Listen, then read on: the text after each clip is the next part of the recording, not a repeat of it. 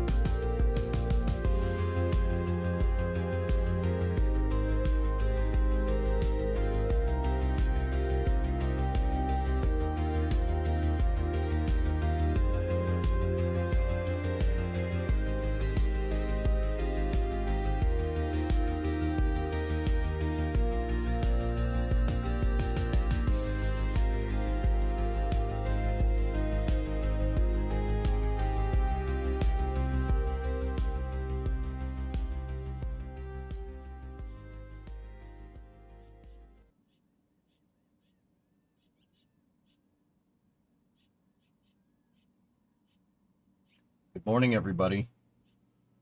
We got Crew 11 attempt number 2 today. All right, astronauts are getting suited up right now. So here, let's go. This. Hello? Everybody sleep well? Get enough sleep? Good, because we got another crew launch today. So let's get to it. Here we go.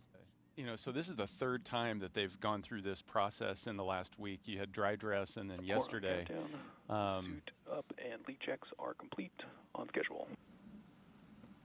And as we can tell, they passed their leak checks because they're doing photo ops in the suit up room. But after going through a scrub, the next day, everything's pretty fresh. The nerves aren't as much. You still have that blender of emotions that you're going to be going through. But you're ready to go, and you can tell the mood is positive, and they are excited. I do sense that more relaxed vibe inside this room than it was yesterday. It seemed like there maybe was a little more nervous energy, but just like you said. This is LD on countdown with a situational briefing. Currently, all bottles are at MEOP, and earlier Dragon Gyro Compass alignment was completed and passing. We remain on track to an 11:43:42 a.m. Eastern T0. Both NASA and SpaceX have completed the COLA screening process with no COLA conjunctions at our current T0. The advanced team is at the White Room, and the side hatch is open, and they're making preparations for receiving the crew. The crew's ongoing suit up at the ONC building. Launch site weather for today was briefed earlier at 40% POV due to the cumulus cloud rule, and we'll be monitoring the chance of convective activity near the pad. Reminder to use procedure 52.911 crew contingency procedures for any required crew contingency action in today's operations. Overall, Falcon, Dragon, and the pad remain healthy. Pending any questions, that concludes the brief. Well, that was a brief from SpaceX's launch director for today. You heard. So is there a debrief from a scrub? Then what do? You go to the pub? I mean, zombie. When a mission scrubs like that, you have to do the offloading procedures. The offloading procedures for the rocket and safing the vehicle and stuff takes as much time as it does to undo it, or to do it. It takes as much time to undo it as it does to do it. So you wouldn't be going to the pub. I mean, the people working the ground, like pad closeout crew and stuff, they spent a good amount of time yesterday safing the vehicle, getting the astronauts out. They had to put raincoats on them yesterday. They have like a little smock thing that they put over the spacesuits so the spacesuits don't get wet. The helmet's fine. Helmet can get wet.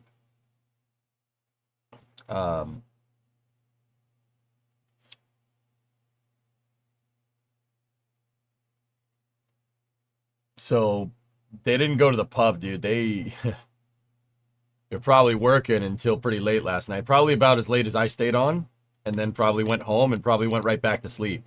It's just because the coverage picks up at T-4 hours, right? Just because the coverage for the crew launch picks up T-4 hours doesn't mean they weren't there already, dude. They've been there. They probably went right to bed, dude. Hey, Dan, what's going on?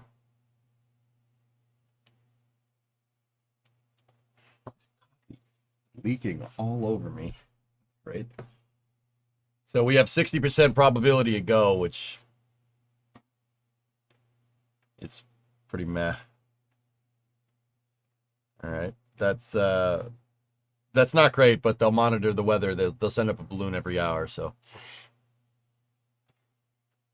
Could you explain the limit of their suits? They don't seem to be able to handle true vacuum. They can handle a vacuum. They just can't be outside in the vacuum. They're there in case of cabin depressurization. Think like the oxygen mask that pops down on an airplane that you put over. It's that, but where they're going, oxygen will leave the cabin if it depressurizes very quickly. So wouldn't have time to put one on. It's just better to wear one, right? Those suits do work. They work, but they're not really rad hardened and they're not really designed to be outside. They're designed to resist vacuum, and that's about it. Why not outside? Space debris, UV. That's correct.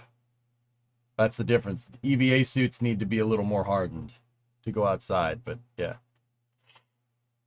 Of social, we're going to jump right into it. We mentioned earlier we want you to be a part of today's launch coverage, so we're taking questions. And the first one we have is from Annie Gonzalez, who asks, what did the astronauts eat this morning, Nicholas?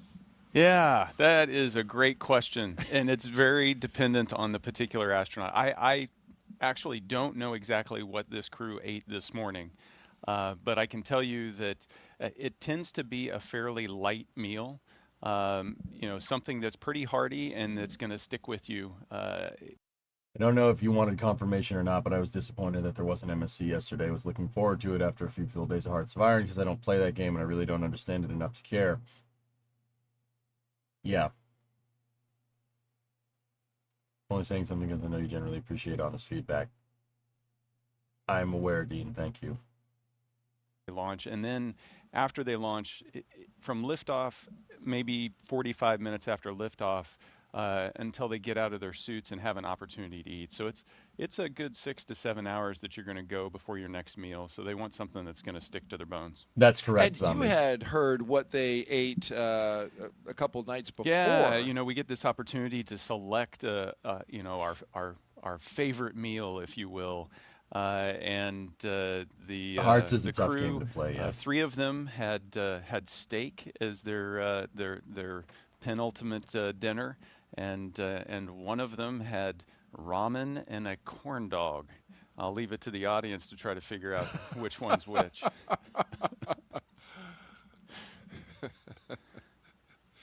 Okay. Well, you were telling us yesterday that you want to eat food that you're familiar with. Yeah, you don't want to shock the system. Right. You're about to adapt to microgravity, and that's a big enough shock. You don't want to change up your diet a couple days before. My technique was just let me Mike, just continue to eat the breakfasts I just normally boom. eat. Let What's me up? eat the dinners that I would normally eat. I wasn't trying new foods or trying to cram in all the things I was going to miss into the last week of dinners. Just try to keep things normal. Is that a heater? There's going to be enough No. stress on the body. It's an HVAC system for the spacesuit. It gets pretty hot in there. Oleg threw us a heart as he was sitting there, which we appreciate. Mike Fink, meanwhile, looks like been there, done that. He has. It's true. He more than a year in space already, and he's getting to go up there for another 6 months. He's a lucky dog. Those chairs look super comfy, by the way.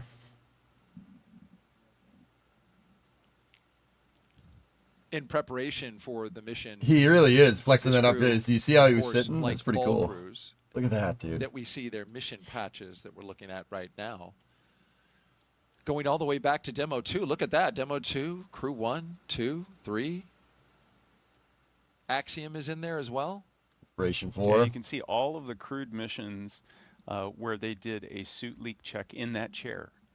And so each of the 4 chairs has a slightly different version. You see that you don't see a Crew 9 on there. Alex and I only used 2 of the 4 chairs. So we only zapped the 2 chairs that we were in.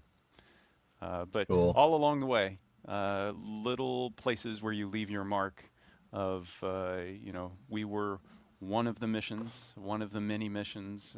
With Polaris Dawn, did they suit up in the EVA suits on the ground, or did they have an IVA suit that they changed out of? I think they had them on the ground, Methane. Quarters suit up room, or putting patches there on the suit leak chairs, or even signing the white room wall. You leave your marks along the way. And they left those marks yesterday during the launch attempt in many places, including on the wall inside the white room. Won't have to do it today. But yesterday also essentially served as yet another dress rehearsal. One that, if you count it with the training, would be a substantial amount of preparation for today's launch. Let's look back a little bit at some of their training. Nick, talk us through what we're seeing here with Crew 11's preparation. Yeah, some of the launch training, a lot of our training is stuff that, what do you do when things Weather right now is currently 60% go, 40% probability of violation. We'll see what happens. learning how to use their Their survival water wings. Yeah, their water wings, their survival equipment, how to get into their rafts, how to call for help with the search and rescue forces from the Department of Defense, Det 3 that's going to come out there and rescue them should they have to put down in a place where they weren't planned. Additionally, you've got emergency training on the inside of the space station. Obviously, how to do spacewalks, and then when you have a really bad day, we need to be able to provide medical care. And so, how do you provide CPR in space? Not a simple thing to do when you're floating in microgravity. No, I would imagine not. It takes. Don't you have to brace your back against something in order You to create do, the force? and depending on the person, you come up with different techniques. So there are straps where you can strap yourself down to the ground. Some people will just put their feet on the ceiling above the person. So they do have the backup crew. Anybody that's wearing dress blues is the backup, I think, for this. At least I saw the gentleman in the blue with the Russian guy. That's Alexander Grebenkin. He was on crew 8. I'm looking around to see who else is here. Everybody seems to have gone, which means they're going to move out soon. You had an interesting training, Nick. You trained to be the pilot all the way up until. And then there's a Jax astronaut there. Indeed. Then you had to switch to commander. I'm not sure who that guy is.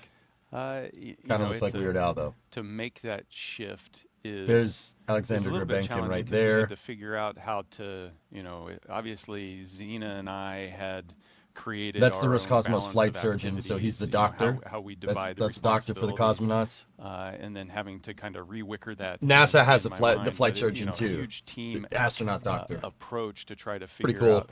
Pretty cool job. As a crew of 2, what exactly we needed to do differently. And so worked very closely with Xena and Stephanie Wilson and Alex and myself, as well as the entire training team out at SpaceX and also the training team at Johnson Space Center to figure out, okay, what do we need to do differently? And so it was a 2-week crash course on how to adjust everything, and it took all of us to figure it out. Why are some people not wearing face masks? Are they isolated? Well, the backup crews and the flight surgeon would be in isolation as well. Anybody that's near the crew, anybody that's not, so like closeout teams, any other personnel, containment procedures. I mean, guys, like, and don't get me wrong, like they've been wearing masks. They've been doing masks like this for a long time. It's just standard containment. Like, dude, who the heck is that? I'm not sure who that guy is. Never seen that dude before. You had no clue there was a space launch today. Oh, yeah, well, it was supposed to be yesterday, Ivar. That's what happened. So we're suiting up again, but yeah. Dude, he's got that Weird Al hair going on.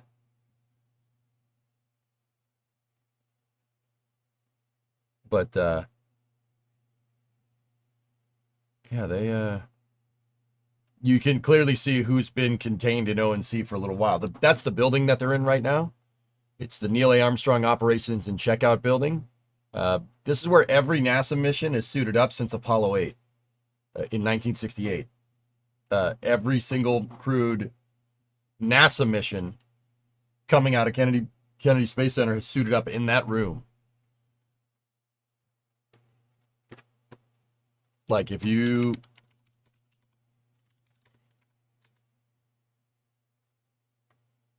we go here...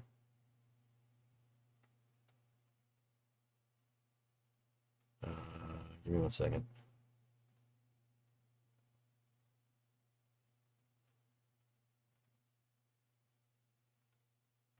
Like here, check it out. You've seen the crew suit up over here? Check that out. That's Apollo 11. Same room. Pretty sick, huh? I think that's super cool.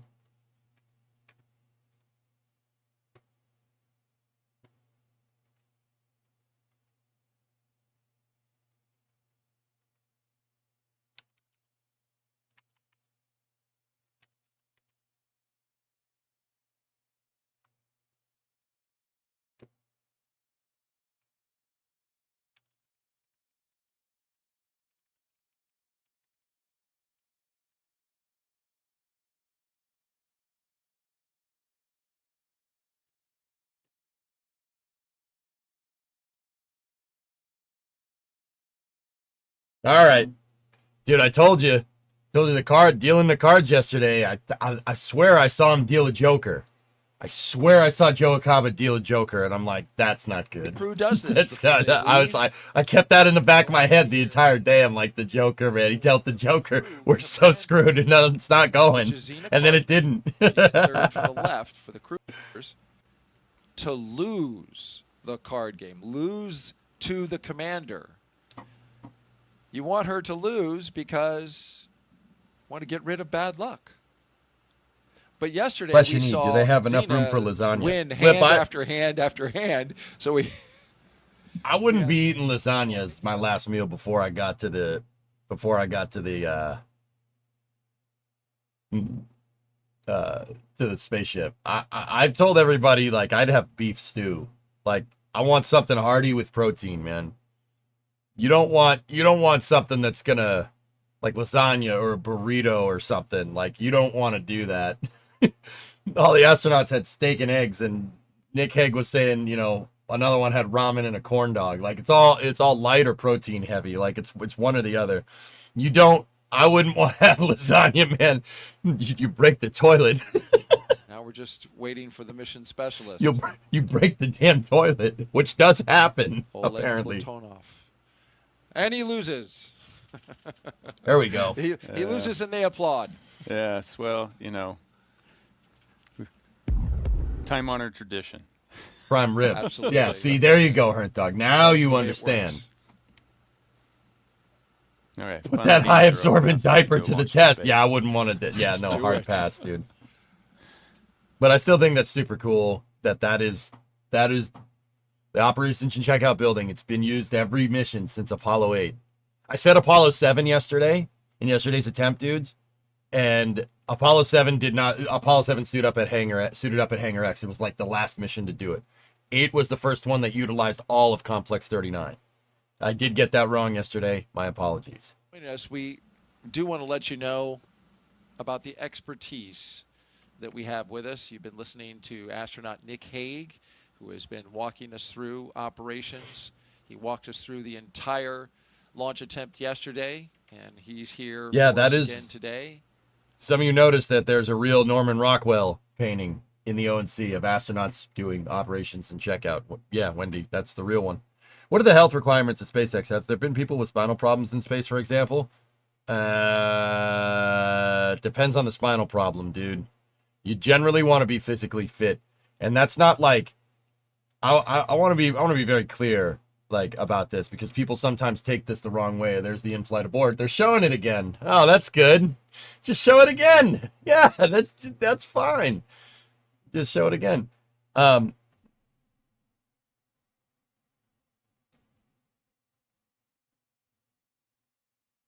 No, Hangar X, it may not be Hangar X, Methane. I forget which hangar it is. Hangar X is where SpaceX does stuff, but, so, like, with spaceflight, guys, it's not even a, like, and once again, I'm not trying to be a dick. Like, you need to be in shape. At least, like, pretty damn healthy to get into space. Like, it's gonna really, really screw you up on the way in this. On the ride to space is tough. Like, it's not like Formula One driver tough, but let's say like if we put Max Verstappen in the spaceship, he wouldn't have any problems. You know what I mean?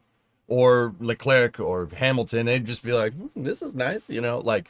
But if it's like, if you're not in shape, like, or even like have some muscle mass and low body fat, you're really gonna feel it. So, I mean, it kind of depends on the spinal problems and stuff, Like if you have scoliosis, I would not do that.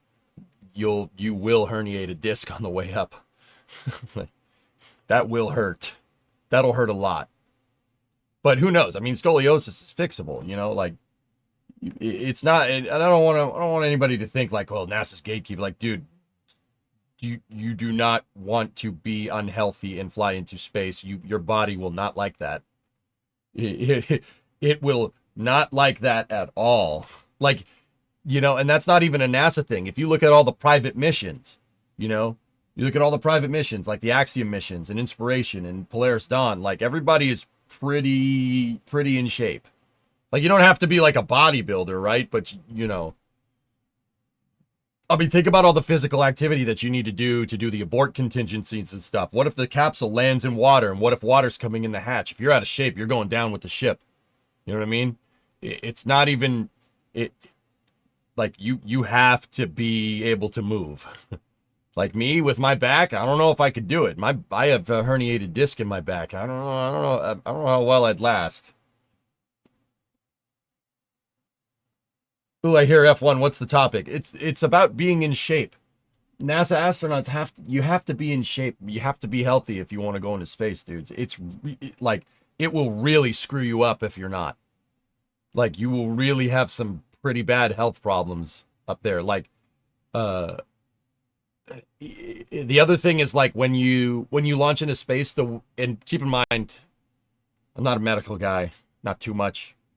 I know a little bit. Correct me if I'm wrong. I'm pretty sure, like, the way your lymphatic fluid gets distributed when you're up there. Like, if you look at all the astronauts when they're on orbit, they have like a puffy face and stuff. The lymphatic fluid in your body like redistributes in microgravity, and that can really screw with things. To tank up the Leg bone is connected to the shin bone. Yes, I'm a doctor. I'm not. John Glenn went to space at 77. Well, it's not that, and that was the point of that mission, LS. It's not necessarily about age. It's about how in shape you are. You got to stay healthy. You got to stay healthy if you're going to fly. I mean, don't get me wrong. There have been, you know, high body mass astronauts. It's a thing, but the vast majority, like, dude, even if you got a little bit higher body fat, you still have to do the egress procedures and stuff. Like, that's really, really important. You know, you don't have to be like a Formula One driver or something, even though, like I said, they would have no problems. Like, Formula One drivers are in tip-top shape. Like, you have to be. They in F1, you don't need any extra mass driving a car around. They're like, those guys are like, what is it, like 5% body fat or something? Like, it's nothing. Like, they would have no problems. They'd just be like, oh, this is pretty cool. This is a smooth ride, you know? I didn't think I'd find a streamer covering space news. Andre, that's what I do. I play games and I cover space. And I play games about space.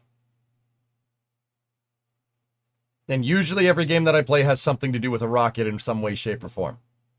I like space. It's what I do. Okay?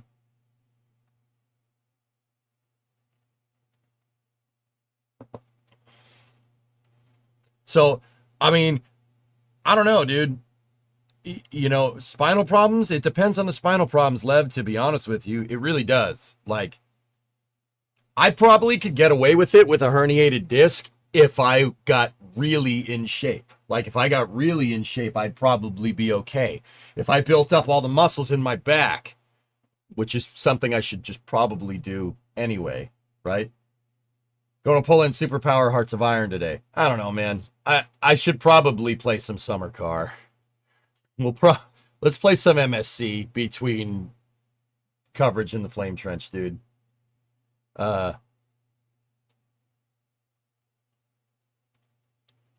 Yeah. Don't get me wrong, dude. I want to finish that Hearts playthrough. I kind of want. We're kind of in the end game, but I kind of want to see how it plays out. I want to see if I could go toe to toe with late Hearts of Iron UK. I mean, even if I do, like, I don't, dude. What are we gonna do? Fight the US?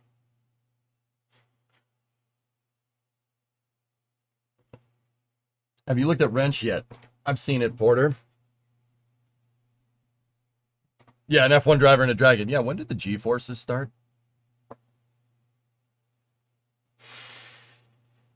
See the SpaceX video of the single engine static fire? Dude, I did. Yeah. I did get to check in on some space news yesterday. I apologize for not doing it. I was needed elsewhere. And you've been on a second launch attempt, albeit with very different circumstances surrounding it. Here. When you do it again, I'm going to pop this up. I want to show you guys this. This is wild stuff, dude. I still can't believe they hot rodded this damn pad to do this. It's so rad, dude. Here, take a look. Bro. Let's go.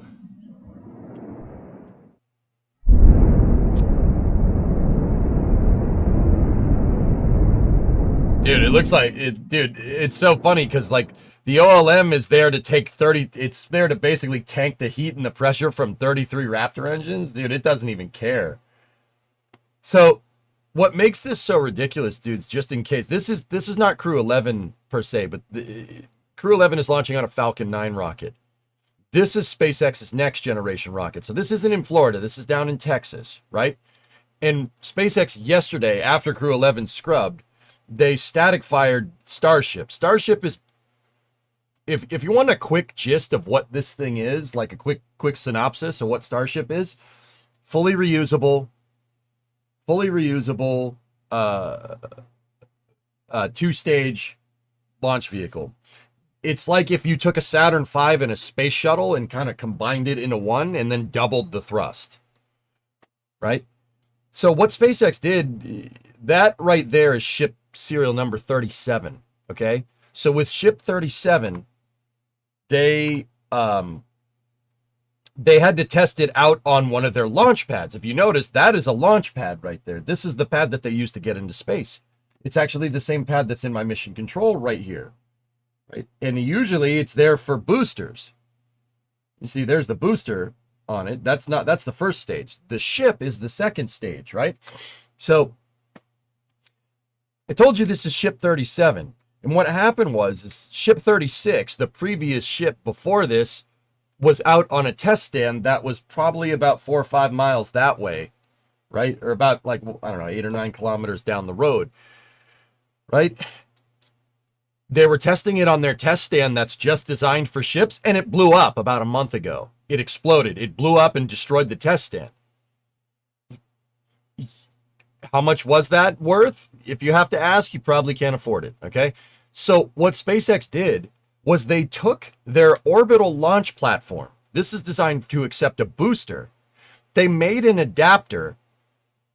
They made an adapter to adapt the super heavy, so the first stage hold down points to the second stage, Starship, right? And then they just jerry-rigged some extra plumbing to the top of the booster umbilical housing. So like right here is the attachment point for a first stage. It's obviously not being used. And they just tapped some pipes off of the damn thing and basically just grabbed the ship, set it down here, and then they had some guys go up there with some hoses and attach hoses to it manually. Which, all right. And then they went and fired it on the launch pad. That's... Link to the picture, please. Why, certainly. And then yesterday they went and fired it. Today they obviously did a single engine, right? But today they're going to do all of them on the pad today. It just shows the industrial robustness that SpaceX has. It's actually kind of nuts. Oh, our test stand exploded? All right. Hey, you can make this into a test stand. Screw it. Let's do it. Build an adapter. Okay. In less than a month, they had this test stand up and running. That's pretty crazy. That's pretty crazy for the spaceflight business. It's actually it's inspiring stuff. It makes me really happy because, you know, for rocket science being this crazy abstract concept, right? Like, oh, it's not rocket science, right? Like, rocket science is rooted in really hard common sense. You know, it comes full circle. You know, like, it's such a complicated thing, yet here it's a very interesting dichotomy. It's such a complicated thing, yet somebody just at SpaceX, probably Elon, to be honest with you, was just like, all right, what if we put the ship on the launch pad? Well, you can't do that. The ship can't be on the launch pad. It won't work. All right, what if we build an adapter and we weld some pipes to the side to get it to work? Oh yeah, we could do that. All right, do it. Okay. Like, what? What? And, you know, I know a lot of people at SpaceX. I'm you know, obviously that's not like an actual quote, right? It's not verbatim, but that is absolutely how that conversation went down. All right, what can we do? We need to test this ship, and we got to do it quickly. How long is it going to take to rebuild the damn thing? It's going to take a while. All right. What about that? It's like that scene in MIB. Hey, old guys. Does that still work? It's like, yeah. All right. Yeah, do that. Hi, new try? That's right, Daggett. Mm-hmm. Any other company would have suffered for months. Yeah, it's very... Lev, that's right, man. It reminds me of Apollo 13 when they put the square peg in the round hole. And I think that's one of my favorite things about spaceflight, dudes. It is... Sometimes it gets... It seems to get very contrived. Like, you know, you're dealing... Like, even to get one rocket engine to work, there's a bajillion moving parts, right? And it's a super abstract, complicated thing to us laymen's, right? You know... And yet it comes full circle like that. You get presented with cold, logical analysis. You know, methane, Dan, that's a good example. You know, Apollo 13. Oh, you know, our life support systems on, you know, one spacecraft that's docked to another spacecraft, they're two different systems, right? This one has a square connector and this one has a round connector. Okay. Well, we can't make them talk to each other. Well, we need to make them talk to each other. All right. So fit the square peg in the round hole. Now, you're confusing me. Just let me put the ball in the hole, you know? Like, oh, man, it's so much easier to get a hole in one. I should just try to do that every time instead of putting. Yeah, you know? Roughly 3 hours until the launch. Yep. How's the car rebuild going? The IRL one, not summer car. Good. Here, I'll show you a live shot from the garage. I think the lights are off. The lights are off. Give me 1 second. I shut the lights off because of the heat. But here, let me turn it on.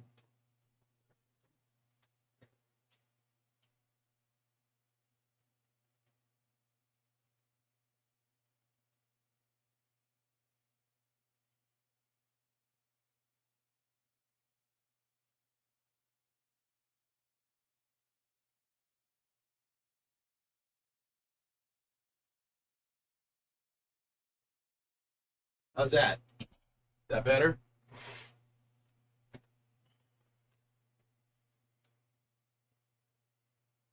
I did a lot of mock-up the other day when I had some downtime. And by that I mean I didn't have downtime. I came out here before the stream on Tuesday or something. And I started just fitting parts together. I had the whole back of this car apart. Oh, hold up. Hold up a second, dudes. Boom. Right there.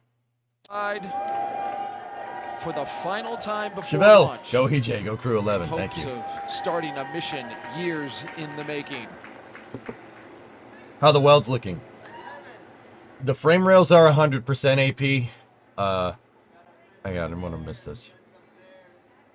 All right, we got Crew 11 roll out here. They're gonna get into Teslas. Can't see him, but he was literally waving at the screen. How can you not? Yeah, baby. Over there, that's Kjell Lindgren. He's the NASA flight surgeon. He's the doctor. That's Joe Acaba right there. He's the chief of the astronaut office. Our crew today, Pretty good stuff. So the frame rails are all good on the Coronet. They are fixed and they are way stronger than the factory frame rails. I don't know if that's a good thing or a bad thing because I'm not entirely sure if Mopar did analysis on chassis flex back in the day. Most likely not. But building a lot of extra structure into the back of the car can't be a bad thing, right? If anything, it's going to be more rigid. Wing doors so they don't have to bend over a duck. Yeah, Model X's make really good astronaut transport vehicles because of that. Because of the gull wings, which is actually pretty cool. I mean, I think the gull wing doors on Model X's are super cool, but also at the same time, I mean, if we're going to go gull wings, like give me a Lambo or something, or a DeLorean. I don't know if the DeLorean would have enough torque to move two astronauts in the spacesuit, though. So those things came with caca engines. Nice. It's been a minute since I saw a stream. You're just starting to cut them out. Yeah, AP. The frame rails are all good. Yeah, you don't want to nick the suit, guys. Like, the suits are pretty dang robust, but you don't want to get like hung up on something and risk a suit puncture. Honestly, if they had a punctured suit right now, launch tomorrow. Like, you don't want to do that. Dr. Brown can fix it. Yeah, unfortunately, these cars are not fitted with flux capacitors, but yeah, the gull-wing doors on them, like, to be honest, guys, obviously it's SpaceX, Tesla, etc., etc. Like, you think, like, of course they're using Teslas, right? But the Model X is actually super great for astronaut ingress and egress because you don't have to worry about nicking a suit, like getting the suit caught on something or scratching the glass on the helmet. Like, all that stuff is what we talked about yesterday. All that stuff is just another thing that can go wrong. So having, believe it or not, ergonomics for riding to the pad is a big deal. There's a reason why Neil Armstrong, Buzz Aldrin, and Michael Collins in this exact spot got into their vehicle got into basically a milk truck with like 3 lazy boys in it to get to the pad, because you do not want to puncture the suit. Like, they got to do a milk truck. They just got in the back of a truck because if you tried to sit in a car, you snag the suit on something, you poke a hole in the suit, even if you tear it a little bit, that's it. Don't fly. Don't risk it. It's not worth it, right? So, they're not just using Model X's because Tesla, and SpaceX are both Elon companies. They're doing it because this is ergonomically a great vehicle to minimize cutting the suit on something. It's actually pretty damn well thought out. Can you talk about how easy it is to wait until the next day? Oh, Hernt, yeah, what do you mean how easy it is? I'm sure it's a little bit nerve-wracking. There's also a Starlink antenna hot-rodded on the back of that thing. Is that Frank Rubio? All right.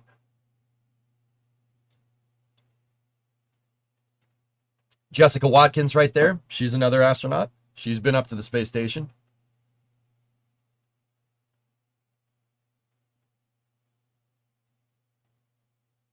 Falcon doors on the Coronet. I'm not doing that, methane. That would be cool, though. Can you talk about how easy it is to wait until the next day? This is the next day. Are you talking about, like, for me or for the astronauts? I'm not sure what you're trying to tell me. Have you seen this? What's that, Nocturlux?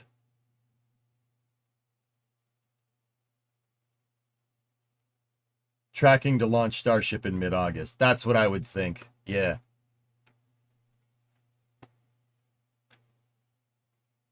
For the launch, I don't mind waiting 24 hours. That doesn't bother me. Can a Starship fit 100 people, or is that too optimistic? Maybe eventually, Lev, but All right, right now it can fit no people. Pulling out. They're leaving the Neil Armstrong Operations and Checkout building. They're going to head down Kennedy Parkway towards 39. I always get asked this. It gets asked every time. Why the SWAT van? Better to have it and not need it than need it and not have it. Kennedy Space Center does have a SWAT team. I don't think I need to tell you why you wouldn't want people snooping around a rocket launch pad or something. So, yeah, better to have it and not need it than need it and not have it. That's a 9/11 thing, guys. That wasn't always there, but it's been like that since 2001. Solutions to problems that we didn't even know we had. My name is Zena Cardman, and I am the commander of NASA's SpaceX Crew 11 mission to the International Space Station. So, Hernt, like, in terms of the astronauts waiting and stuff, I'm sure it's a little bit nerve-wracking for them, but whatever. If anything, round 2, you do everything a little bit better. A scrub, I might just be parroting NASA because I don't really have much hands-on experience in the matter here, but like, what do I know about crew launches? Well, I've watched a lot of them, and I've picked up a lot over time. every scrub is just an opportunity. That basically just another practice, you know? And practice makes perfect. So, you know, if anything, when you go to do, when, you know, if you scrubbed yesterday and when you go to do everything again today, it becomes more like it's easier to do because you know what to do, right? You're never going to do everything perfect like on the first try, right? The second try, you get better. And the third try, you get better. And maybe the fourth time, you know it cold, right? So, I mean, if I was an astronaut, I would just be like, all right, cool. We just got more practice. And I wouldn't let it bother me too much. I mean, they've been training to go to space for years. And crew assignments get put out a long time in advance. So they've been training for this mission for a little while. Waiting an extra day is not a big deal in the scheme of things. You know, in terms of me, dudes, it's going to sound so screwed up. I like it. I like it when stuff scrubs. It's fine. You know why? Like, it's going to sound so bad, okay? When stuff scrubs, I get to sit here and do this all again tomorrow. I don't look at that as a chore. I look at that as an opportunity to tell you guys more information. And as far as I'm concerned, that's an opportunity to get more people involved because more people are more likely to click when they see a crew launch. So if a crew launch scrubs, no problem. We get to do it all again tomorrow. And I get to sit here and talk about what I love all day. Easy peasy. I don't mind scrubs. Scrubs are fine. You know, it's a little bit of a ball buster, right? Like getting as far in the damn count as we did yesterday and having it scrub at like 45 seconds. That was a little bit, ugh. Come on, man, just go. But also at the same time, I get to sit here and do it again today, which is fine. That's fine with me, man. I'm good with it. Scrubs equals more content. Pretty much, dude.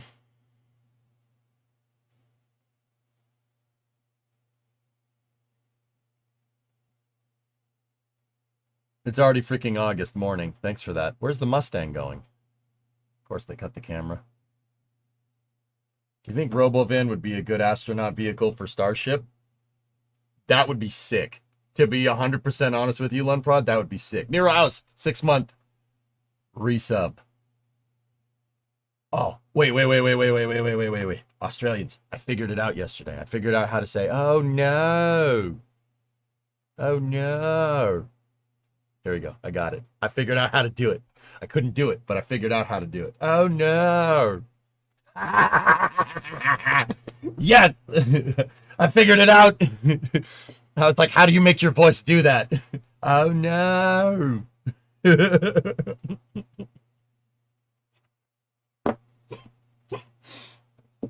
Sorry. Quick side note. No, probably not, Nick. Can you explain the NSF Danger Van? I think it existed before I found NSF. The NSF Danger Van, that was Mary's van. Mary is a resident down in Boca Chica. That's this Boca Chica girl, all right? That was her van. That was just her personal vehicle.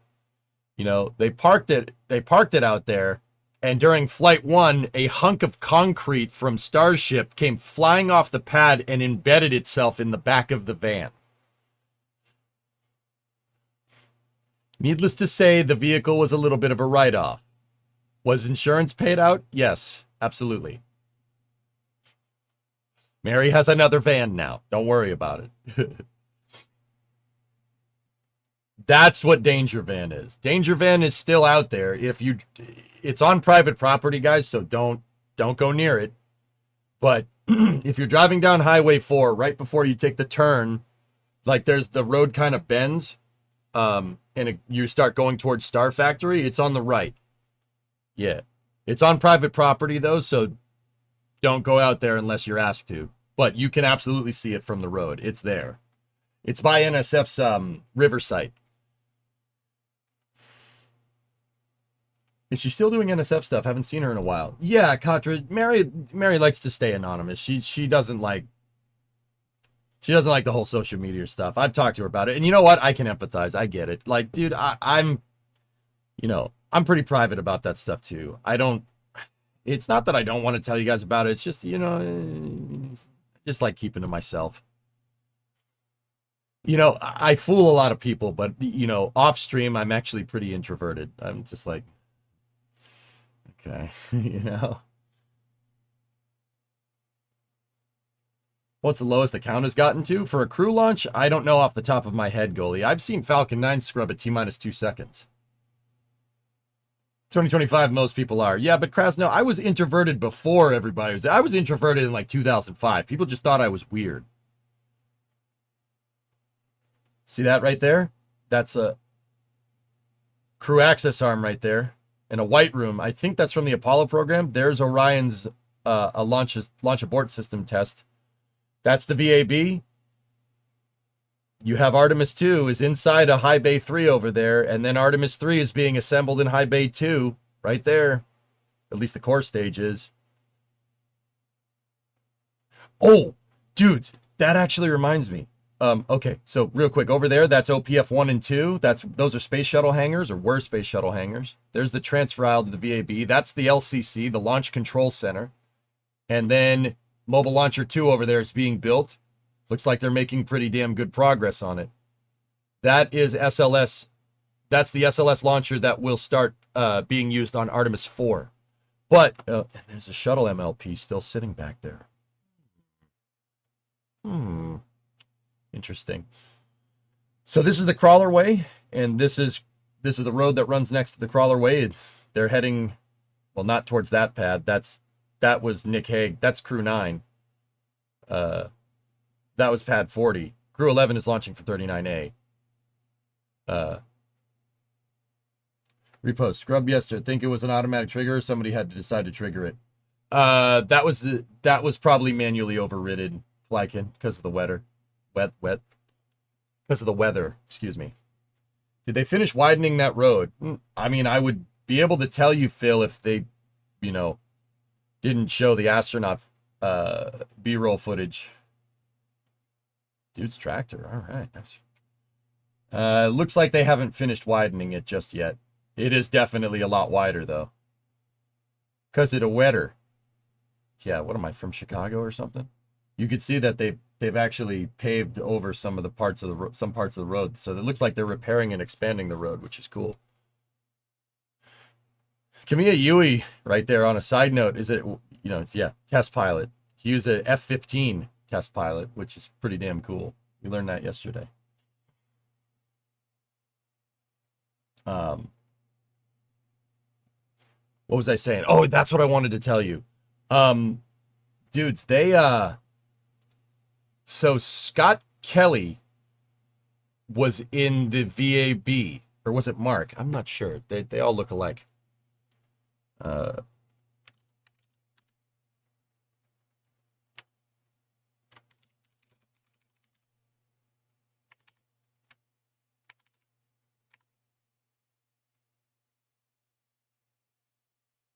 Scott is the senator? Are you sure? Or is it Mark? Wait, crap, Mark is a dude, they're identical twins, man. I'm sorry. It's hard to tell the difference, okay? Okay, one of the Kelly brothers was tweeted yesterday that inside of the VAB, and he was standing in the VAB next to the Artemis 2 stack, and he said it's launching in February.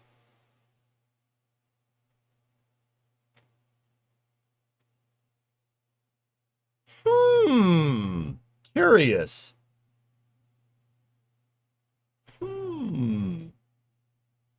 I mean, both Scott and Mark Kelly were both astronauts, so I'm inclined to believe what they say, you know? What year? February 26. That's not that far away, guys. That's 5 months. That's nothing in spaceflight time. It was Mark, not Scott. There you go. It was the one that's the senator. Not the other one that crap posts about the, you know, the war. Here. Take a look, dudes. Real quick. Hey folks, this is the solid rocket boosters and the external tank for SLS, which is the rocket that carries Orion, the capsule, around the moon in February of 2026. So not too far away. This thing's going to the moon. It's part of what's called the Artemis program, and Artemis 2 takes 4 astronauts around the moon, Artemis 3 down to the surface of the moon. And this is really, really great for our country. February 30th. Hard to go to the moon, hard to put people on it, but it's something that we do really well, and we get a lot out of it. The science and the innovation that comes from NASA and an investment in science drives our economy. But this is the rocket, part of it, and the capsule's at the top. Hey, folks. No, they cut him off pretty dang quick. Vasi, you're right. He definitely called it an external tank. He definitely called it an ET. Hold on. It's not an ET. That's the core stage. There's no shuttle here, man. But then again, space shuttle pilot. What are you gonna do? Look. The solid rocket boosters and the external tank for SLS. I didn't even notice that, Vasi. He definitely called it that. All right. Okay. All right.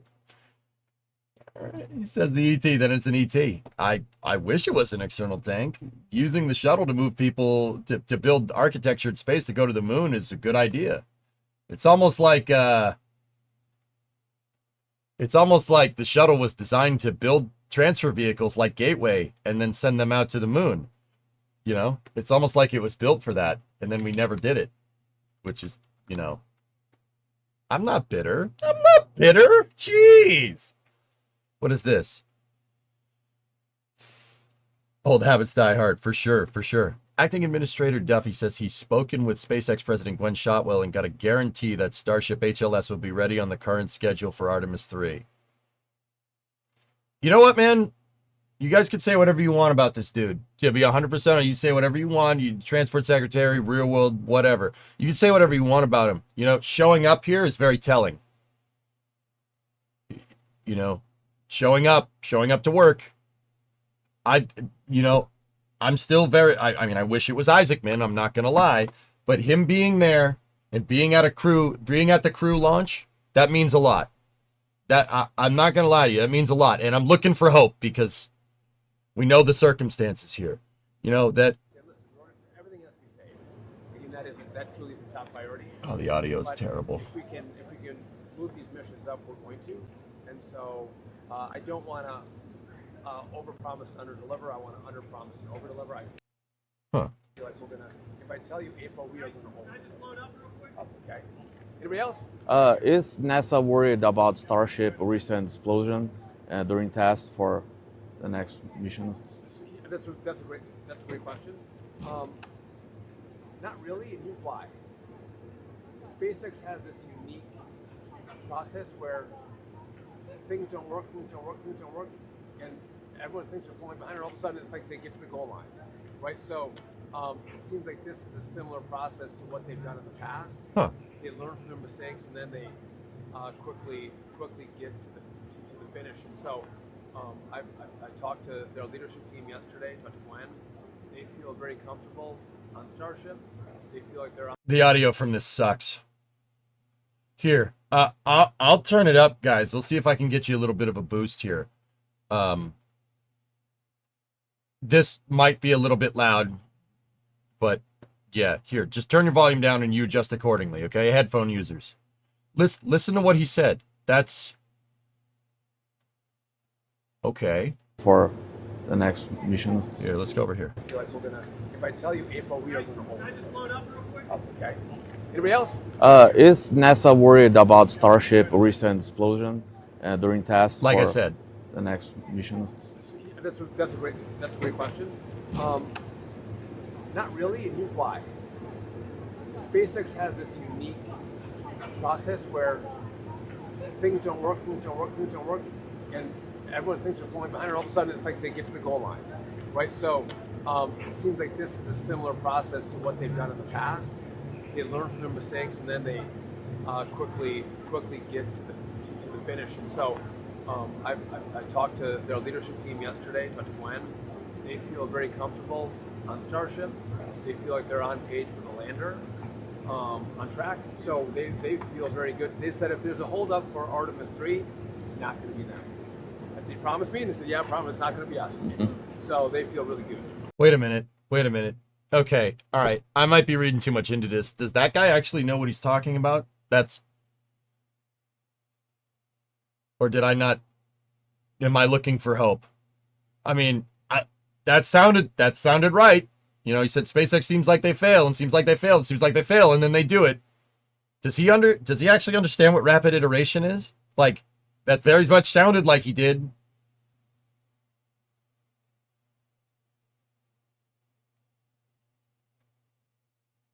Huh.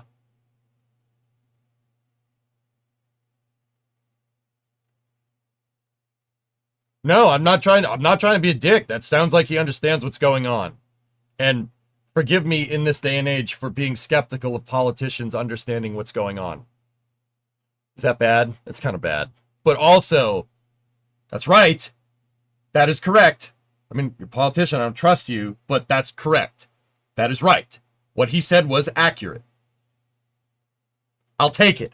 I'll take what we can get, dudes. I'll take it. That's fine. That's fine with me. Okay? I'll take it. That's fine. Let's go. I don't know who that guy is. He's the interim acting administrator for NASA. That's Sean Duffy. He's a member of the president's cabinet. He runs the Department of Transportation and NASA right now. NASA kind of on the interim. NASA was going to have Jared Isaacman, but the president and Elon decided they didn't like each other and had a spat. And part of the fallout was Jared Isaacman's nomination getting pulled a day before his confirmation, which sucks. I'll be honest with you guys. I wish Jared was there. He would be doing an amazing job. There's no doubt in my mind. Two things that are very interesting, though. Sean Duffy was at Oshkosh. He was at EAA, and he talked with Jared Isaacman, interestingly enough. And Jared Isaacman took him for a ride in his MiG-29, which is pretty cool. Second thing, man, guys, like I said, it means a lot. And like I said, I'm looking for some optimism here, okay? It means a lot him showing up. That's pretty cool. The NASA administrator doesn't have to be here, but it certainly is nice when the person that runs the organization is here when an important mission happens. That's actually super cool. I do appreciate it, even though he's just the interim administrator. But I'll be honest with you, dudes. It seems like he knows what he's talking about. Like that. Look, all I'm saying is that's how it started with Jim. I was kind of like worried with Jim, right? I was like, dude, I don't know if you know about space flight. I don't know if you know what's going on, right? And he proved that he absolutely did. And he was one of the best administrators for NASA around. So we'll see. Bated breath, okay? That sounded right. That was correct. He understands that SpaceX blowing up all the time is not that big of a deal. That's huge. That is a really good thing.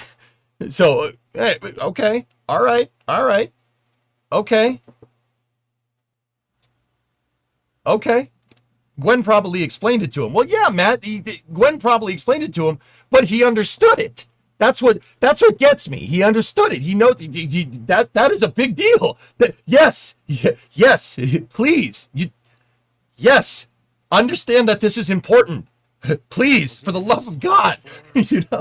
I'll take it, man. I'm actually pretty happy about that. Thank yous for all the work. We got 4 riding today, Ninja Tuda. He understood it, and he can reiterate it, which... Walk out the arm and... Really? Okay. Okay. All right. Okay. Yes, please. Even if it was just a surface level understanding. Dude, that's all he needs to understand. Dudes, I've always said you need someone that's fluent in politics to run NASA, okay? But you also need somebody that loves spaceflight as well. That's a very, very specific set of skills. Now, Jim was the ultimate. He's a good politician. He knows how to speak the language. He knows how to talk to people. And the guy that's obsessed with spaceflight. Bill, Bill's a little too much on the politician side for my taste. Too much, hey, we'll do this, and then not doing it. And then secretly canceling programs. You can't be all about science and then cancel a bunch of scientific programs. No. I by the end of his tenure, I was like, yeah, okay, pal. Right? I don't know. You know, how Sean Duffy turns out? I don't know. But that was, I will tell you this, that's a step in the right direction. That's good. That's good that he demonstrates a surface level understanding of it. That's all you need to be the NASA administrator. Just understand the concept. That's all I'm asking. That's how low the bar is set, and he clearly knows what's going on. Enough to throw himself into the press corps and be like, yeah, all right, I'll answer questions. That's a ballsy move. You really need to know your stuff to put yourself in the limelight and answer questions about this. You really need to know what's going on. That's a pretty cool move. I'm pretty happy about that. As a friend put it, Jim was the equivalent of taking a guy off the street to pitch in the World Series, and then he proceeds to throw a CGSO. Yep. Yeah, exactly. NG. Jim, nobody saw that coming. But did you see that tweet about NISAR? Yeah, that was a step in the wrong direction, Hydrolox. Yeah. Somehow, Sean Duffy got community noted on X the other day for saying that the NISAR mission, which is an India Space Research Organization, so ISRO and NASA, saying that it was a project that was orchestrated by the president. The NISAR mission has been in planning since 2014, before President Trump was even president in his first term, before he even announced his candidacy for president. So I'm not sure what you were trying to say there, but that's pretty much wrong. So that's a step in the wrong direction, but we also have a step in the right direction too. So I'd say with Sean Duffy right now, I'm kind of like, all right. Okay. But once again, Hydrolox showing up to a crew launch. Bill didn't do that all the time. Jim was at every launch, if I'm remembering correctly. I mean, he was only there for DM2, right? And then I think he left after DM2. I think he was gone by crew 1. But showing up and being there means a lot, dude. It means a lot. It's like Elon showing up to a Starship launch, right? That's like, okay, that means a lot. There we go. We got ingress. Pilot Mike Fink going into the capsule there. Too bad he's only interim with limited freedom to act. Yeah, that kind of sucks, but the wrong direction was probably right, as the occupant of 1600 likes praise. I mean, what politician doesn't like smoke being blown up their tailpipe, David? They're politicians, dude. What do you want? Like, I don't know how to say that any better, dude. Some people are just better at hiding it than others.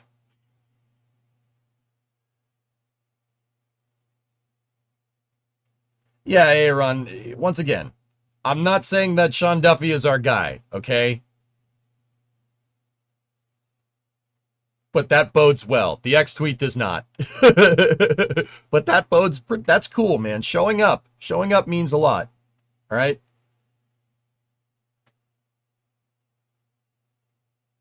That's why Artemis got canceled. They were looking at moving completely to private companies. Well, that's why Constellation got canceled, because they wanted to offshoot the whole thing to commercial, and I don't think that's a good idea, and I still don't think it's a good idea, Strickler. Oleg and Kimia. And I love SpaceX. I'm a huge SpaceX fanboy, but commercial and government missions need to be agnostic of each other. They can work together, but like this, you know, sending NASA astronauts on a commercial rocket to a NASA facility in space, I don't have a problem with that. It needs to be a hybrid partnership. That is the best way to be sustainable in the future. I don't want to subject our entire national space program to the whims of a commercial entity. I think that's a really bad idea. Wildlife refuge that just goes on and on and on. So it's natural Florida the way it was before, you know, it became populated. Yeah, and it's that that stark contrast of nature and then this technology. Why did they load them 1 and 2? Why did they load them 1, 2, and 1? I don't understand, Flykin. They load 2 at a time because these 2 seats are higher than the others. It's better to load these. It's better to load Xena and Mike first, the pilot and the commander and the pilot, and then load mission specialists after. Once again, trying to get all 4 people in there all at once, you're running the risk of nicking the suit. You do not want to do that. If you notice when they get in, like the ground closeout crew is like holding them in place to get them through the door so they don't hit the suit on anything.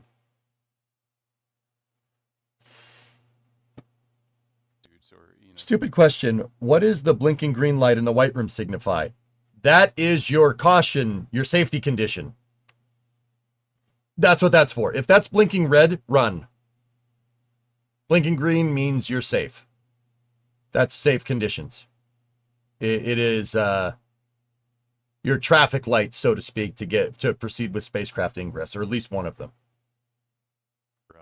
Left thigh. What is that thing on their legs? This thing right there, on the right thigh, the right-hand thigh, that is your HVAC system. So these suits are pressurized suits, but they don't have a backpack like an extravehicular mobility unit. So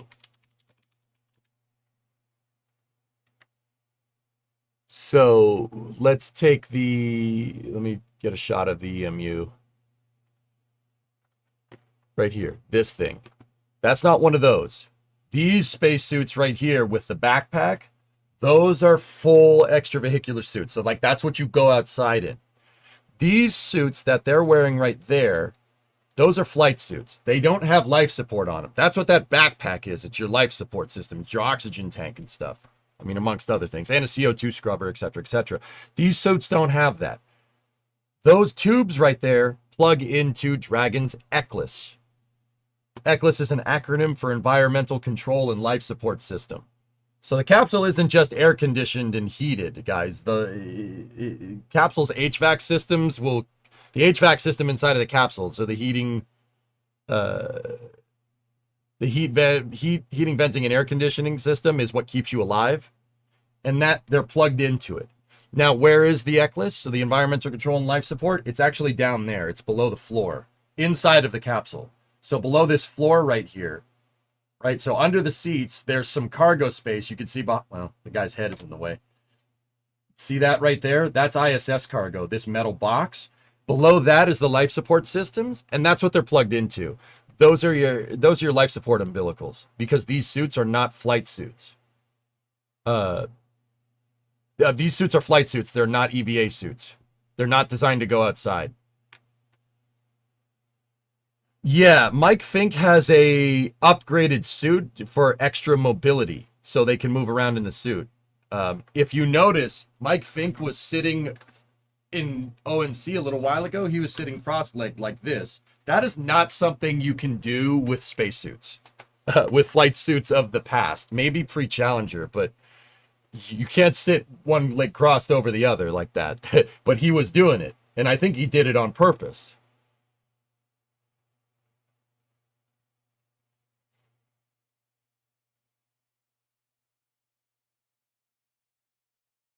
Isaacman might not have been politician enough. Yeah, I don't know, Space Ghost. Who knows? 3 hours strapped in the chair. Fit, I guarantee you it's going to go by very quickly. For us, at least. I don't know about them. I remember me.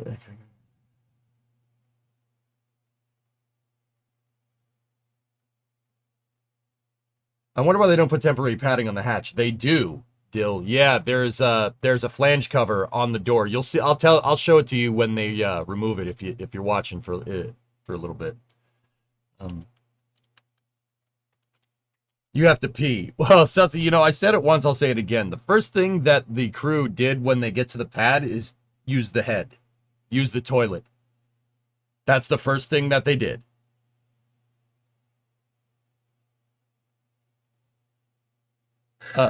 There is a, that was my alarm going off.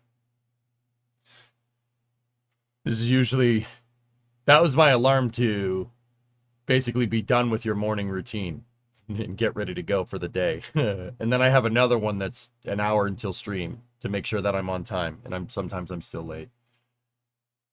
You turn on closed captions. Yeah, sure. Closed caption funding provided by viewers like you.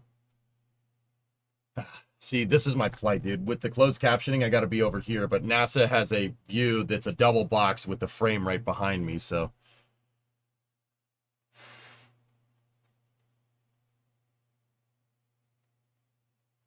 Yeah, the seats are all form-fitted to them, and so are the suits. The suits are custom tailored. Anyway, oh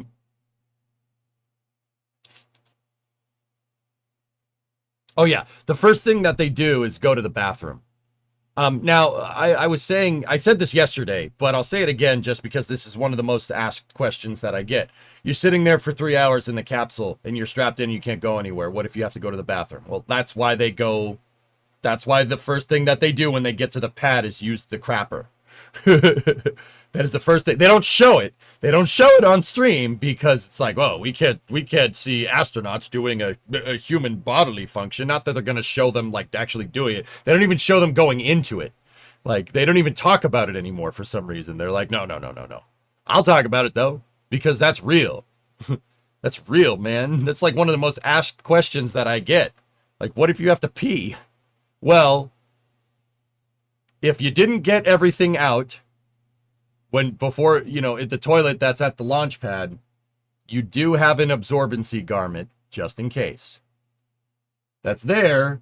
You can use it, but I'm pretty sure no one's going to clean up that mess but you. So that's why they go to the bathroom when that's the first thing they do when they get to the pad. That's why they go to the bathroom as the first thing. It's there if you need it, because that gets messy really, really quickly, right? But honestly, guys, so they use the bathroom at T-minus 3 hours, right? Dragon does have a toilet on board. The toilet is actually up there. It's above the door. So if we were inside of the capsule, it'd be over here somewhere. In this view, it's right through that wall right there. It depends. I wish NSF wouldn't talk about traditions for 5 minutes. I'm watching it. What do you mean, Peter? What were they talking about?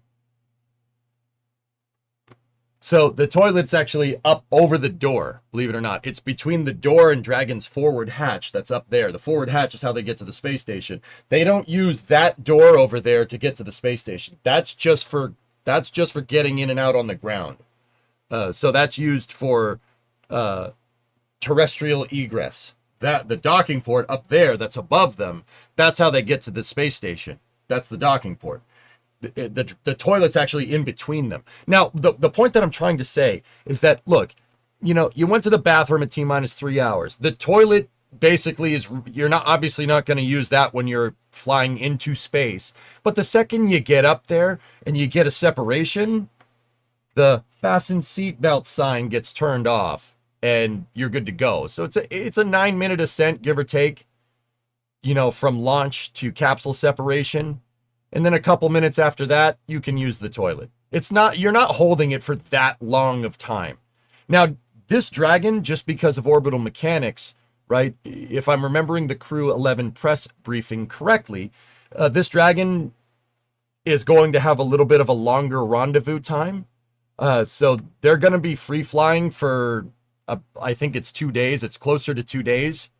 Just so they can basically get in a good rendezvous with the ISS. Now, I know what people are going to ask. Why the long rendezvous? Well, with Dragon, with space flight in general, you always try to optimize it around being most efficient. No, that isn't some eco thing where it's like, oh, we got to conserve fuel. Meh. No. With orbital mechanics and just the way physics work, you really, really want to try to find the most efficient way to transfer. Sometimes working with gravity you have to wait until you work like working with gravity because of like the O-berth effect or something. I'm getting into orbital mechanics, but long story short, they're trying to optimize the ascent to use the least amount of fuel to get to the ISS. And sometimes that takes a little bit longer, depending on where the ISS is when you go to launch. But yeah, I mean, I could get into the orbital mechanics of it if you Discovery, want. go at throttle up. But what I'm trying to say is, like, even with a 39-hour rendezvous, it's not like they're not going to be able to use the toilet until they get to the ISS. Dragon has one on board, and basically after ascent, you know, you could use it. You can use the toilet. It's there. So you're actually not holding it for a very long period of time, right? Between using the head down here, right, and then the head on Dragon being ready to go, that's probably like a 3.5 hour time period. You can hold it for 3 hours. That's fine. Or just poop in the suit if you really want to. I wouldn't do that. Ain't nobody gonna clean that up but you. I don't feel like doing that. I mean, if it was me. I listened to an astronaut describe what it was like to take a number 2 in space and what happens to the gas and all the stuff, your bowels. It doesn't really settle because there's no gravity, so it's kind of uncomfortable. And you can't pass gas because everything is kind of together. I mean, I've always said that and this is why, you know, they were talking about meals and stuff.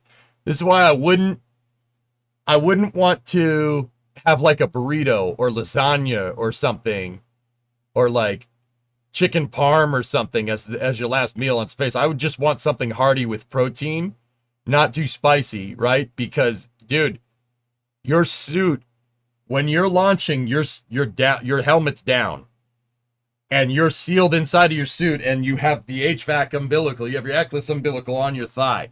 If you pass gas, the only one smelling it is you. You've essentially crop dusted yourself. Congratulations, you crop dusted yourself. So everybody loves their own brand and stuff, but I would nah, I'd be very careful about what I eat as my last meal. It's a personal hot pot, flying Dutch oven. That's right. Lots of thunderstorms in the abort corridor. Check out the satellite. Oh boy. Oh boy. Sorry, I just keyed the audio for SBL. Will astronauts dehydrate themselves some before launch? I mean, I wouldn't, Loco Texan. I'd be drinking a lot of water. Dude, getting dehydrated in space would suck. That would be awful. Yeah, so today they could just zip right out to the pad. Yeah, guys, we might see a... I'm not sure if the weather's going to cooperate today. It was 60% go, which is not... That's not great. VOKP yourself as long as you were hydrated. Yeah. I mean, like I said, they got absorbency garments on. They're wearing diapers. That's what I'm trying to tell you. Just in case. Just in case. Why take the chance? I mean, once again, it's better to... They're checking for punctures. That's why they have them doing this.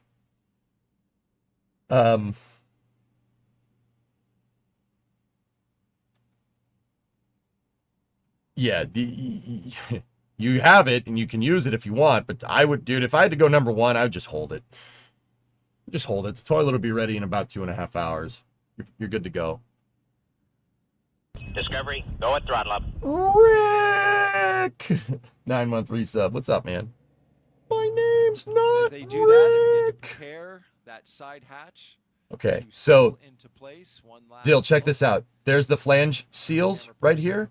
They're going to pull the seals right now, and that's your positive pressure for the capsule. Into the capsule. That's a really special shot right there. Copy, Dragon. We will report when initiating. Guardian the waving at the rocket, signing names to snacks. It's boring. Interesting. They're going to rotate seats here shortly. See, Peter, I like talking about the traditions and stuff, but I also like talking about the technical stuff. Or the toilet. Okay, all right, I lied. I don't like talking about the toilet. People ask about the toilet. It's the most asked question I get. So, you know, give the people what they want and all.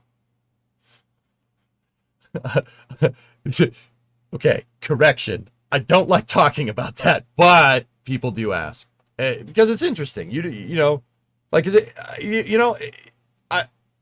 there was one time I was covering an International Astronautical Congress on Twitch. We were watching it, and some guy asked Elon about how he's going to deal with poop because he went to Burning Man. Like, the guy was like, I went to Burning Man?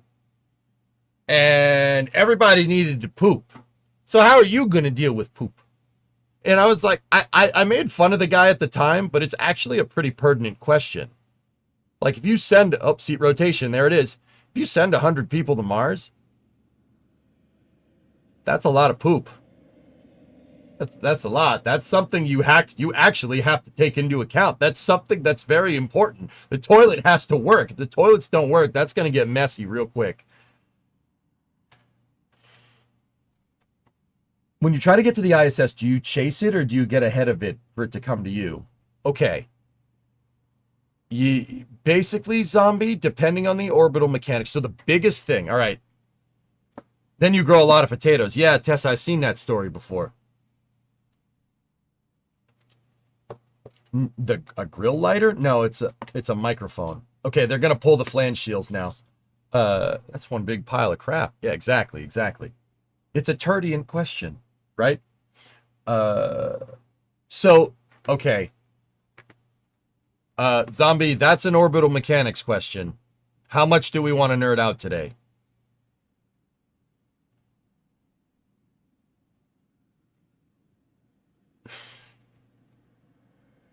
$40,000 Dragon branded porta potties. Yep. Which astronaut had to test the diaper? I think diapers are plenty well tested down here, Gugu. I'm pretty sure there's no astronaut that needed to test that. Just saying. Yes, we have time. All right. So right when I was saying what they were doing, they cut the camera to show Nick. Get ready to launch. On MS-10. You never know what's going to happen. Oh, good. They're talking about the abort again. That's lovely. Yeah, let's talk about the mission that Nick was on that failed. Well, a crew is getting ready to launch into space. That's not bad karma or anything. No, it's fine. It's fine. Anyway, okay, so zombie. All right. The first thing that you got to understand. So this is some nerd stuff, okay? Spaceflight is a little weird. It's a little counterintuitive with how stuff moves around in space. At least counterintuitive to what we're used to down here. Actually, it's pretty straightforward stuff when you're up there. It's actually physics at its purest almost, right? The ISS is up 270 miles that way, or about 400 kilometers and change. Okay? At that altitude, the ISS's orbital velocity is a little bit lower than an orbit that's, let's say, 100 miles by 100 miles, or about 160 kilometers by 160 kilometers, okay? That orbit is a little bit slower. So your orbital speed at 400 kilometers, completely circular, is going to be slightly slower than an orbit that's at 160 kilometers, okay? Your orbital speed is going to be slightly different. Now, why is that? Well, if you think about, if you have a funnel, a big funnel, and you roll a marble around in that funnel, okay? The closer it gets to the center, the faster it's going to go.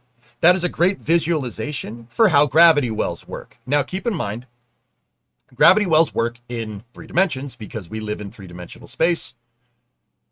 If that's news to you, I don't know what to tell you, right? So, long story short, the closer you are to the center of gravity of the Earth, the faster you need to go to not get pulled back down, right? As you get further and further away from Earth's grav well, just like that marble going around in the funnel, right? You don't need to go as fast to stay in orbit. Right there is the key. So, what is Dragon going to do? Does it catch up to the ISS? Well, that's what they say. But in reality, it's slowing down to get to the ISS. If that makes sense, I'll tell you how. So, when the ISS gets over Florida, right?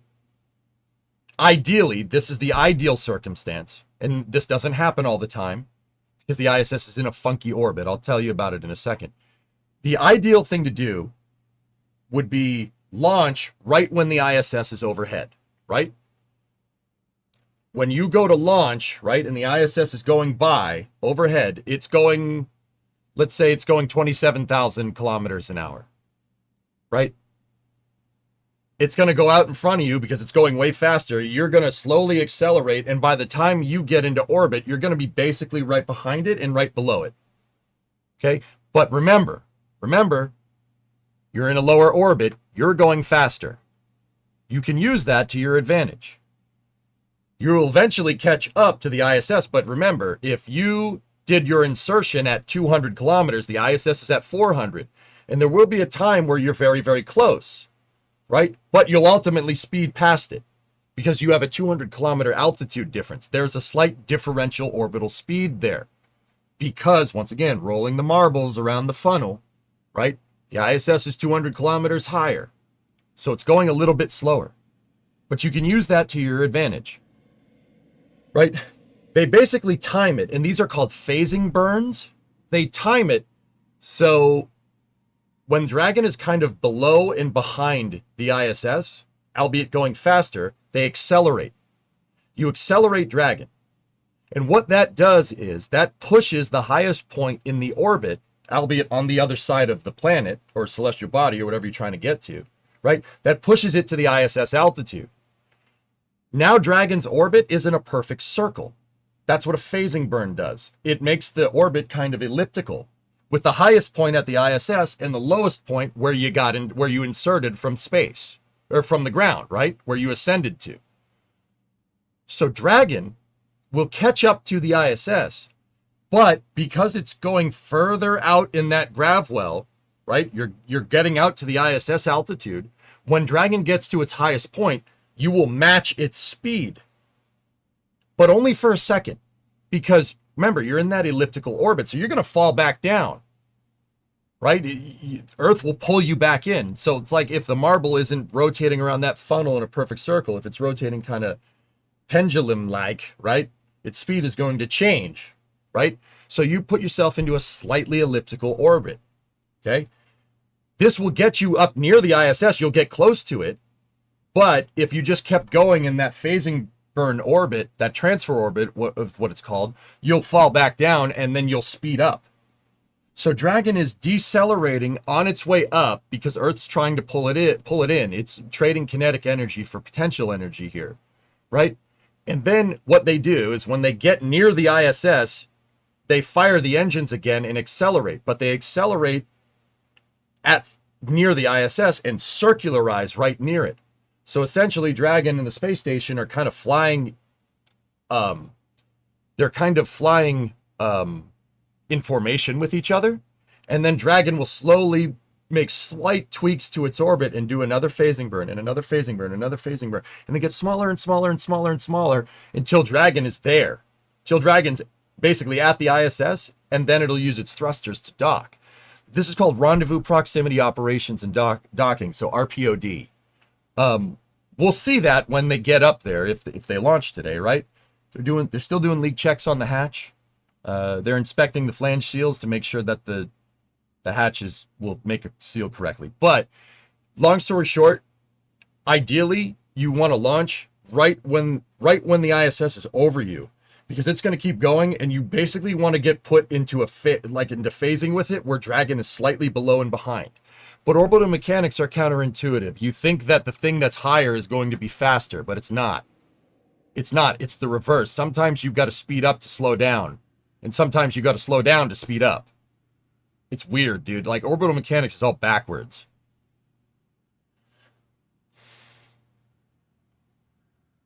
This is the same as the experiment with the bowling ball and the tennis ball on the cloth. You put the bowling ball in the center and the tennis ball, you could see its quote-unquote gravitational effects. That's just a visualization, Zombie, but that's the idea, yes.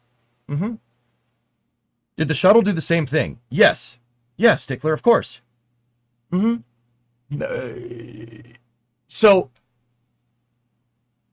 just because it's a capsule versus the space shuttle, that doesn't mean anything. Remember, the space shuttle space shuttle has its wings and everything, right? But the wings aren't doing anything in space. How you move around in space doesn't, like, the shape of your vehicle doesn't really matter as long as you have thrusters that are pointing through your center of mass, right? It'll push you in a different direction. Or, rotational thrusters or forward and backwards thrusters. It doesn't matter what the shape is. It's just thrust. It's just force affecting a mass. Like I said, when you're up in space, because you're in a microgravity environment, physics is at its purest. So that's why it's kind of counterintuitive. How small is the launch window? Kroll, for going to the ISS with Dragon, it's an instantaneous window. So it's down to the second. So if at any point in this count you see a hold, you're not going today. Now, why? Well, there's a couple of different reasons. So Dragon has abort corridors, okay? So now another thing to take into account, and you know, Zombie, I told you that, and Kroll, this has to do with what your question as well. So we have Earth's equator. The equator, the equatorial plane of Earth is basically right there. That's close enough.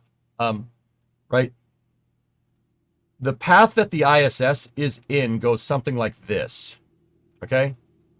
So if the ISS orbit is very tilted. Let's say the yellow line is the orbit that the ISS is in. Okay?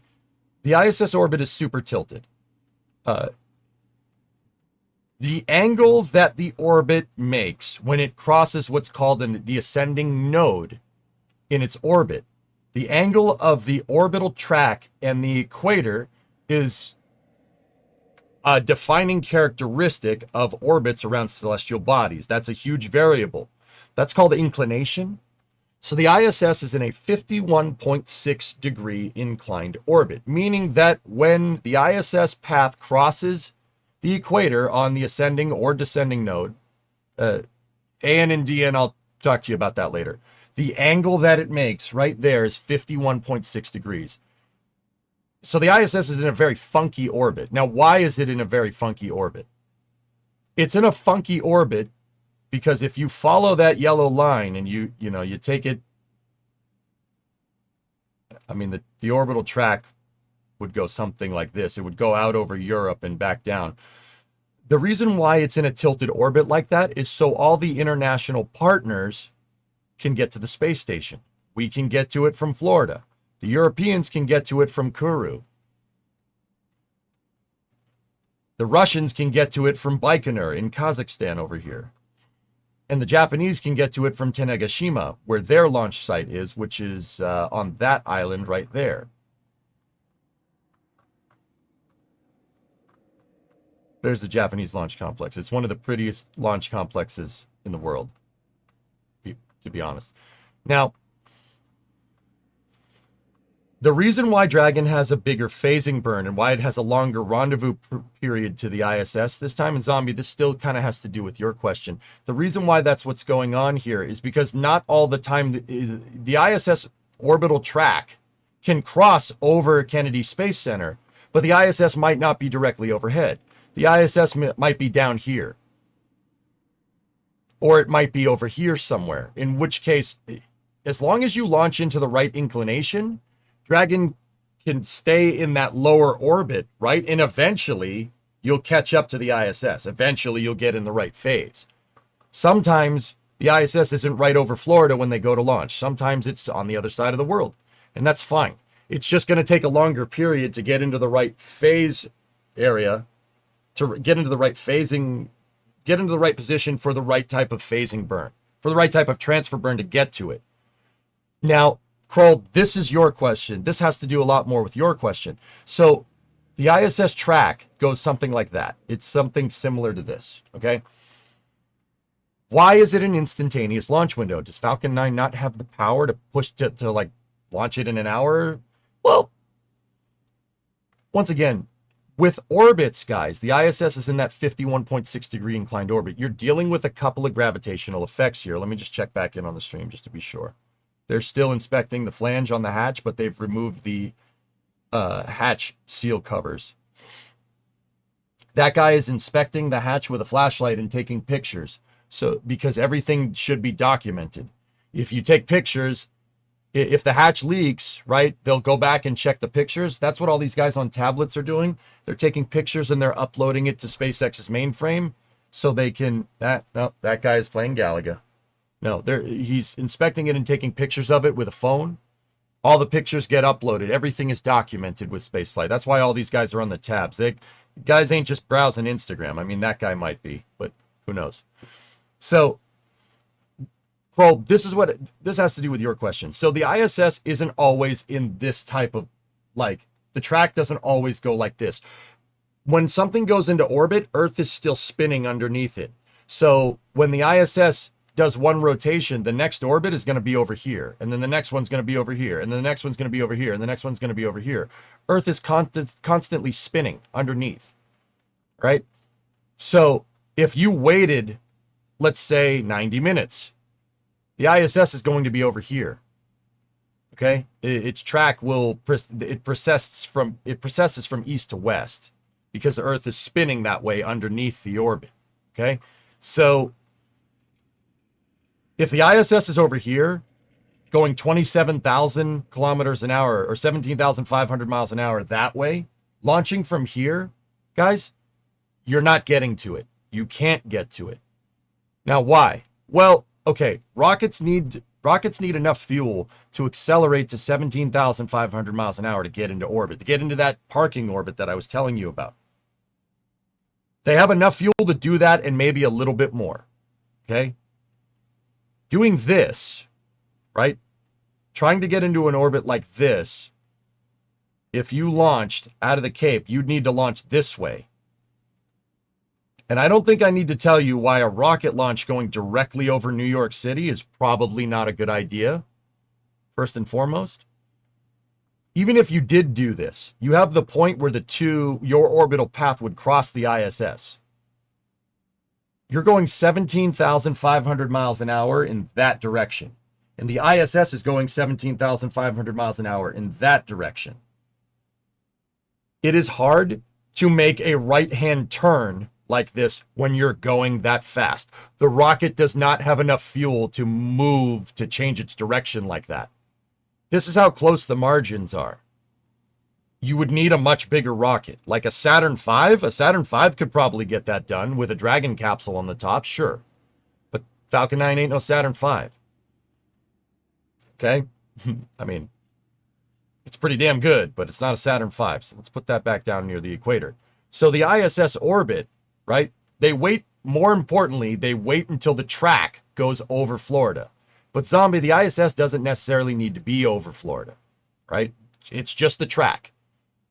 Launching in the same direction, getting a very similar speed at the same orbital tilt is more important than if the ISS is overhead. And that's why some of the windows to phase to the ISS are a little bit longer, because sometimes the ISS isn't directly over. The most ideal position for the ISS to be to get there quickly would be right here. Right? Launch right when it's overhead, which does sometimes happen, right? Now, Kroll. Why is the window instantaneous? Well, once again, there's that whole taking a right-hand turn going 17,500 miles an hour or 27,000 kilometers an hour. It's kind of hard to turn when you're going that fast. You need to actually turn. Ask an SR-71 pilot how hard it is to fly one of those planes and turn going Mach 3.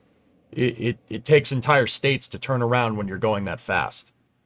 And spacecraft are going 4 or 5 times as fast as the SR-71 could ever go, at least the acknowledged speed. Am I right? Am I right? Am I right?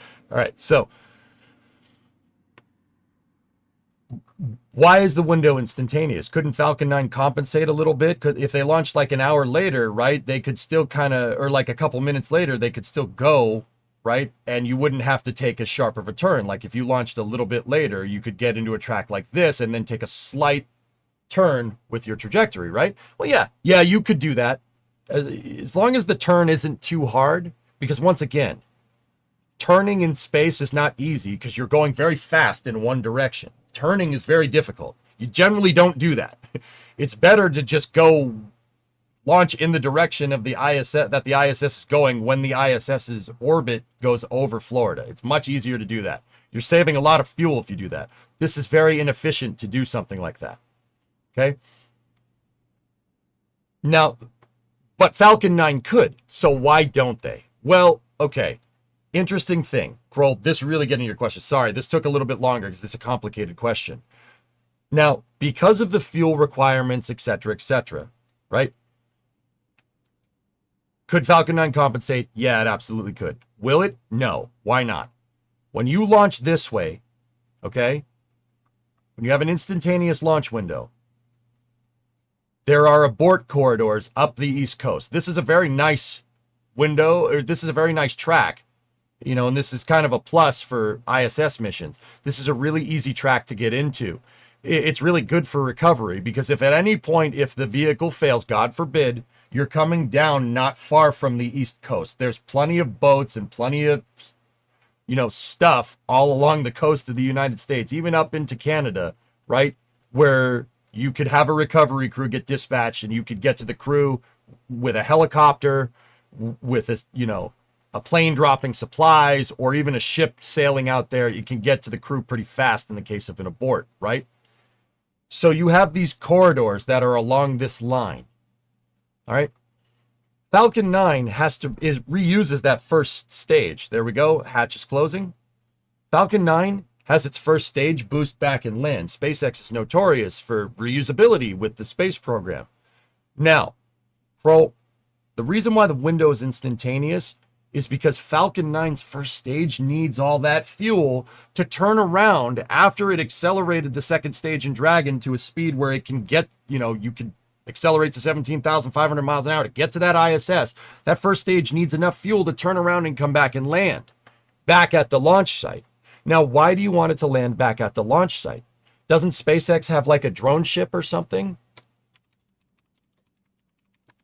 SpaceX does have autonomous spaceport drone ships that they do use to land boosters out in the ocean with, like that. But remember I told you about recovery. Do you want one of those coming back down, potentially where the capsule could be coming down in the event of an emergency? No, I don't want that. I don't need something that spews fire next to a capsule that just aborted off of said rocket. If there is any type of abort that would happen after stage separation, right? If the second stage malfunctioned and it didn't work and Dragon had to abort, God forbid, right? The first stage in the Dragon capsule would fall back down in the same area. You don't want that. But reuse saves NASA and SpaceX a lot of money. So you still want to reuse the booster, right? But you don't want to risk having the booster in a capsule potentially coming back down in the same area. You don't want that. So the first stage needs the fuel to be able to turn around. And that takes away any margin in the window. Because remember, that left-hand turn going that fast, right? It's hard to make a turn when you're going 17,000 miles an hour. So that basically, the fuel that's needed on that first stage is needed to get back to Kennedy Space Center, right? So it doesn't potentially come back down in an abort corridor, right? Where the capsule could potentially land in the event of an abort, right? You don't want those coming down in the same spot. So that fuel is needed to get that first stage back, right?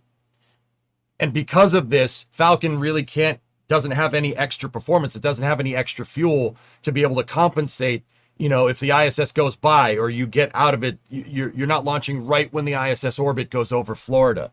This is all orbital mechanics and phasing and stuff. It's a little complicated. So if I seems like I'm speaking another language, yeah, it is some complicated stuff. But long story short, they need the fuel for the booster to get back to the launch site because they don't want it coming down where the capsule could potentially abort, where a recovery crew would be needed. That's not a good idea. And that feeds into something that I was talking a lot about yesterday. If you really want to put yourself into the mindset of like what a crew launch is and how it works, okay? It's all about being preemptive. You got to think about stuff like that, you know?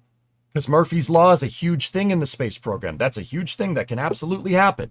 What can go wrong will go wrong. So you got to be preemptive. This is why this stuff takes so freaking long. You got to think about every possible chess move, right? Because the one move you don't anticipate in a game of chess, you're going to get checkmated pretty badly. You do not want physics to checkmate you. That's bad. Sorry, that was a little bit of a long explanation, dudes, but that I told you, nerd stuff.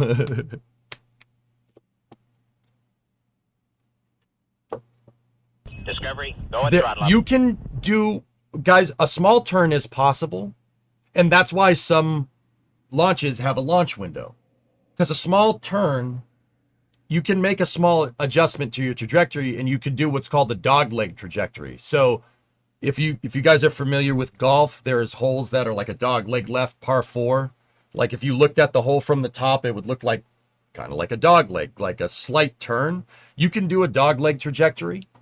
That's fine, because as you're going up, if you turn while you're accelerating, you can essentially mitigate the high performance cost of trying to take a turn going 17,000 miles an hour.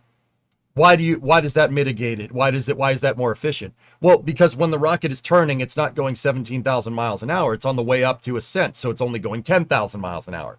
It's easier to turn going 10,000 than 17,000, or it's easier to turn going 15,000 kilometers an hour than it is when you're going 27,000 miles an hour. It's just physics, man. If you're driving a car and you get to a 4-way intersection and you want to take the turn, you have to slow down for the turn and then take it. You can't do that with a spacecraft. If you tried to make that turn when you were going at a high rate of speed, you'd go straight. You'd go to turn the wheel and the car would just keep going straight, right? In car terms, you'd get nasty understeer, right? That's how space flight works. You don't have any brakes. You can't turn. If you want to turn, you basically turn the spacecraft left and fire the engine. There's no brakes. There's no slowing down to make the turn. That's not a thing.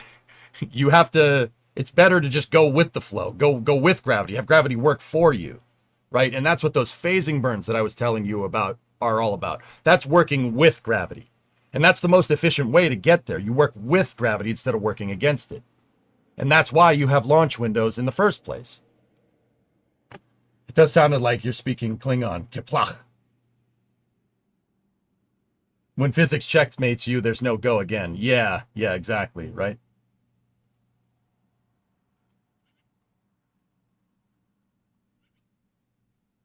Yeah, there you go. Ordon, right? Yep. Then there's Atlas, 30-minute launch window on ISS missions. Well, Phil, that's because with Atlas, right, they're using all of the booster for all the performance, so you can perform RAN steering. But the flip side, the trade-off there is that Atlas is expendable. And, I know what people are going to ask. Well, wait a minute. Why are they cool with an Atlas 5 stage coming back down where the capsule could potentially abort, but they're not okay with Falcon? With Falcon 9, if it was coming back down to land on a drone ship in an abort corridor, it's a fueled rocket coming back down, as opposed to an Atlas stage, which burns to depletion and then inerts itself before it comes down near the ground. Basically vents all the fuel on the expendable stage, so it's just a piece of metal coming down. Like, don't get me wrong, you still really don't want that. That's kind of a nightmare scenario. But the inerted stage is seen as safer than a fueled powered rocket coming back down to land, right? How do I put physics into checkmate? You really don't, Dean. Chess probably isn't the best analogy. You don't really beat physics. You just kind of get a leg up on it. Chess probably isn't the best way to, checkmating physics in this particular case means a successful mission, right? But speaking of using games as an analogy, what I like to tell people about spaceflight is that you don't really win at spaceflight. You just complete the mission and then you go on to the next one. Like, it's much more like a Tetris game. You're never going to beat physics, right? You don't beat Tetris. You just keep. There's that one kid that did it on Twitch, which is actually super cool. He was playing Tetris and he got to such a high level that the game bricked itself, which is technically beating Tetris. But I don't think we want to get to that point with physics. I don't need to brick the physics system in real life. That's probably not a good idea. Large Hadron Collider people, I'm talking to you. That was a joke. Please keep doing that. That's cool. Spaceflight is it's like Tetris, man. You get lines and you get better at it. And maybe you set a new record, but you're never going to beat it. You're never going to beat physics. every spaceflight mission, you could just hope it goes for the best, and you don't lose. Just keep getting lines, right? In this analogy, every line that you get in Tetris is a successful mission,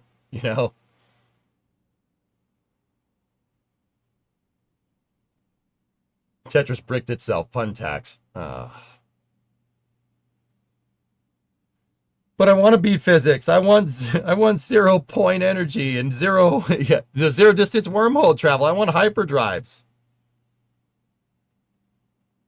That's why I said Large Hadron Collider people, please keep doing that. I want Coco. I need to go poopy. Infectious personality, her positivity, and okay, so the hatch has been closed. They're doing a hatch leak check now.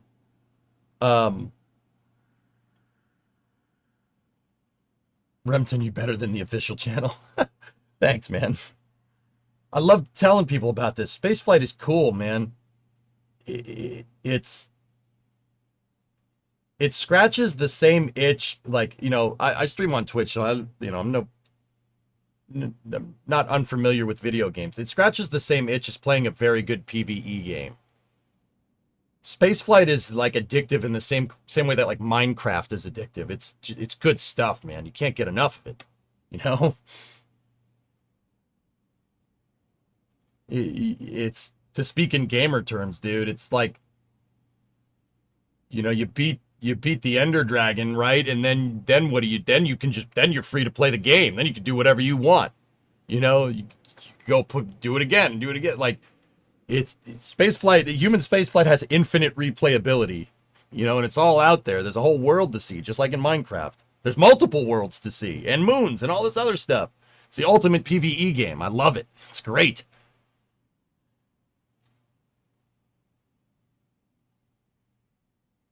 Weather check coming up. Okay. A good side hatch leak check. Side hatch leak check is complete. They're going to put the cap on Second copies. Good leak check. Great news. They're going to put the cover on the hatch, and then the next step is to put on the harness and undo the HVAC blanket for Dragon. Right now, the White Room is a sealed environment. It's a surgically sterile environment. And when the door closes, it doesn't need to be in like a surgically clean environment anymore. So they're going to remove the seal right here on Dragon. This thing actually moves up to Dragon and seals up against it. There's a little like blanket thing that they have to pull back, right? After the hatch is sealed, you're good to go. You don't need to worry about contamination. I talked about this a lot yesterday, but long story short, the reason why you don't want contamination is because space HVAC filters and life support systems they have to be as light as possible and as simple as possible. They're not really like a heavy duty HEPA filter system, right? Because it's not designed to work down here. It's designed to work up there in space where it's relatively sterile compared to down here on Earth, right? You want to minimize contamination. You don't want bugs and stuff flying in and getting caught in the filters on a spacecraft. That could be problematic. You don't want like ants climbing around inside of the thing, or dust or dirt or debris or anything. That's why it's all sealed up, and that's why everybody looks like a ninja in there, because you don't want contamination. Contamination will screw up the filters on the ship. Now, don't get me wrong. If someday that's got to change. Someday that you have to invent a system that's robust enough for people to just be able to walk on to get up into space, like in Star Wars or something, right? But that'll come in good time. Space flight, at least commercial space flight in this regard, is still in its infancy. So it's going to take some time to invent more robust systems.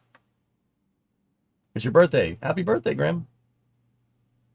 What cars are the Space Ninjas leaving in? Model X's? Yep. Remton, it helps us understand who we truly are. Yeah, man. Absolutely. Not counting the ISS long-duration space travel... long-duration space travel has been inside small capsules, but the interior volume of Starship is a game changer. What discipline of science studies how best to use that space?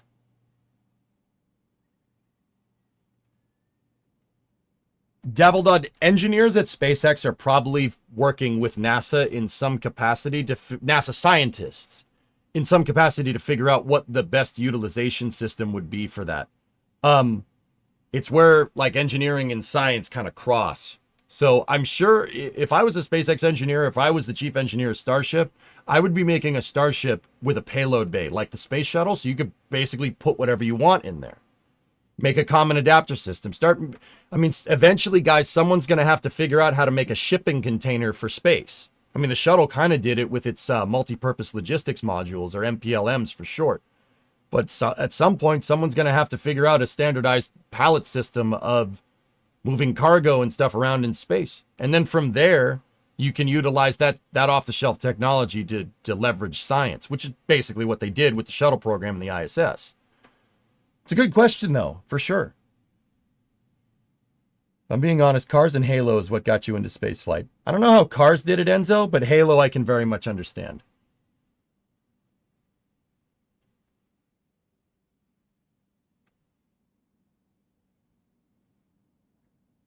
Hey, Outdoorsman, what's going on? Drummer, how you doing?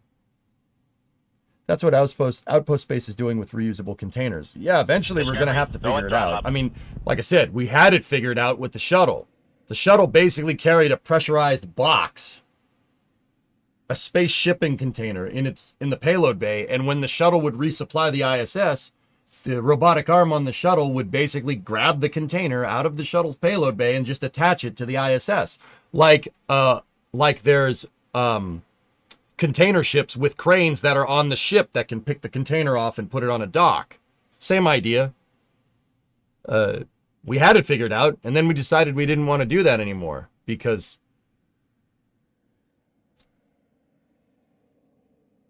my asteroid redirect or something. I don't know. I always think, when I was talking about the shuttle, like we had a thing that do that. I always feel like Mike in Breaking Bad. I had a guy. I don't have a guy anymore. You are not my guy. I had a guy. He's gone now. You're not my guy. Like, I always feel like Mike. You're not the guy. You're not the space shuttle. We had a space shuttle. We don't have a space shuttle anymore. You are not the space shuttle. What if you put the ISS, what if you put the arm on the ISS? Then you don't have the weight of the arm every time you have to launch. The ISS has an arm on it, zombie. The reason why the shuttle flew with the robotic arm towards the end of the missions, even though the ISS had one, it's called the SSRMS, Space Station Remote Manipulator System, or just Canadarm2, right? There is a robotic arm that's up on the space station that's there to berth spaceships and do maintenance on the space station. The space shuttle installed it on STS-100, believe it or not. Chris Hadfield flew that mission with the shuttle. The Canadian with the awesome mustache that, sang David Bowie in space with the guitar. Yeah, that guy. He flew that mission, installing a second robotic arm. Now, despite that, the shuttle always flew with a robotic arm, especially after Columbia. They always flew with it. And they always flew with the robotic arm, believe it or not, had a selfie stick. It's called the Orbiter Boom Sensor Sweeper, or OBSS for short. The shuttle, believe it or not a lot of people knew that on either side of the payload bay, there's provisions to have 2 robotic arms. The space shuttle could carry 2 of them. 2 space shuttle robotic arms. Not the one that they carried for the ISS, they carried folded up in a pallet, believe it or not. And then they took the pallet and put it on the ISS, and then the arm unfolded and it attached itself, and then they took the pallet and put it back in the shuttle's payload bay. STS-100 is an awesome mission, by the way. That was really good for the spaceflight historians there.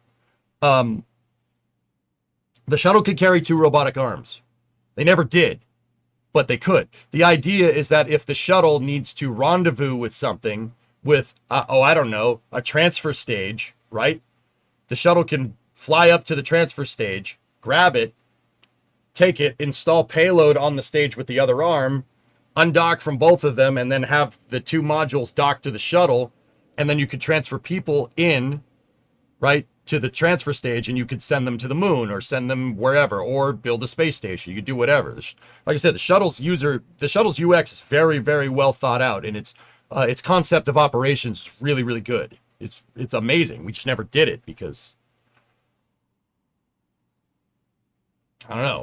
We had a freaking space Ferrari and we didn't race it, We just used it to go get groceries, you know what I mean? But I digress. So The shuttle flew with a robotic arm and the selfie stick in the spot where the second robotic arm could go. Why? Why would the shuttle carry a selfie stick? It actually is just a long pole with a camera on the end. They did that after Columbia so the shuttle's robotic arm could grab the selfie stick. It could grab the OBSS in the payload bay, separate it, and then use it to look so they could look at an external view of the shuttle. They did that so they could make sure that no tiles fell off or no tiles got damaged during ascent. Every shuttle post-Columbia flew with an arm attached and the OBSS.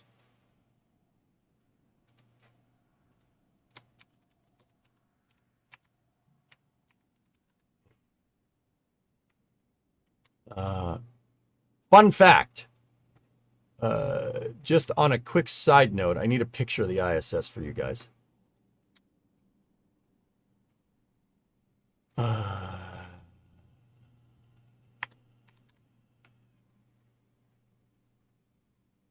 So, fun fact, after STS-135, they left one of the shuttle selfie sticks stored up on the space station. See it right there? It's just basically a long pole with a camera on the end. The space station remote manipulator system, or SSRMS, that thing can grab the stick. And what they do is if they need to get an astronaut like all the way out here to do maintenance on the solar panels, the arm can grab the stick and they can basically have an astronaut on the end. They can tie their shoes to the end of the arm, which is basically tie their boots to the end of the arm. It's basically what they do. And they can extend the astronaut out on the selfie stick to do maintenance out on the solar panels. Yep, that's one of the shuttle selfie sticks right there. They left it up there at the end of the space shuttle program. Astronaut on a stick. Dude, it's happened.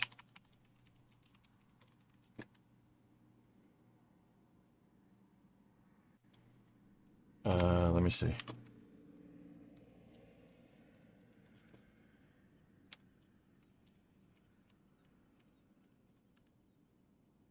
You want to see something wild? This is from STS-120. Scott Parazynski. Now, they brought the thing back, right? But on STS-120, they figured out that so when they were assembling the ISS, at some points they had to collapse the solar panels to move the solar panel modules out to the edges of the space station. Like if you picture the ISS in your mind, it's got big solar panels on either side. That wasn't always the case. Initially, they sent up one solar panel and they put it on top of the ISS, right? And when they installed the other solar panel on STS-120, they had to grab one of the SPMs, I think it was the P4 truss segment, and they had to move it. So they had two solar panels on either side so the station wouldn't be lopsided. Yes, that's absolutely a thing. It has to be on an even keel. The gyros on the space station won't work right if it's heavy on one side, right? When they folded the solar panel back out on during STS-120 construction operations, solar panel got bound up and it actually tore. Solar panels don't have like a metal frame up there like they do down here because they don't need it. Solar panels are very much like a blanket almost, right? So check this out. During STS-120, they put astronaut Scott Parazynski on the end of this stick, tied his feet to the end of the stick and had him go out there and zip tie the damn solar panel back together. It's some of the gnarliest pictures that no one ever talks about, dude. Look at that. That's wild. That's some like 2001 stuff right there.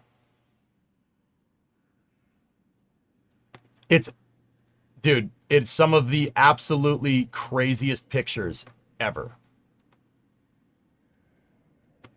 Like, that's a long way away, but you can see that's the selfie stick, and he's tied to the end of the damn selfie stick, and they moved the arm up there so he could go and zip tie the stupid thing back together. And yes, they are zip ties. He absolutely zip tied it back together. It's still zip tied together. Still together, still works because it's a zip tie. They ain't breaking. I'm serious. He freaking zip tied the stupid thing. Works. Hey, if it works, it's not stupid.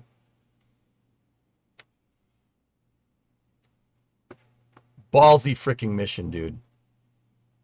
It's like I said, those are some of the most righteous freaking pictures ever from the shuttle program. Like those are so cool. Isn't it replaced with the latest solar panels deployed? The big solar panels are still generating power, Zizep, despite the IROSs being in front of it. But yeah, they do have newer solar panels that they installed on the ISS using the same exact idea, using the same thing. You got to get the astronauts out there somewhere.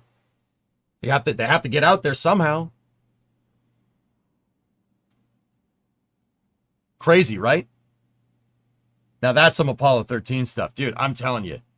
You know, me, Sawyer, Chris B, there's a reason why we love the shuttle program, because it was some damn cool stuff. I just wished we used it to go further, dude. Because, dude, imagine having that kind of dexterity and being like, nah, the moon's too far away. Never mind. Like, oh, it could have been so good, dude. Could have used that to make awesome stuff. I mean, it assembled the damn ISS, right? Damn thing assembled the ISS, dude. Like, you know, you're going to draw the line at building a 400-ton space station in low Earth orbit? You telling me you can't, if you could do that, you could do that, but you can't make something go to the moon? Not even a flyby? Give me a damn break, dude.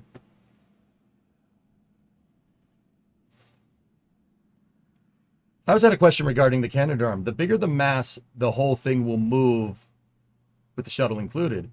So at the end of it, doesn't the RCS become the real hero of keeping everything steady? Yes and no.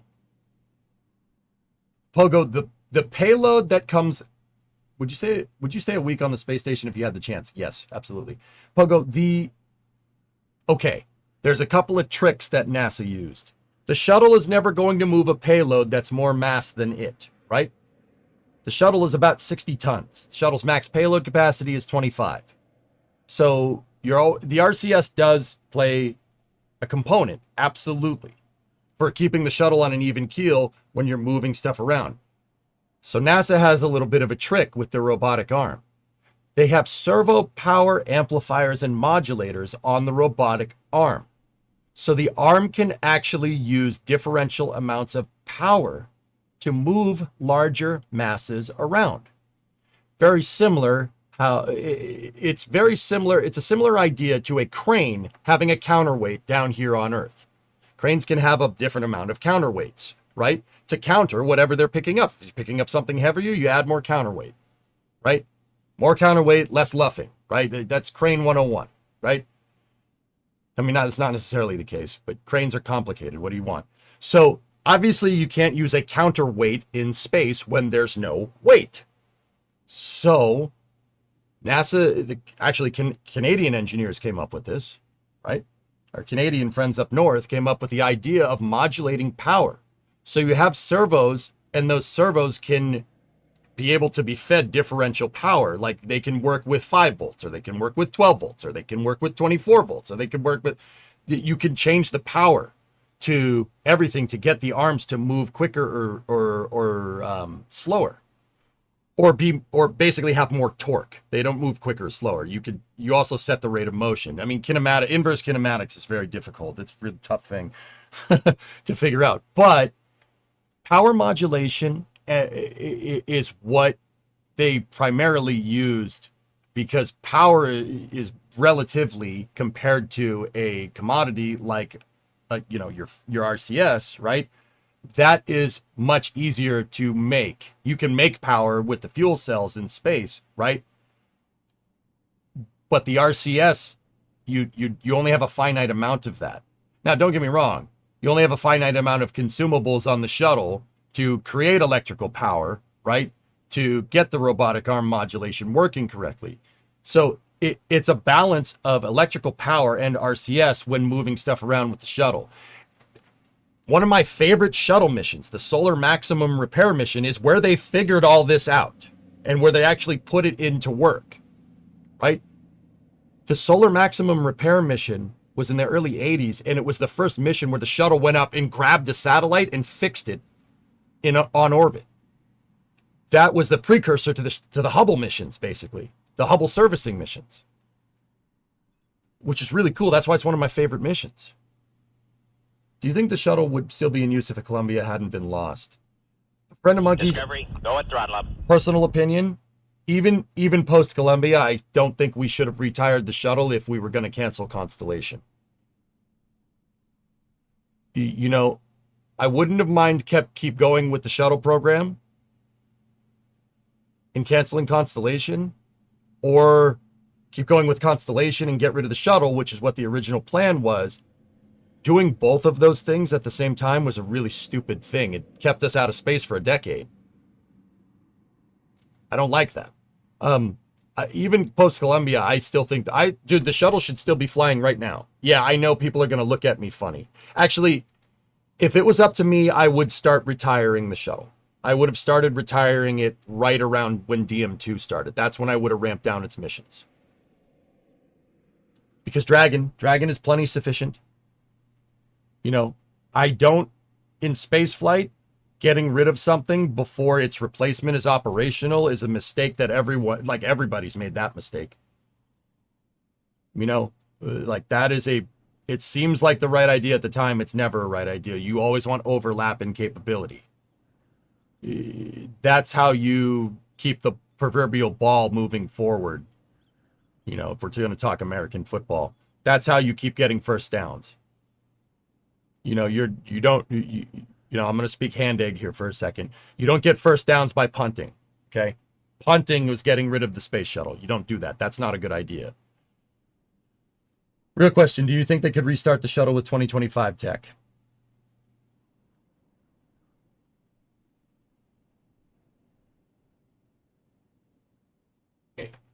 I mean, with money, anything is possible, dude. Do you think Starliner will ever make itself viable? Yeah, Venom. Yes.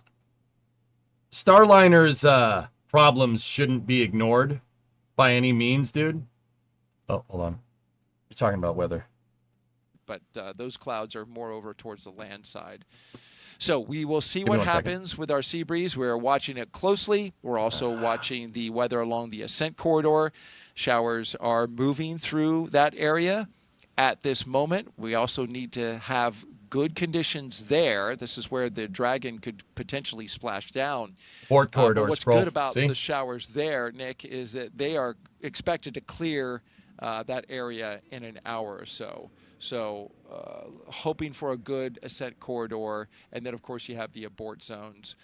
If they were to get to orbit, that they would later splash down to. They are monitoring those as well. So essentially, more watching, more waiting. We've got a crew that's ready to go. And we've got weather that's just a watch item and continues to be at this moment. Yeah. No, it's actually, for me, it's fun to listen to the... Okay, so whether they're keeping an eye on it, it's not great. So, Lava Eagle, follow-up question. Having modular power does not guarantee that the shuttle would remain steady and not move with respect to the target. If it moves, you would need relative inverse kinematics. The ARM has that. The ARM has that, dude. It has it. I'm telling you, that the Space Shuttle RMS and the Space Station RMS is very, very trick hardware. It's really good stuff, even by today's standards. That's why they still use it at the ISS. And that's why even Gateway is going to have one. It's good tech, man.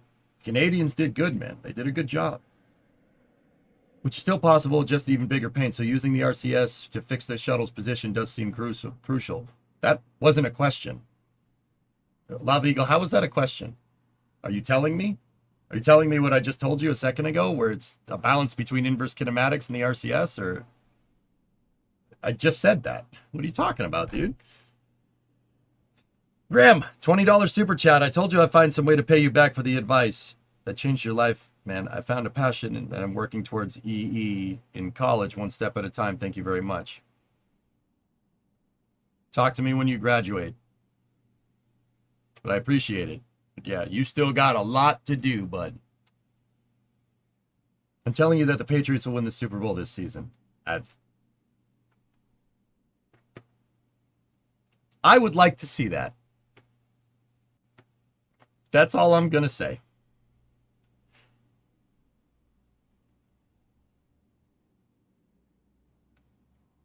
Outdoorsman, you're okay. Sorry for not answering your question. Don't worry about it, dude. All good. Was that the mission where they grabbed the satellite by the hand with multiple people? No, that came a little bit later. Acknowledge and demonstrate new technologies. Hey, After a few Shmamaron. days of handover activities, the members of Crew 10 will prepare. I'd love a tractor beam for docking. So, Kroll, something like that is... a tractor beam theoretically is right. You'd have to create a gravitational field, though. That's not something we couldn't do. Like, but the thing about it is that, so what makes a gravitational field? What makes a grav well? That's because that's what a tractor beam is. It's right from Star Trek. It is you affecting another object and using gravity to pull it towards you, right? The thing about that is you either need a lot of mass to generate a gravity well per Einstein's relativity, right? Like, or you need to generate a lot of energy for a tractor beam. You need a lot of power. Power generation is something that's a little bit hard to do in space right now. I know that sounds ridiculous, guys. Like, what do you mean it's hard to do? It's 2025. Blah, blah, blah. Everything in space, guys, is either powered by a fuel cell, which has commodities, which means it'll run out, right? Or solar panels. And now, don't get me wrong, solar panels work a lot better up in space without an atmosphere being in the way. You're literally in absolute direct sunlight. You don't have to worry about gas diffusion of light through the atmosphere. Solar panels do work much more efficiently up in space, but at the end of the day, they're still solar panels. We have better ways to generate power. It's just figuring out a way to get those better ways to generate power up there, and then generating more power is a little bit of a right now. Don't worry, it's coming in the future. I'm sure we'll figure it out. I mean, either that or we need to use some dilithium crystals, you know what I mean? If we're talking about tractor beams and stuff. But, maybe Mr. Scott can help us with that. Who knows? This is space. I'm in space. Power and cooling. Well, yeah, of course. Totally. This is space. Graham gifted a sub. Graham gifted another sub. NASA's watching the weather right now. Totally unrelated, but I need to share. It's amazing how well optimized Satisfactory is. Your 1660 Ti gets you 60 FPS at 1440. That's Unreal 5, Sebi. U5. All right, I'm gonna take a break. Voice needs a rest. We are good to go for long. I've been liking Mr. Scott on Strange New Worlds. No spoilers, Fishy, but I've been watching Strange New Worlds as well. I'm caught up, but no spoilers for anybody else here. Watch Strange New Worlds if you like TNG and TOS. Strange New Worlds is the real deal. It's good. It's real good Star Trek. And now we are marching to our next few I'm going to go get a glass of water. We have I'll be right back. margin in the schedule now, so a little time for the astronauts to, as Nick was telling us yesterday, do some reflection, chat amongst themselves. And there was a phrase that you used as well yesterday, chair fly. Yeah. Aviation term. Yeah. To, sit there and visualize what you have to do and go through the motions mentally of everything that's going to come down the road. And so chair flying the launch sequence and everything that you're going to have to do. Thinking about all the different radio calls, all the different cues that you need to be able to see. That's chair flying.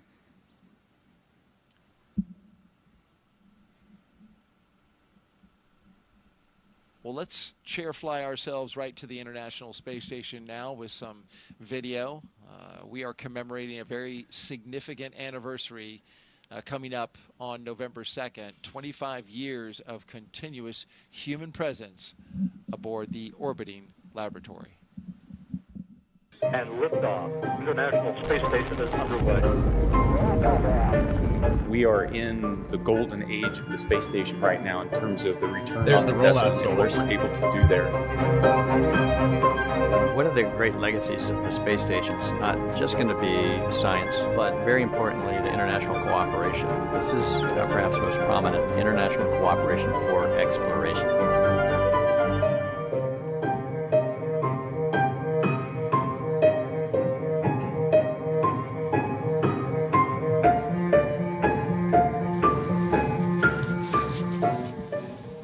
A long time ago, Zyza.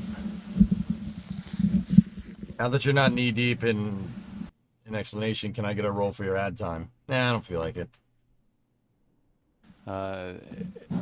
when I first joined the astronaut corps, I'd go to elementary schools and say, everybody in this room doesn't know life without someone living off of the planet Earth. Now I can do that at colleges. It's just impressive, the legacy of scientific research and international cooperation that the station program has built over the last 2.5 decades.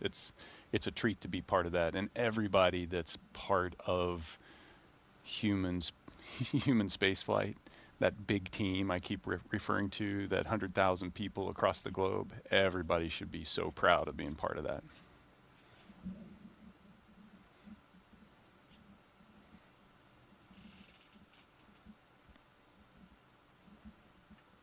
Spacesuits are interesting looking. I mean, I always tell people, Vipstone, I always tell folks that, SpaceX is a commercial company at the end of the day, and they have to sell the idea of space flight.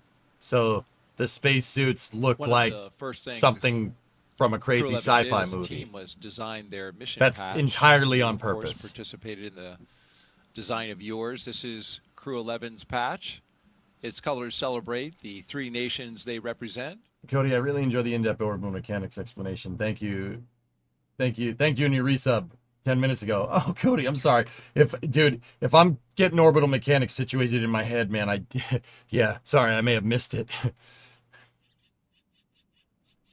I'm glad you learned something, man. I know a pretty good amount about, like, how orbital mechanics work and stuff. Like, not necessarily the math side of things. I'm sure I could figure it out, but in terms of, like, how they work, yeah, pretty good. Home. And if you look closely, you can see a tribute to their Space isn't a fashion show. A reminder that well, missions like this Redford, inspire the next generation. I understand what you're saying, but also at the same time, do SpaceX's suits not work? They work really well, actually. There's no reason you can't combine form and function. Now, Ref, hear me out here, okay? I don't mind that SpaceX's suits look like a fashion show. They look like a sci-fi movie. They look like that on purpose, right? I don't mind that. But I also think there is something with form and function, right? A functional spacesuit is best, but there's no reason you can't do both of those things. Now, personally, I like NASA's Spartan suits. I like SpaceX's suits. There's no reason why you can't have both of those. And I think we should have both of those because ultimately, at the end of the day, dude, a commercial space program isn't NASA. That's not the same thing. It's not the same thing, dude. That's why I think it's important for these two programs to kind of coexist and commingle, right? NASA should be doing their own thing and SpaceX should be doing their own thing. I think in spacesuit aesthetics is kind of, not really like a crazy point to reinforce this, but it is, I think that's representative of a much bigger and important thing, right? I think us, like if you're an American, I think us as taxpayers, still want NASA to be doing NASA things like planting flags on the moon and, it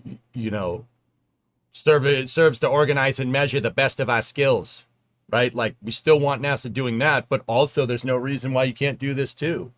We shouldn't have to pick one or the other. That's really stupid, right? We shouldn't have to pick one or the other. We could have spacesuits like this, and then you could have NASA Spartan spacesuits for doing their own thing, right? Like, dude, in my mind, that's like all different branches of the military in the U.S. have different uniforms. I mean, they're all kind of rooted in MARPAT nowadays, right? But they're all slightly different. Like a Marine Corps uniform is very different. If you look, at face value, they kind of look similar, right? But it's different than an Army uniform. Those are two different things, right? A Space Force uniform is completely different, right? But like even the dress uniforms for like a Marine Corps versus Navy versus the Air Force versus the Army, those are all different things, right? There's no problem with them coexisting like that. Why can't that be a thing for spacesuits and stuff? You know what I mean? I don't know, just something to think about. Plus different suits for different purposes, for getting into orbit, for EVA, for space exploration. Dude, I personally would welcome it. I don't. The other thing to kind of think about, guys, is that, you know, I don't think it's right. Like, and this is just, you know, food for thought.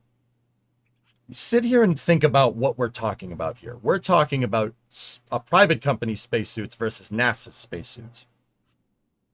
You go back 15 years ago, this isn't a conversation you have. This is not a thing. It was just NASA spacesuits and that's it.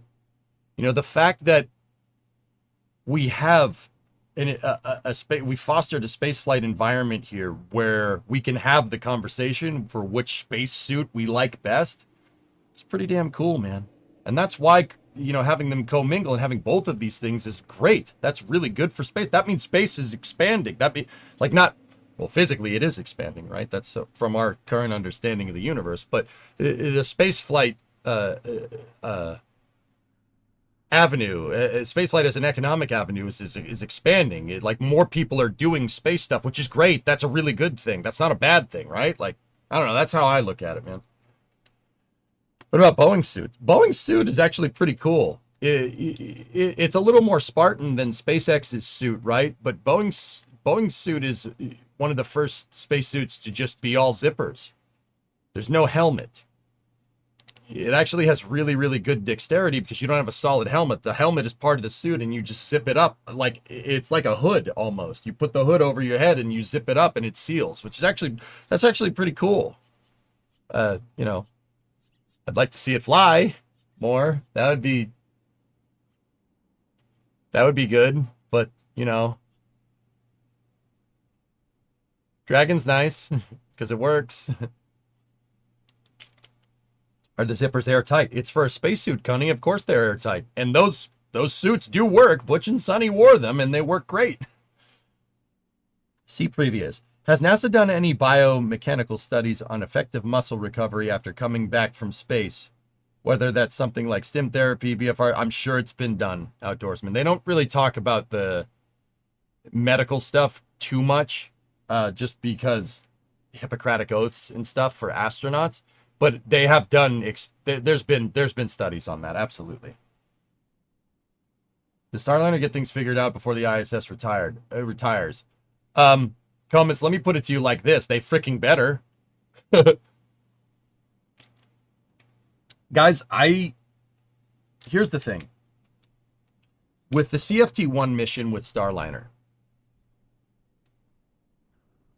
it was an extremely stupid mistake not understanding thruster overheating and poppet seals. That was an extremely stupid mistake.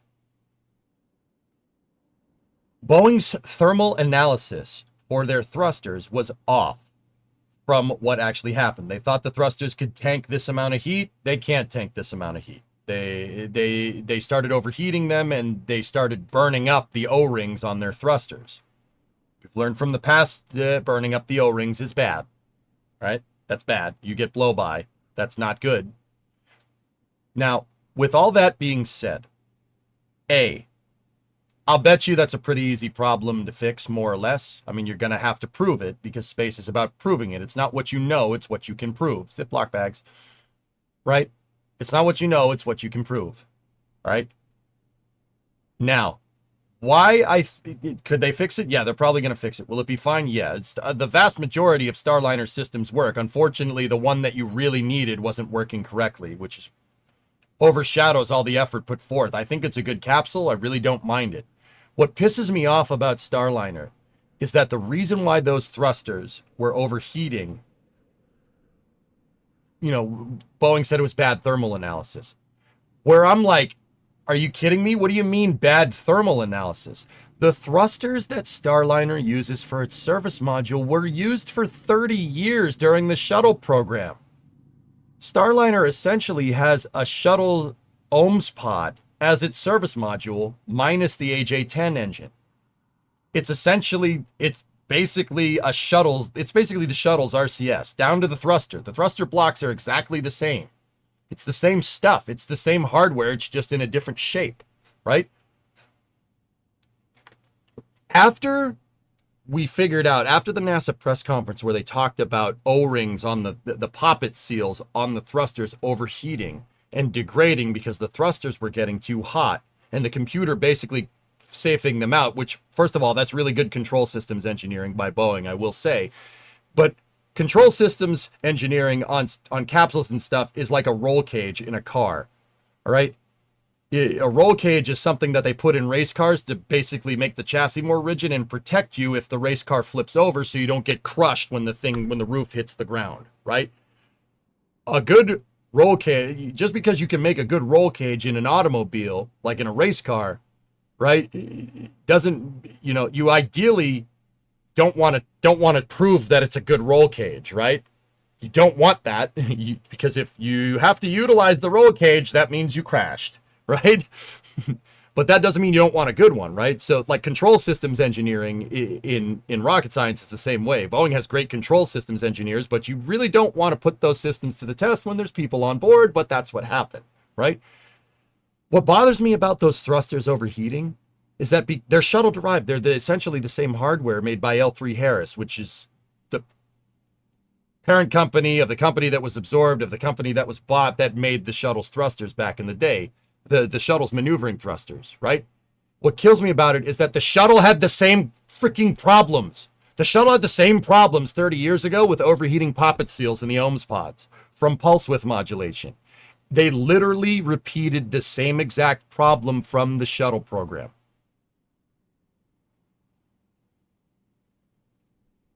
That's what kills me about Starliner. How do you screw that up? You have 30 years of flight data. Did you not use that in your thermal analysis? What, I'm getting confused. How does this happen? How do you, out of all the systems, all the things that you used, nobody thought to go and look at the shuttle's thrusters to see in their thermal analysis to make sure that you're not going to overheat them? No, that tells me that somebody was just like, yeah, it's fine. It's good. Don't worry about it. Yeah, the shuttle flew with it for 30 years. It's fine. This will work just fine. Like,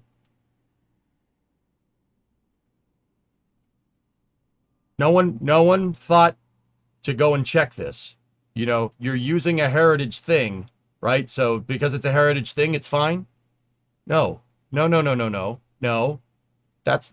I told you, it's not what you know, it's what you can prove, right? So that tells me that the testing regime wasn't good enough for those thrusters. It was not good enough. And that tells me because the testing regime, they tested these thrusters, the testing wasn't good enough. The testing may have corroborated the thermal analysis, right? But how could it have? In order to put people on that capsule, those two have to be the same. What you think is going to happen has to be what happens when you test it. There's no... The percentage of deviation there between what you think is going to happen and what actually happens in rocket engineering is what's the most important. You don't want to get a lot of deviation between your testing and what actually happens and your analysis. Those all should be the same. People dancing. So that tells me, right, the testing wasn't sufficient enough. Whatever they thought was good enough was not good enough. And how could the testing... If the testing is corroborating what you're going to do in flight, how does that percentage of deviation from your thermal model not show up in testing? It's a colossal freaking oversight. That's a huge screw up. And what annoys the heck out of me with Starliner is that all the information was there. You know how I know? We went and we found it on NASA's technical report server. We found a thermal analysis on poppet seal overheating from the shuttle program from 1992.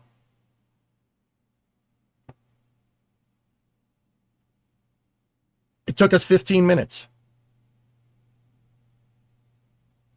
That's what bothers me about that. I think that Starliner's a good capsule, and I really hope they get it. Comas, I really hope they get it ready before the ISS goes. But man, what a huge swing and a miss. That's like in baseball getting struck out by a changeup. Like, man, did you screw up? What do they do if they need to go to the toilet right now? Trey, they have diapers on. But the last thing that they do before they get into the capsule is go to the bathroom. There's a porta potty down there, about 200 feet down there. There's a porta potty. That's the last thing that they do. Now, after they get up into space, Dragon has a toilet. It's actually in the ceiling, if you really want to know. It's up here. The astronauts are sitting here facing that way. The toilet's in the ceiling, technically. But there's no up or down or left and right in space, so you know, in space you just do that. You utilize the space accordingly. In space you could put a toilet on the ceiling. It's not a big deal. You just float up there and use it. You think Starliner has a future with commercial space stations? Yes, Kate. In fact, if I had to, okay, bold guess from EJ here. Here's one of EJ's crazy wild predictions. What is that? I hope that's the Coast Guard. I really hope that's a Coast Guard ship floating around over there. Kate, you want my honest prediction? I don't think Starliner is going to get 6 flights in before the ISS is gone. What I think NASA will do is move those flights over to commercial low Earth orbit destinations, which is actually not a bad idea. That's not a bad idea because that gives you, that puts Boeing on the hook for flying to commercial destinations, which kind of inadvertently gives you a stopgap between commercial destinations and the ISS. Meaning that Boeing screwed up so bad, the ISS is going to be gone before they fulfill their contractual obligations. Right? Which basically means that NASA is going to want to utilize those missions for something else. Which basically means that a space station needs to be up there by the time the ISS comes back down. A commercial space station. Right? That basically inadvertently forces the hand on commercial low Earth orbit destinations to work. Right? To get done. Because Boeing's going to be on the hook for these missions, and NASA essentially has 3 missions to commercial space stations at this point. Right? Now, you got to follow through on the contract, right? So I think them rolling over some of Starliner's missions into commercial destinations will help inadvertently prevent a stopgap. Basically, the commercial station's got to be up there so NASA can use those missions to have Starliner to get to it, right? So that means you have to get a station up there before the ISS ends so Starliner can actually do something so you can get your money's worth, so NASA can get their money's worth on that capsule. Which, once again, that's actually a really good idea, inadvertently. It kind of is a relative positive in a colossal screw-up otherwise from Boeing. What's up, Kayak? How you doing? Starliner, the SIG of spaceflight. Oof. Oof. I don't know, man. How are you so knowledgeable on rockets, astronauts, etc.? Trey, I've been sitting here and reporting news about spaceflight for the better part of 15 years. If we want to be exact, it's in December, it'll be 13. So almost 15 years. I've been reading about space for about 15. Read about something, learn something every day. You pick it up over time. Watching all these NASA press conferences, you're going to learn something. But I've been making a living here doing this for well over a decade. You pick it up over time. I'm not an engineer, guys. I am not. I know about engineering, but I ain't no engineer. You know, I'm very straightforward about that. Why should Starliner get another chance? Because NASA paid for these missions. NASA paid for them. You got to get when you want to get. You want to get very least get your money's worth, Ride Tech. Yeah, something like that, Hammer Nails. I'm an engineering enthusiast. That's a good way to say that, Cody. Do you get any privacy with using the Dragon toilet? There is a privacy curtain, yes.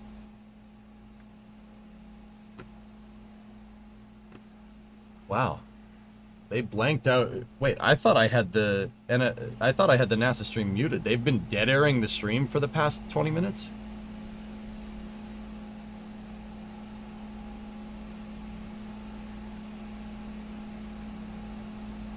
Huh. How does a curtain work in 0G? What do you mean, how does a curtain work in 0G? a shower. So if you had a shower curtain, you'd have a wire on top and a wire on the bottom, and you just pull it. What do you mean?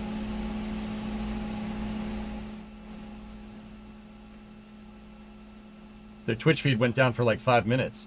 I thought I had them muted, Chano, but yeah, no, I've had the stream unmuted. They just keyed somebody's mic, and I'm like, wait, what's that noise? I thought it was Starbase Live. I thought Starship was venting for a second. I'm like, wait, what? What's with all the space poop talk today, Peter? It's the number one most asked question. Seriously, more people ask about how the astronauts take a dump than any other thing.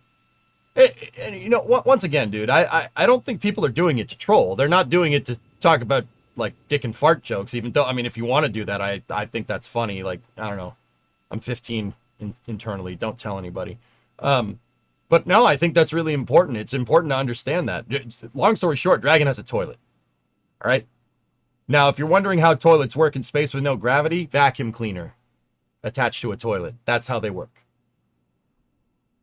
A very, very light suction. Okay, not like a shop vac that you hook up to your rear end and go. It's just a very light. All you need is a little bit of a pressure difference to get waste evacuated. Okay. But it is a vacuum cleaner. I'm serious. Hey, there's a lot of vacuum in space. It's really easy to do that. Okay? Seriously, that's how they make vacuum in the toilet. Just open. Now, they don't vent the waste overboard, all right? There's no Boeing bombers up in space. There ain't no meteor there. What you got is a big old chunk of poop. What? Oh, yeah. No, they don't vent the waste, but they use vacuum. They use the vacuum to create the suction because it's there. It's easy to use. You can make suction in the toilet if you just open a valve that goes to vacuum. I know, weird, right?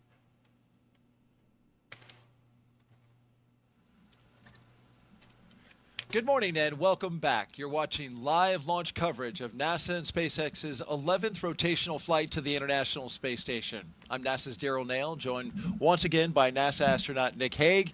After yesterday's weather scrub, we're back on track for a second attempt.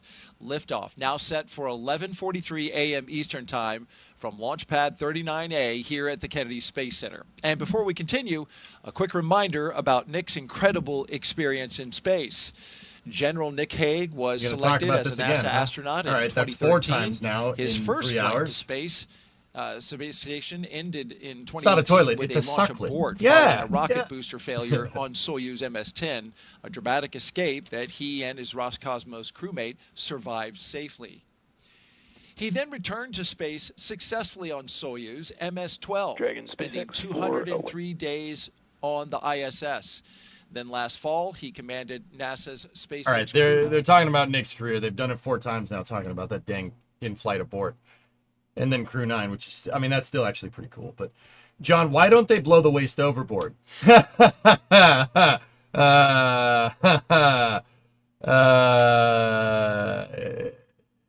Well, waste has heat in it. It has energy in it in the form of heat because it came out of your body.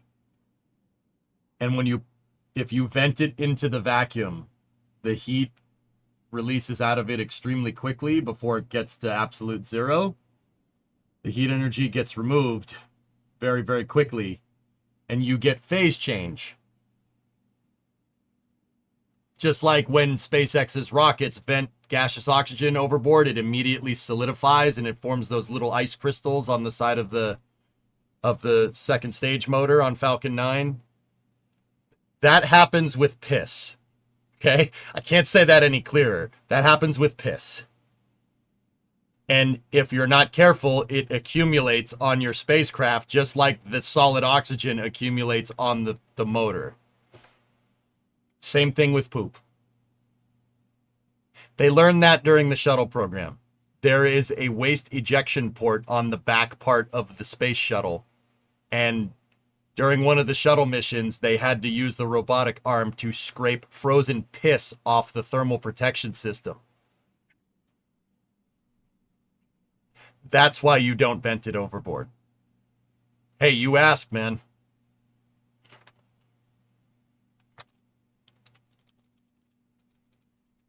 Don't ask questions you don't want the answer to, dude.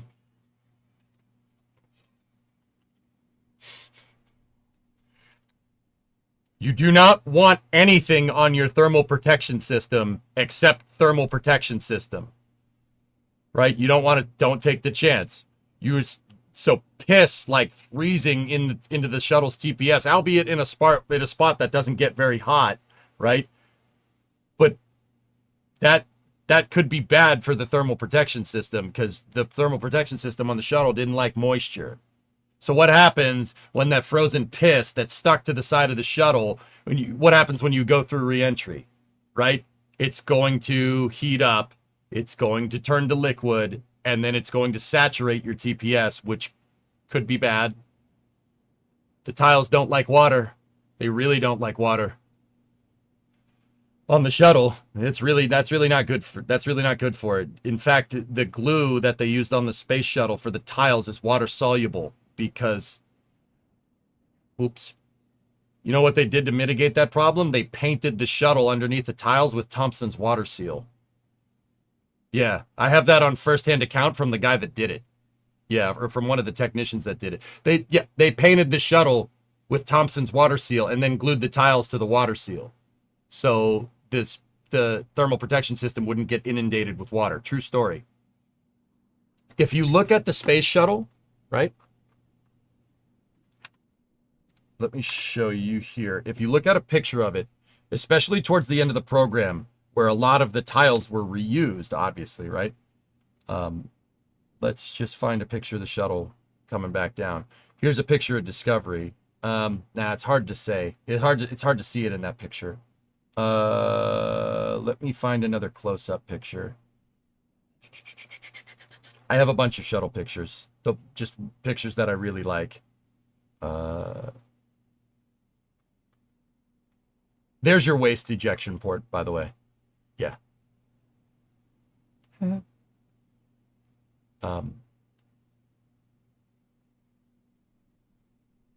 gotta find a picture of the dang thing close up. There we go. All right, so take a look. So there's a picture of Atlantis after one of its missions. See how the tiles have those dots? Any tile that's flown with a dot has flowed multiple missions. Now you see tiles with no dots that are newer, right? These dots are where they re-injected the sealer and the water displacement. That's where they re-injected the tiles with glue, and they re-injected them with Thompson's water seal to keep water out of the tiles, because the tiles on the shuttle at the end of the day were silica based, rocks and sand. Sand is good at absorbing water. That's a problem. Where does the shuttle land? It lands in Florida, not known for its arid climate. So water intrusion and humidity getting trapped in the thermal protection system after the shuttle landed, big problem. That's why they re-injected the tiles. That's what all those little dots are on all the tiles. Yep. The more you know.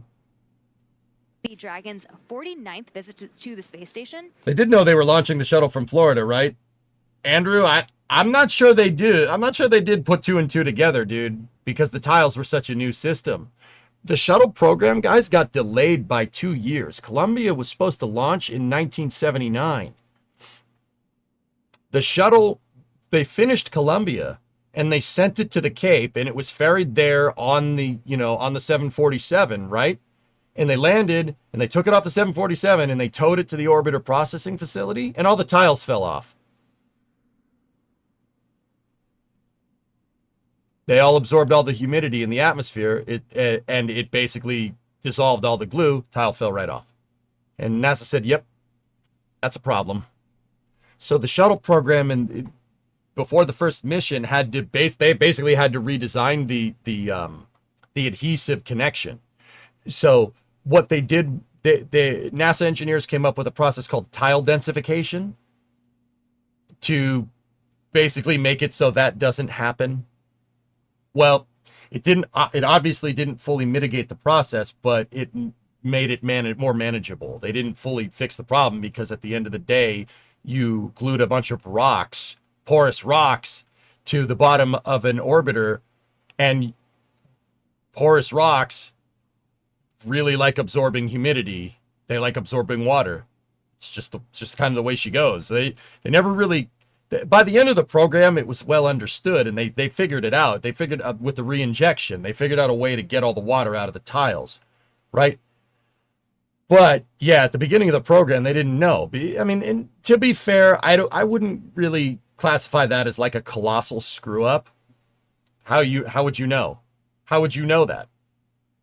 Like, how you've never used a silicate-based tile system like this. How the heck would you know that it doesn't like water? Like, I mean, obviously, you know, hindsight's 2020, but yeah, how are they supposed to know?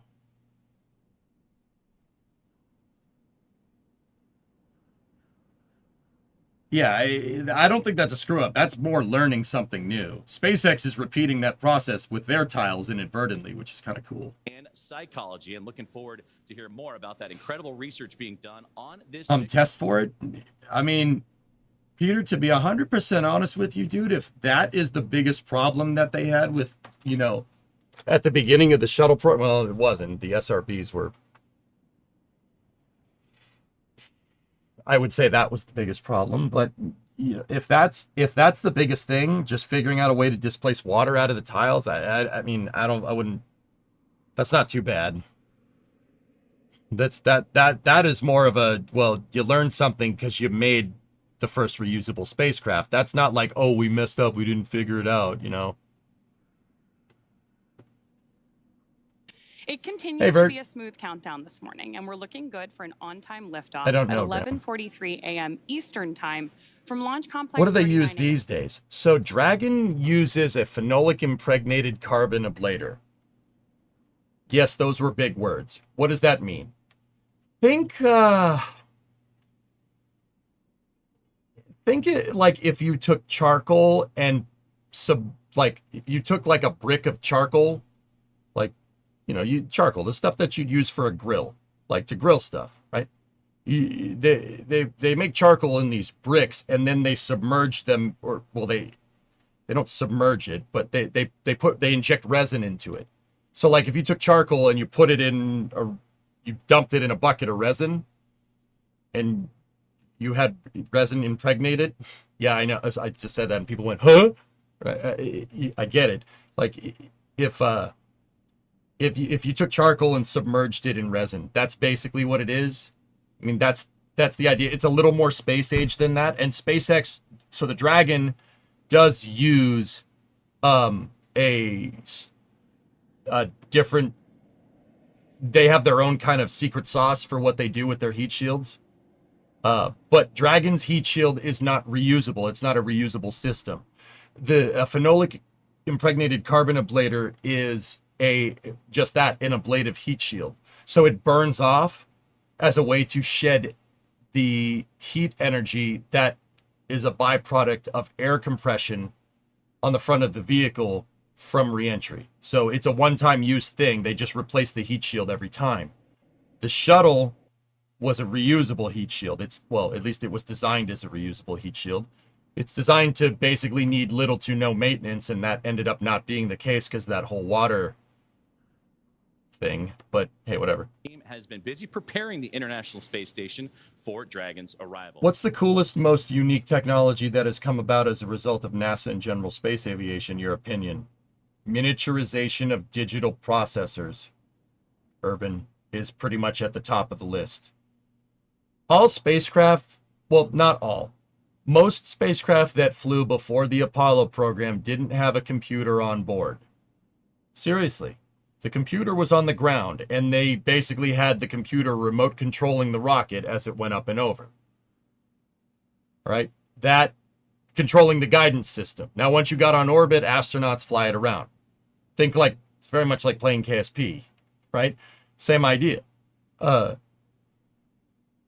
Okay, 1 minute. They should be go for retracting that crew access arm here very soon. Apollo, one of the biggest contributions from NASA was the fact that they needed to figure out, like, obviously that's not going to work on the moon. Obviously, you're not going to have somebody manually pilot the damn thing down, or are you? If you know, you know. you need to be precise doing a translunar injection. You need to be precise doing a lunar landing. And having the computer control it adds precision. It makes it a lot easier, right? Than basically doing a Kerbal and manually looking at the ground. Any Kerbal players out there? How many times you crash something into the moon? I've done it plenty of times. I've crashed like 100-ton bases into the moon because I screwed up, right? The computer, for the most part, won't do that. Except for that one time, that whole Apollo 11 thing. 1201, 1202. Like I said, if you know, you know.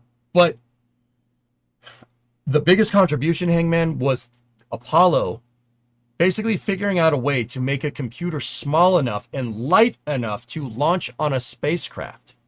Miniaturization of digital processing. You think about computers and what computers look like before the Apollo program. They're this big, stupid, heavy box that's like the size of a small apartment, right? You know, it's like something you see in a James Bond layer, right? Like with the tapes going back and forth, you know, like with the, you know, the two spinning things and all the knobs and handles and all this other crap. The Apollo program took that and made it into a thing that's about this big, that's light enough to be launched on a spacecraft going to the moon. Now think about what a personal computer looks like in the 70s. Like, what does a computer look like in 1965 versus what does a computer look like in 1975? In 1975, you start to see a home computer. You know, some guys took that and ran with it and started building computers in their stupid garage. I don't know. Lieutenant Dan says it's some kind of fruit company. I don't know. I don't know nothing about that. He says we don't ever have to worry about money ever again. Think about it, dude. Miniaturization of digital processor, that led the computer revolution into the 80s. Personal computers in the 80s. And that coupled with the Department of Defense wanting to link together all their missile bases on a nationwide web, right? Web, operative term.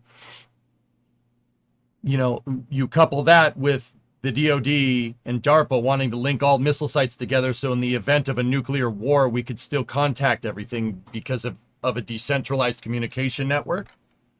You couple that together, you get what you see on the screen right now. You get me streaming to you, covering a NASA cast that's being broadcast from Kennedy Space Center, all on your computer. Some of you watch on this thing. This thing. That's because NASA led the forefront of miniaturization of digital processors. This thing exists because of the Apollo program.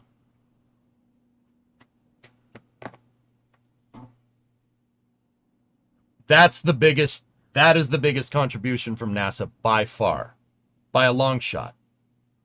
How cool was Skylab? Skylab was awesome. It's the only space station with a shower. I thought the miniaturization of digital components came from studying Roswell. Shh, shh, shh. Tell them that. That's a reach. It's really not, Joe, but all right. It exists because of reverse engineering after Roswell. Both chats said that. That's great, guys. That's great.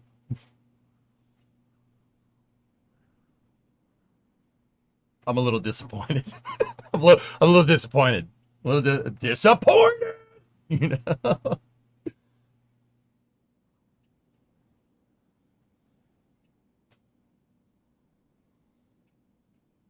Anyway.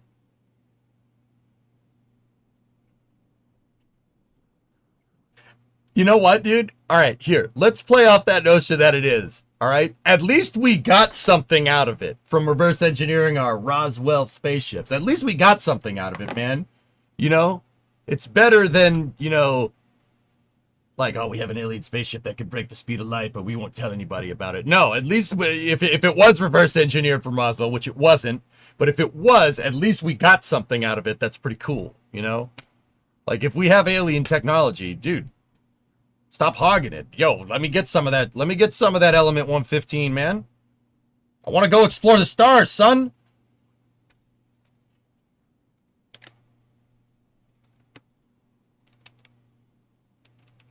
What did we get? TikTok and social anxiety? Yeah, it's me. Tell me about it. But, I mean, you have An entire library's worth of information in your hand. That's some Star Trek stuff, if you ask me, dude. That's pretty cool. The public will never have access to Moscovium. I see we have some Bob Lazar fans in chat. Good for you. Don't forget cordless drills and tools. Well, yeah, of course, but that wasn't the question, Outdoorsman. The question was, what was the biggest one? Miniaturization of processors. Yeah, that was a big one. That was huge. Okay, so if you want another example of this, the Apollo spacecraft was one of the first spacecraft to use inertial guidance. Use inertial guidance via gyro compass. Okay? That was one of the first spacecraft to do it. Now, every spacecraft that we've flown since then, the Shuttle, Dragon, Starliner, Orion, they all have that. That's a great way to navigate around in space. GPS uses that. GPS uses inertial guidance. The satellite doesn't look out the window to figure out where it is. It uses a computer and an accelerometer, similar to the thing that makes your screen tilt on your phone, right? To figure out where it is. It uses its inertia and acceleration to figure out where it is, so it knows where it isn't, right? If you want to make it, if you don't buy the smartphone thing, well, get this. Global positioning satellites, Starlink, geostationary communication satellite, DirecTV, Sirius XM, sat phones. All the satellites that are up there that we rely on for maritime shipping, for disaster prevention or disaster prediction, right? For monitoring the weather. The NOAA satellites, so the GOES satellites, all those satellites use inertial guidance systems. So they can stay pointed where they need to stay pointed. Apollo was the first one to do that, and every spacecraft that flies uses that nowadays. So, I mean, how's that for a contribution? Where would you be without GPS? You'd still be using maps. Okay? I can use a map. Can you use a map? Just saying.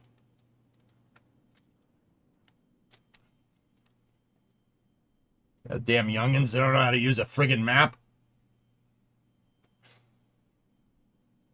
There was a time where you had to do this thing called reading signs when you're driving down the road. I know. Scary thought. Space really is. And how important it is to keep track of all that. Listen, I printed maps from MapQuest. The kids don't even know. Oh my God, I remember doing that, John. Dude, core memory unlocked. Oh my goodness. Oh my goodness. Into space, and we rely on each other, but then also to keep the station safe. The Space Force is doing its job. Go play with your abacus, old man. Space Wing tracking all of the assets in space. Well, we love hearing from you got the MapQuest printout? Hey, let's go. Oh my goodness, dude. Please. Oh, that's, dude. How stupid was that, man? 51 minutes and counting now till liftoff. So let's head out to NASA's Tony Jaramillo, who is standing by live at one of the best viewing spots here at Kennedy. She's joined by NASA's acting associate administrator, Vanessa Weich. Tony. Hey, thanks, Daryl. That's right. We are out here once again in an amazing viewing location where we can see the rocket at the launch pad. Off to my left here, joining me is Vanessa Weich. Vanessa, we saw you at crew walkout yesterday and also out there today. Did you have a chance to speak with the crew before they headed out to the launch pad? Anything that you told them? Well, yesterday I had the opportunity to kind of say, hey, we're very excited. We wanted to tell them they were all here. Nice we're cheering for them and excited about their launch. And so that was very exciting on yesterday. And then today we got up and we did it again. And we told them, yes, that we're very excited for them, each and every one of them, and just wish them well. I did have the opportunity to speak with them, 2 days ago. And to speak with them more in a setting where we could talk and talk about the mission that was coming up. Each and every one of them are excited about their mission in different ways, the experiments that they'll have to do, and they're excited about getting to the International Space Station, what they'll do at the International Space Station, the science experiments, the technology, and looking forward to they'll be the crew that will be on orbit as we celebrate 25 years of having continuous presence off of the Earth. And so that'll be great. And then they'll also probably be there when we start our celebrations here in the United States of our 250th birthday of the United States. So a very exciting time for this particular crew. Absolutely. Resin, you're asking, is the launch looking good for today? You're very late for this. Rocket is fine as far as I can tell, Rez, but they're keeping an eye on the weather.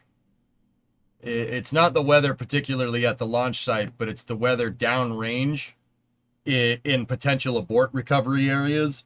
Like, you don't want to have the capsule eject into like the part of it, like if the capsule had to abort or something, the area where it comes down is called an abort corridor.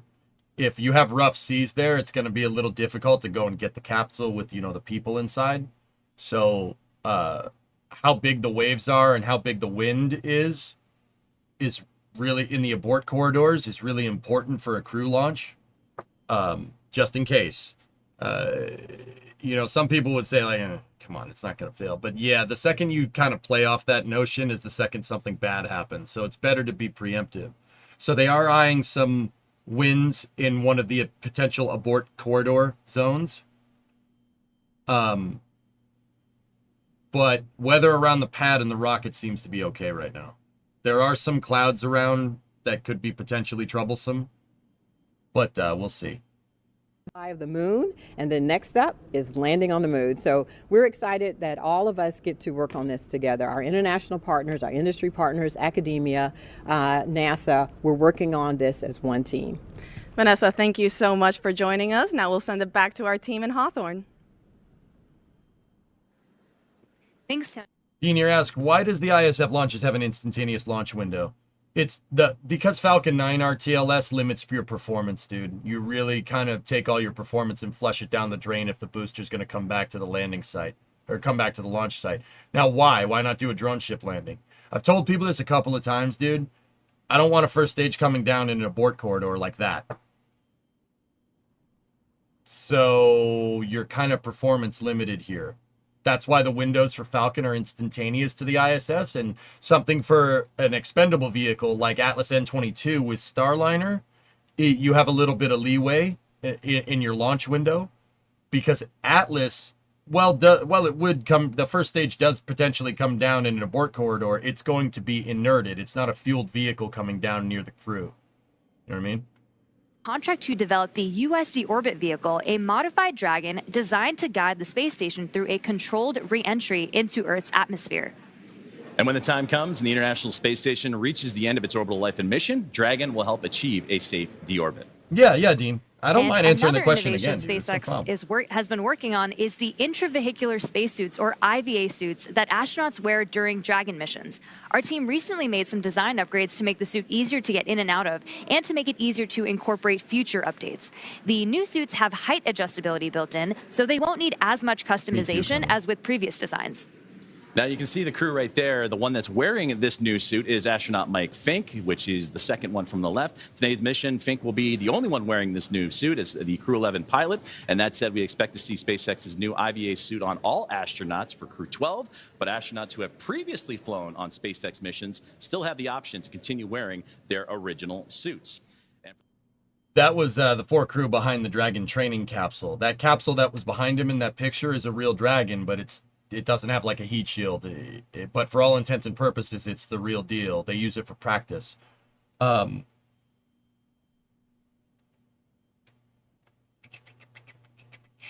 So, guys, just in case anybody was keeping up with Starbase stuff with the Starship on the pad,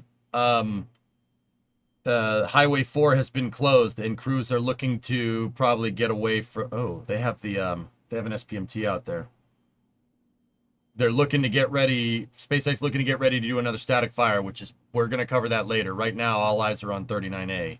That's right now our onboard Dragon, waiting to get the green light to stow the crew arm for launch and arm the launch escape system. We've got some great shots of our astronauts on the left-hand side of your screen right now. And so they're going to retract the crew arm here, and then they're going to arm the launch escape system for Dragon.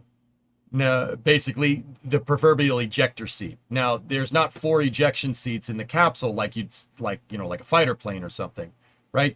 The capsule is the entire ejection seat because it has the parachutes and stuff. So if something does go wrong, your eject button is basically blasting the entire capsule away from the rest of the rocket. Now, if you notice, Dragon has some nacelles right here. There's 2 on either side.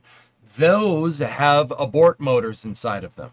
They are liquid fuel abort engines that are called Super Dracos. The Super Dracos are plugged in. That was my time to start streaming soon alarm. Oops. I usually start at noontime. So the abort motors for Dragon are liquid fuel engines, and they pick up off of Dragon's thruster fuel that it already would have, because why do you need the thrusters if you entered an abort? There's no reason to save your fuel for those because you're not going to space if you aborted, right? So go live. Yep, right. So for non-urgent no-go conditions, brief the CE or LD and they will approve aborting the count. So they're going to retract the arm. For urgent issues affecting the safety of the operation, operators shall call hold on the countdown net. Launch control will abort the launch auto sequence immediately and proceed in a launch abort.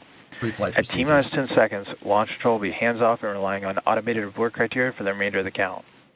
Operators advise launch director whether structural breakup or fire is imminent or occurring per Dragon manual flight escape rules. Launch control, you may proceed with arming the crew arm for movement. Okay. Arming crew arm now. Cool. That was the basically pre-flight procedure announcement. If you've ever fly and ridden. Let's combine words together today. Okay, EJ, if you've ever flown on a commercial airliner, you know the spiel that the flight attendants give you about the seat belts and the oxygen masks, etc., etc. That, but with spaceships. For what it's worth, pilots on an airplane do the same thing. They talk back and forth between the pilot and co-pilot, discussing basically your flight rules, your abort contingencies. Like if we have an abort before V1, right? I'll speak plain for a second.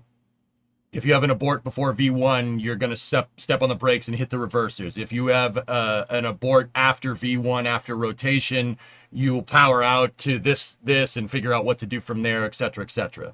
It's all pre-flight stuff. Crew access arm is retracting. There's the capsule right there. But I don't speak plain. Oh, sorry.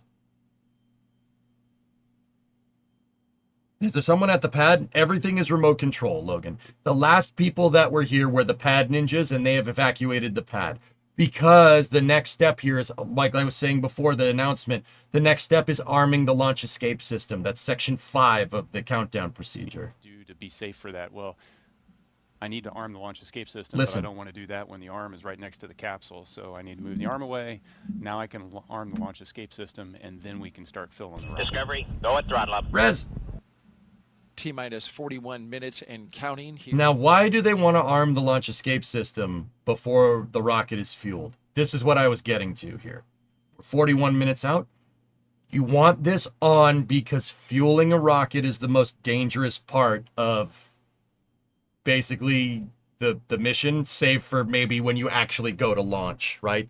Fueling is very complicated. It's not very complicated. Fueling a rocket is the most dangerous part. Now, why?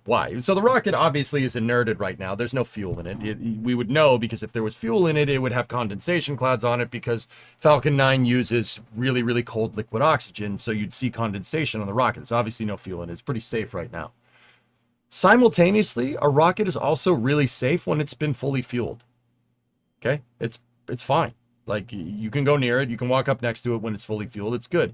It's that moment in between that gets complicated, especially if you're using what's called cryogenic or really, really cold propellants. Why do they use cold propellants? Well, if something's cold, it contracts, right? And you can fit more of it in there.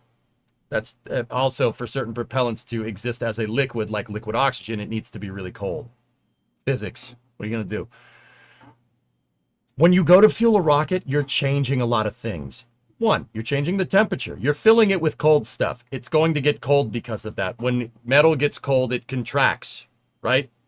So you're changing physical properties of the vehicle. You're changing a lot of things all at once. The vehicle's becoming, it has more mass on board because you're loading it with commodities. You're loading it with liquid oxygen. You're loading it with RP1, right? I mean, before you loaded it with people, but that's another story. People aren't commodities. People are people. And commodities are a really cool spaceflight term of saying rocket fuel and oxidizer. But you're filling it with all these things and you're changing a lot of physical properties about the rocket all at once. That's the dangerous part. I mean, once again, save for actually T-0 and you go to fly, right? Because when you go to fly, a lot of things are changing as well, right? But if you in engineering, changing a lot of things all at once in this particular context, it's called transients. The rocket's going through a lot of things changing. There's a lot of transient things changing all at once. Pressure, temperature, structure.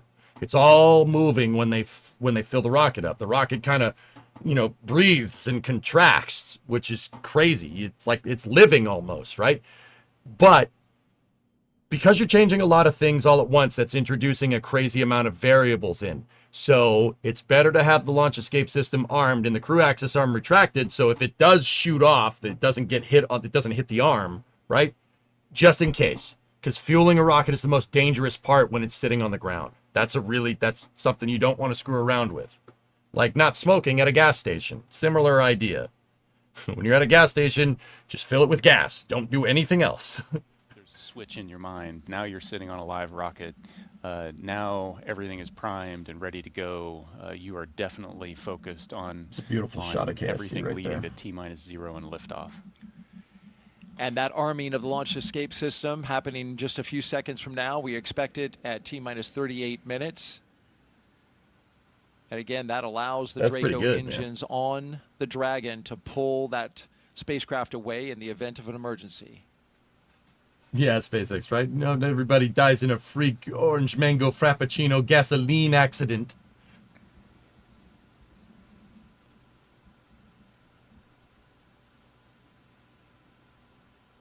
Okay, we're at T-minus 37 minutes 45 seconds here. They should be starting to fuel the vehicle now that the launch escape system is armed. One of the things I love about the way Dragon fueling should begin at T-minus 35. Being able to watch the frost build up when these cryogenic fuels, when you load them onto the rocket, you're going to see it change color. It's a unique experience for a Falcon. What is the latest they can abort? Was it T-minus 2 minutes? You were talking about you can abort the crew inside.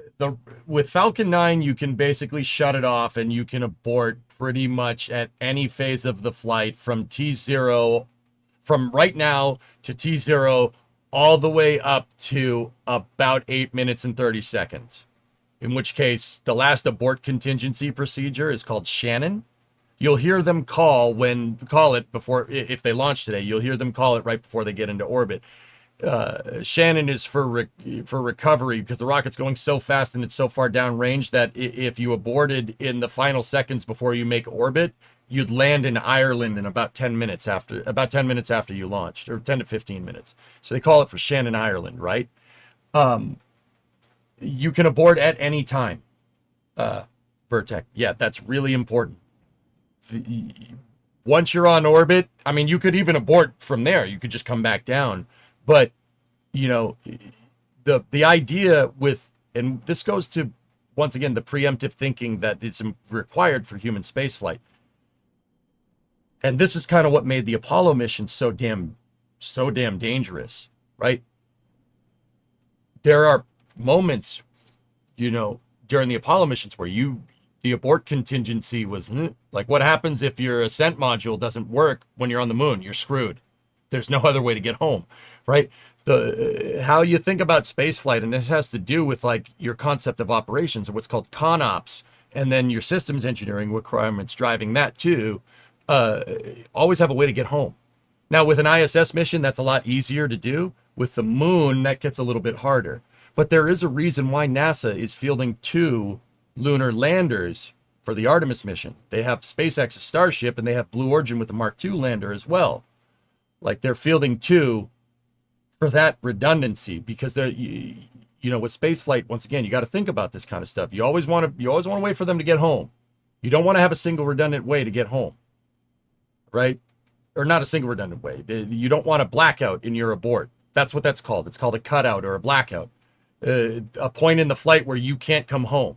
Now, like the space shuttle, for instance, in the past, once it's T0, once the SRBs ignite, if anything happens between 0 and 2 minutes and 30 seconds, you're screwed. There was no abort. There's no contingency there. So with the shuttle, it's kind of hope and pray that the SRBs work and you get to booster separation. The fruits of that labor were tested. For the most part, it worked. There was one case where it didn't. I don't want to talk about that right now, especially when there's people on board a rocket and we're watching a crew launch. But Falcon doesn't have that problem. All right. A system like Dragon, anytime, right now, to all the way up into orbit, they can always come back. There's always an abort contingency. You don't have any, there's no cutout in your abort contingencies. You can always come back. That's really important. Not because, like NASA's like this obsessed safety, they're obsessed with safety and stuff, dude. It's just better to have these contingencies and not need them than need them and not have them. Right? And that's like, that goes into like how you got to go about thinking about spacecraft and missions to the moon, missions to Mars. I mean, we've all read The Martian, right? That kind of stuff. We're going to need to think about that as we go back to the moon and ultimately want to go to Mars. It's really important. Now, SpaceX's solution to that problem with Starship is to send multiple Starships. Everybody says, like Elon has said, like, oh, Starship is going to handle up to 100 people, right? You're going to have 100 people. Does that mean every Starship's going to have 100 people? I wouldn't do that. I would send 4 Starships, each with 25 people on board. Right? If you send 4 Starships to Mars with 25 people on board, if something goes wrong, you have quadruple redundancy there. So 3 Starships can malfunction and everyone still has a way to get home. That's the kind of thinking you need to think about if we go to Mars. If you want to be a systems engineer, going to Mars, going to the moon. This is the stuff. This is why NASA does what they do and why they're good at it, because they think about all this stuff. It's really important to understand that. Second at 11:21 a.m. Eastern. The reason we have a specific backup launch day and time is that we can't just pause for weather and jump back into the countdown. It's good stuff. I love it. I love the cold, logical thinking. It's like some Dr. Spock stuff. Let's dig into that some more and do a little orbital mechanics 101. An instantaneous launch window means we need to launch at exactly the right time. And that's driven by our planned rendezvous point, which is the place that Dragon and the space station meet in orbit. Right now, the International Space Station is orbiting the Earth at more than 17,000 miles per hour, and Dragon actually needs to catch up to it. That means we have to deliver Dragon to the correct orbit by timing its trajectory relative to the International Space Station so that they're in the same place in space at the same time. A precise liftoff time is crucial for hitting that rendezvous point. So at this point, if we heard a hold call, we would have to stand down and do many of these processes again, which if you joined us yesterday, we know is what happened with our launch attempt yesterday. And then, of course, we'll be targeting our backup launch opportunity, which is now tomorrow at 11:21 a.m. Eastern. So for now, with everything still looking good, I'm going to hand it back to Somya and Joseph to talk about West Coast recovery. Somya? They're starting to fuel the vehicle. See the condensation forming on the outside of Falcon? That means liquid oxygen is being pumped in. Now, what they're going to do, what SpaceX is going to do, they've started fueling the first stage with the RP-1 and liquid oxygen. At T-minus 20 minutes, you'll see a big vent come out the side of Falcon, and that will indicate second stage fueling operations. What SpaceX is trying to do is time it so the second stage and the first stage get a full tank of gas right at the exact same time, right before liftoff. You're trying to time it, right? The reason why you're trying to time it is because the liquid oxygen on board that SpaceX uses is an extremely densified version of liquid oxygen. So what does that mean in non-science terms, EJ? Like, I know you're speaking nerd right now. What does that mean? So think about water for a second. Okay, water, what happens? It boils at 100 C or 212 Fahrenheit, right? It freezes at 0 C or 32 Fahrenheit, right? Right in that nominal area, like from like 3C to minus 3C, you can get water that turns into slush almost, right? Anybody that lives where it snows knows what I'm talking about. You get the slush on the road, right? That's densification, right? It's right at the kind of middle point between solidification and liquid, right? You're right at the point of phase change for liquid oxygen. Now, why do they do that? Why do they use slushy liquid oxygen then, EJ? What are they making a snow cone? No. When it's densified, when the liquid oxygen is densified or really close to solidification, you can fit more of it in there. Because when it's solid, solids are much denser, or at least close to solid. It's much denser than a liquid, right? This is just states of matter. It's the 7th grade, SpongeBob. All right. So you can get more oxygen in there. If you deliver more oxygen in there, you can more efficiently utilize your hydrocarbons, the RP1, the jet fuel that's basically in Falcon 9. You can get more performance out of the booster. More liquid oxygen in there combines with more fuel, right? Because hydrocarbons are very energy dense, like me. So if you get more liquid oxygen in there, you can get more liquid oxygen combining with more fuel, and you get more boom coming out of the bottom of the vehicle. So SpaceX wants to time it so they have both tanks full at the same time, because a rocket that's full of this densified liquid oxygen sitting out on the pad for even a little bit of time, well, spoiler alert, it's Florida. It's not cold there, right? You'll start to lose performance from the vehicle because the propellants will start heating up. When the propellants start heating up, the temperature on the liquid oxygen starts to go up, and it gets out of that like densified area, and you lose performance on the vehicle. So SpaceX wants to try and get it so it's fueled all at the same time right before liftoff. Now, the other thing to think about here is that liquid oxygen, well, I mean, oxygen, when you think about it as a gas, right? Like, you think that's air you're breathing now, right? You think about the oxygen as a gas generally. Well, if in order to get it as a liquid, it has to be really, really cold, and B, it has to be at pressure. Well, it doesn't necessarily have to be at pressure, but either way, you're gonna get it to boil. Liquid oxygen, if you want to keep it as a liquid down here, it's gonna boil. Just like when I was talking about water will boil at a certain temperature, right? Liquid oxygen will boil at a certain temperature too, and its boiling point is unfortunately right at the dang point where liquefaction happens, right? So the liquid oxygen inside of Falcon 9 is, believe it or not, because you think about boiling water, you think it's hot. No. Liquid oxygen boils when it's really, really cold. Crazy, right? So if you just left Falcon 9 there, basically what would happen is your propellants would heat up, you'd lose performance, right? And the propellant will eventually boil off. Your liquid oxygen will boil off because it's boiling. Just like if you left a pot of water on the stove and you got it to 100°C, it'll boil off. Eventually there'll be no water. It'll all evaporate, right?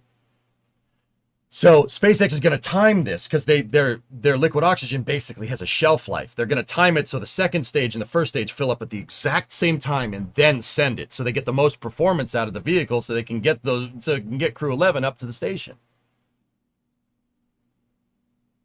Now, the other thing that you'll see is when Falcon 9 starts fueling, you'll start seeing vent lines at the top of the first stage and the top of the second stage on the rocket.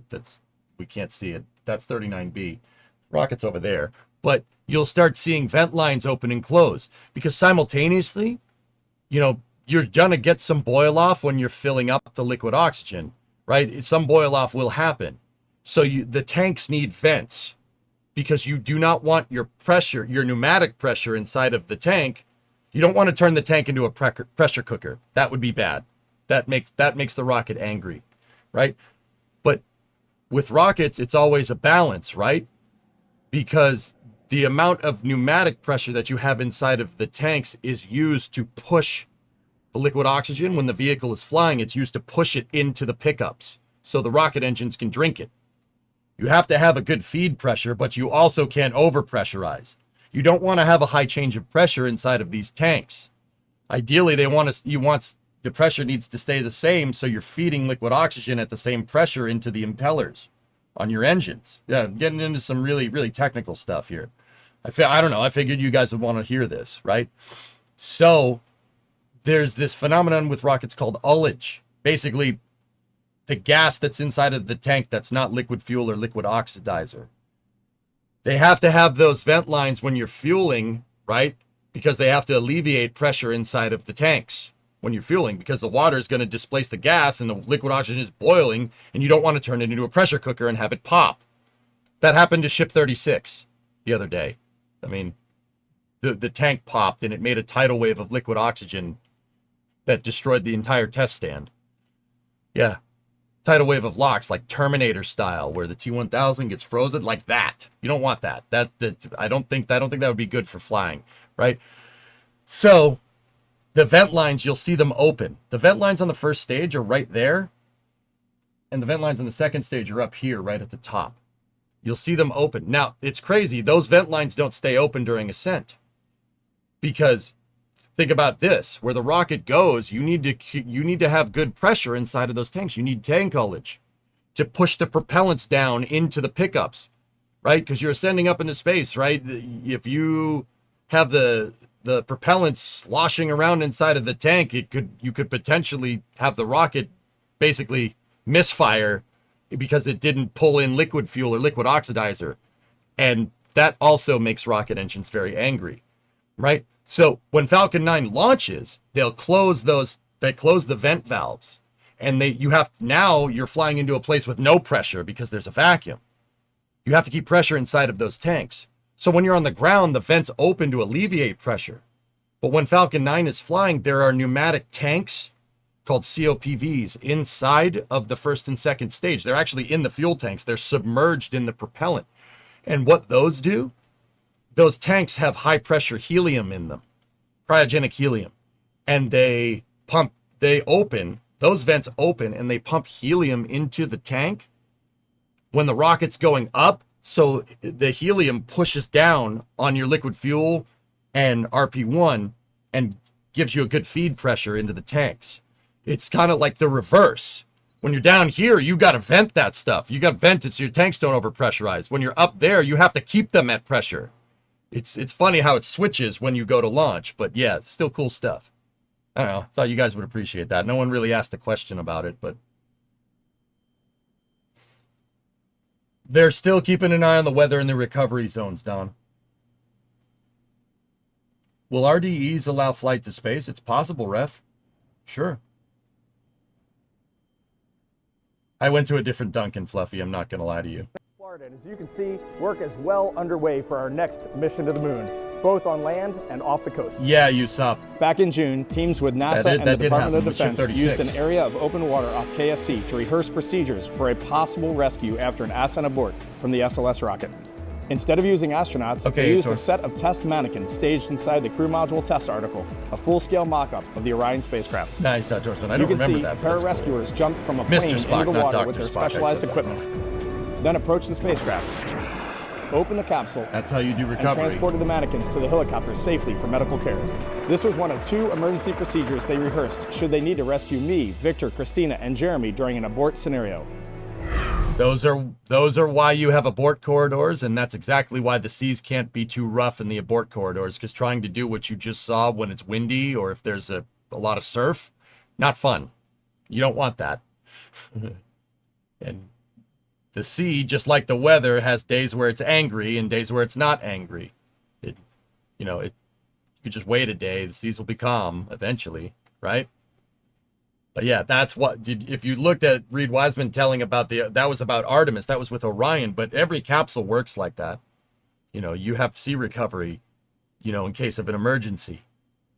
By the VAB, there's a moon rocket inside there, and there's a crew that's training right now to go around the moon early next year. Yeah, and I loved that view as they were driving by, because it shows just kind of how connected this whole thing is. He was angry that day. Crew 11 getting ready to go to the space station, and a lot of what they're going to do is trying to prove out the things we need to know in order to go to the moon. And at the same time in that frame, you've got Artemis 2 getting ready in the background, and I'm excited to see 4 more colleagues go around the moon.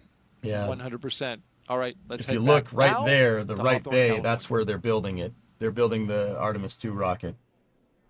Thank you very much, Daryl and Nick. And right now we're preparing. Fuel load complete.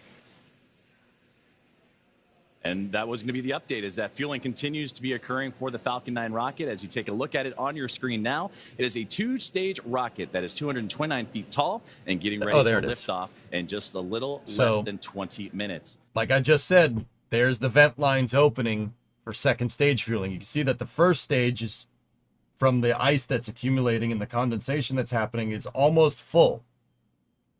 But what Falcon 9 is doing right now is they're going to start filling up the second stage with liquid oxygen. Remember, that's the stuff you really, that has the shelf life.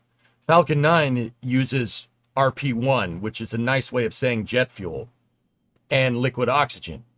Why does it use liquid oxygen in RP1? It's jet fuel. Well, where it goes, there's no oxygen. You got to bring it with you, and it's easier to bring it with you as a liquid than it is a gas. That's why they use it. But it still does have a shelf life, and the shelf life isn't very long. If you notice, the second stage doesn't have any ice on it because they're just going to start fueling it now. Now, that device that's kind of next to Falcon, that piece of launch infrastructure, is called the transporter erector. The transporter erector is where they build the first stage on there, or they build the rocket on there, and then they roll it out to the pad, and it transports and erects the rocket on the pad. I know, engineers are great at coming up with clever names for things. On top of transporting and erecting the vehicle, it also has the fuel and oxidizer lines for the second stage, right? So what they're doing is they're making sure they have the vent line open on the stage because they need to get that line nice and cool. You have to chill down the line with liquid oxygen. If you just started pumping liquid oxygen into a line that's been sitting in the sun in the middle of Florida, you're going to get that temperature change in your liquid oxygen that SpaceX is not looking for, right? The second that oxidizer goes into that hot pipe, the oxygen is going to start absorbing heat out of that pipe, and it's going to turn into gaseous oxygen.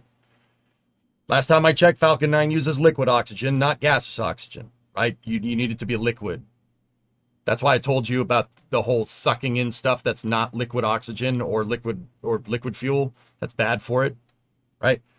So what they're doing is they have a vent at the top where there's a T that goes into the second stage LOX tank, or there's a T that goes overboard. The vent line that goes overboard is when they're filling up the line in the transporter erector. They're filling it up with liquid oxygen. It is evaporating, right? And it goes out the vent line instead of going into the rocket. When the pipe is totally chilled down and it's saturated with liquid oxygen, that's when they'll start fueling the second stage, which you'll see here in a moment. Space Station when outfitted with a docking adapter, which is just how it's configured for today's flight. And when it's not going to the space station and it's in free flyer mode, the docking adapter can be swapped out for a cupola, as it was back during the Inspiration 4 mission. And another option we have is the Skywalker hardware, which supports extravehicular activities or spacewalks, as we did during the Polaris Dawn mission. And here's some interesting trivia. There has been a Dragon in space for 1,358 consecutive days since Crew 3. And that's an impressive stat, too. And with T-minus 0... LOX load has started. How neat is that? There's the LOX load. 0 coming up in so just the line is chilled down. They're going to start moving liquid oxygen into the second stage. Continue to do a series of system checks to ensure Dragon SpaceX 4 status update. Dragon and Falcon 9 are healthy, and we continue to load propellant. Weather is still our watch item. We are seeing some development in the area, so this is going to come down to a matter of time. We're going to keep an eye on it and continue marching towards T0, and we'll see if we manage to thread the clouds today. Not like this. Not like this. Okay, Dragon copies. We've got a healthy rocket, healthy Dragon. Weather is continuing to develop. We'll keep going until we can't. Damn you, Florida! And great communications there between we'll the see. team on the ground. We'll see. Look, there's a lot of clouds forming up. And that's exactly what we're keeping an eye on, is not only the tanking of the rocket and that procedures, but also today's weather. And you heard that update right there. So to continue with the updates and kind of bring us up to speed on what's been going on. I got to be careful, though. I might not be able to stream tomorrow. Thanks so much, Joseph. I can give you a little bit more color than we just heard, but obviously the important things we've heard are that we are still on track for an on-time liftoff today, but we're monitoring lots of different factors as we get closer to liftoff. If everything goes as expected, this is also going to be our last landing at LZ-1 today. So lots of different launch pads, landing sites, staging areas, lots of things in play. But the best news is that both Dragon and Falcon 9 continue to be healthy. You heard us wrap up Stage 2 RP1 loading just after T-minus 20 minutes, and Stage 2 liquid oxygen will begin here at about, or has begun already, excuse me. We've also heard that call out that the launch escape system is armed.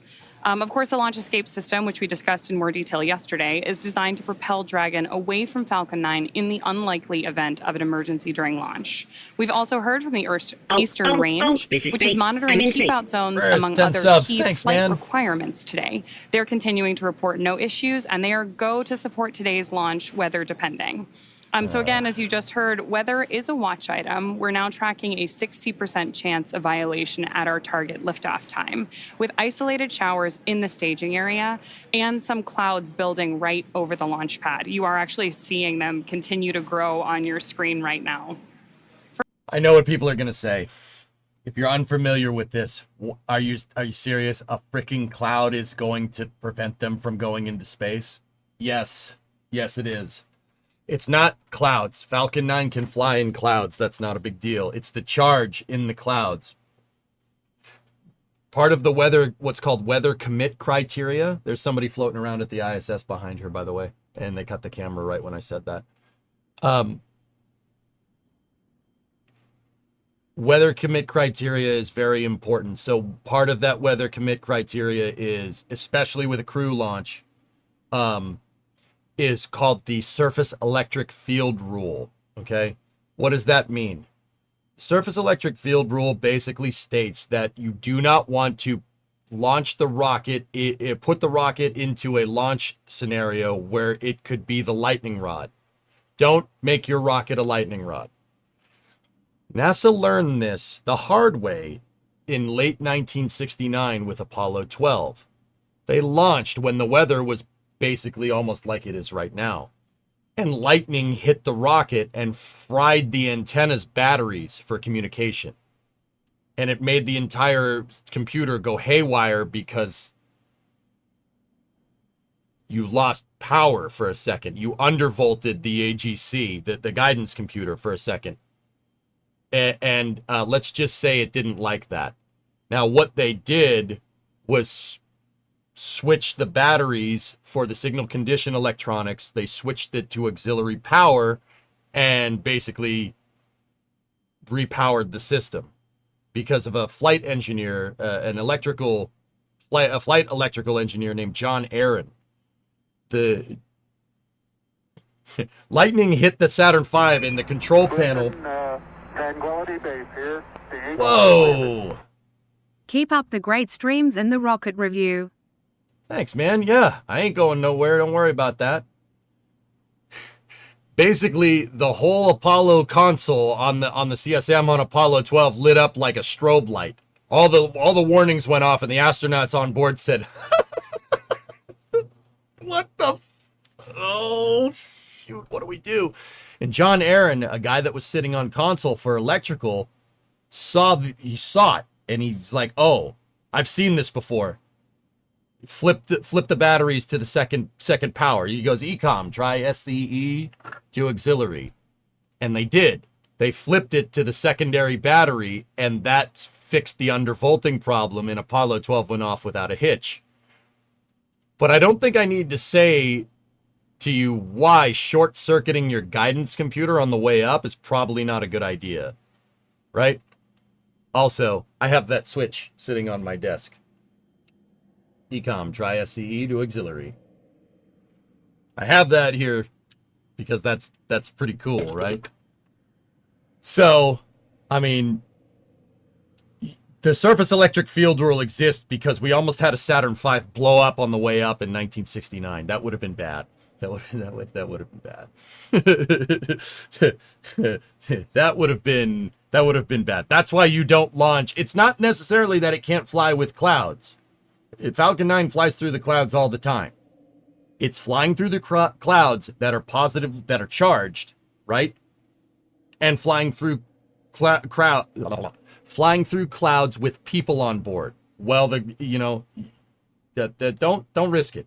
Don't risk it. You want the weather to change in Florida? Wait a day, right?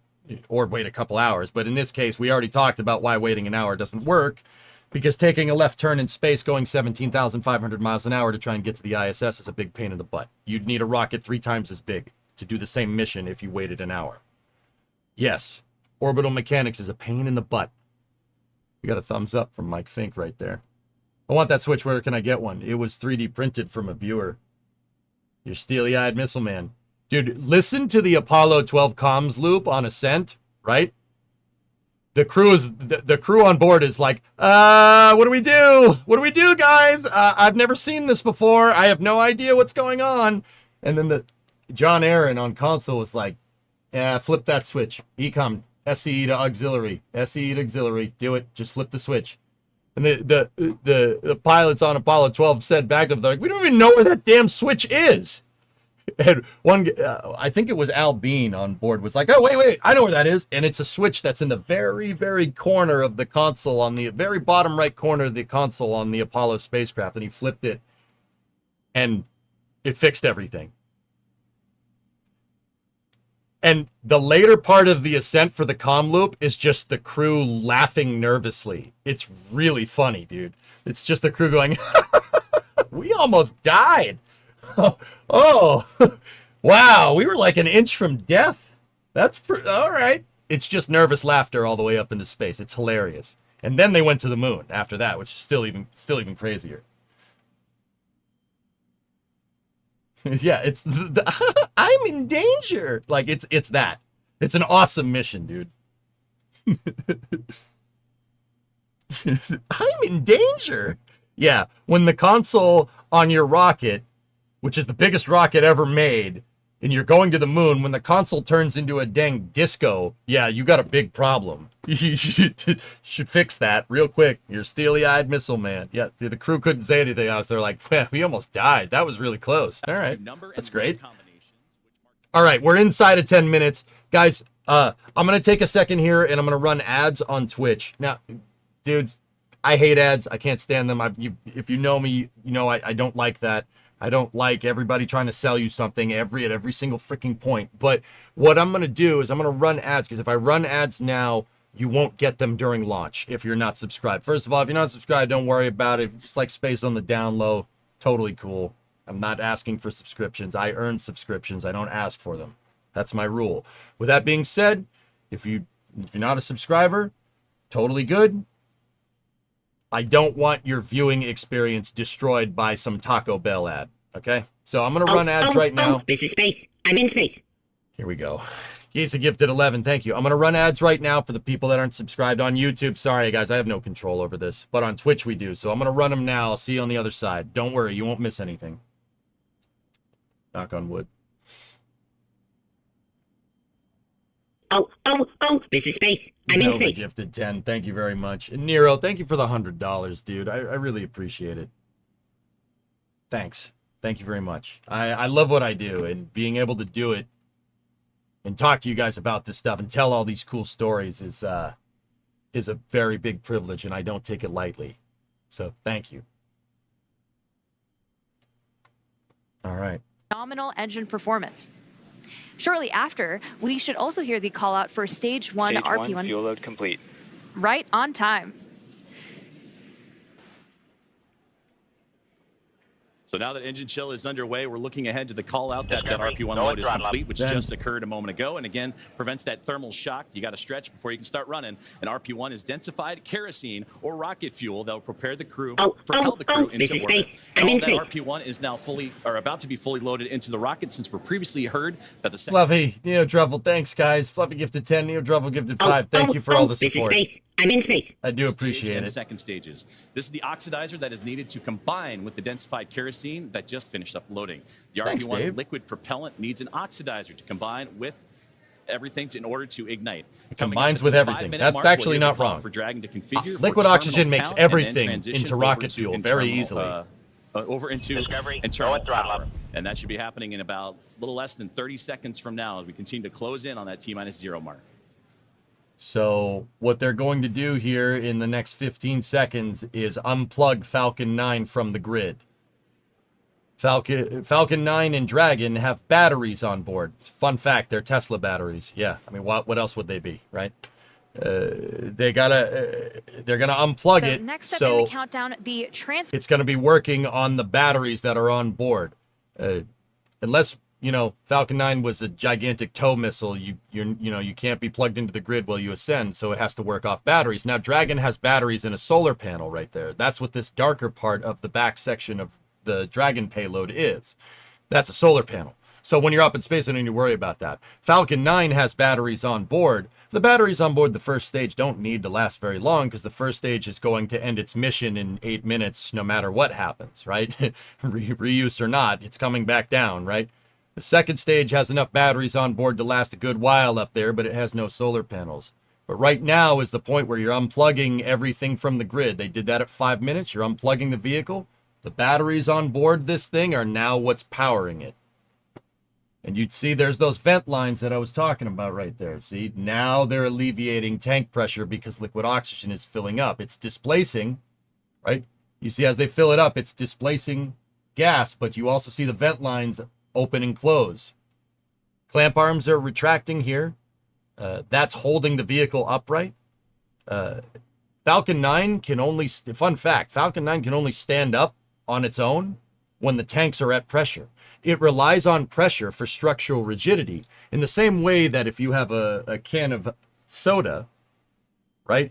If it's closed, you could step on it and it could hold you up. But if it's open, you step on it, it crumples it like a beer can, right? It'll just crumple. Rockets are made that way on purpose. They use pressure for structural integrity. The reason why is because with rockets, your performance margins are so demanding. This is space. I'm in space. Lescog, 10 subs. Thanks, man. Your performance margins are so demanding. The less rocket you have on your rocket and the more fuel you have on your rocket, the further it's going to go. So if you can make the tank walls of the rocket thinner and use the pressure from the fuel that you're already going to carry up into space to stay structurally rigid, there you go. I see that as an absolute win. So that's why the clamp arms only retract when the rocket's fully fueled and ready to go, because Falcon 9 wouldn't be able to stand up if the tanks weren't fueled. Especially with that, 12 tons of Dragon capsule sitting on the top. So this thing, the transporter erector, what they're going to do now is they're going to evac all the fuel lines of the TE, right? They're going to pump all the gaseous oxygen out, and you'll see the vent line that we saw for them to start fueling. They're going to pump nitrogen up the line and displace all the liquid oxygen out the vent line, because you don't want fuel inside of your launch pad when you go to launch. You want fuel inside of the rocket. This transporter erector will throw back when the rocket goes to launch. It should shoot off if they decide to go. liquid oxygens, that call out coming up. Oh, yes, I see all the right there. All the time.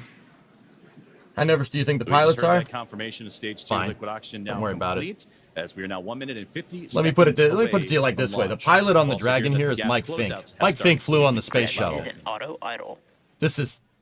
This ain't the space shuttle. This is fine. This You is heard the easy. call for auto idle. That Compared to puts that the thing. rocket in a state that the flight computers understand before it takes over, making sure that transition to the final It is, countdown Enzo. I keep it on my smooth, desk. and that all flight computers on board are in sync Ground gas and configured. closeouts. Expect loud venting. There's your gas closeout. So watch, the There's the vent line's closeouts going we've to been open on the talking back side of the TE. And the There it venting is. that will be They're getting the propellants out of the TE. You don't want that thing catching on fire, because let's be real, a lot of fire is going to happen if it goes. A lot of fire is going to happen right in this area in a second here.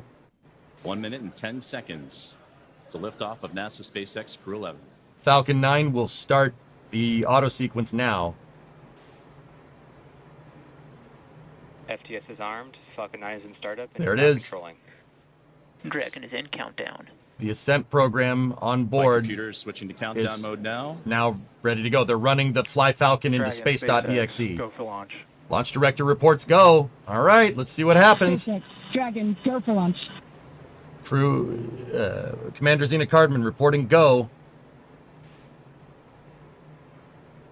30 seconds. We're further in the count. Seconds. Further in the count than we got yesterday.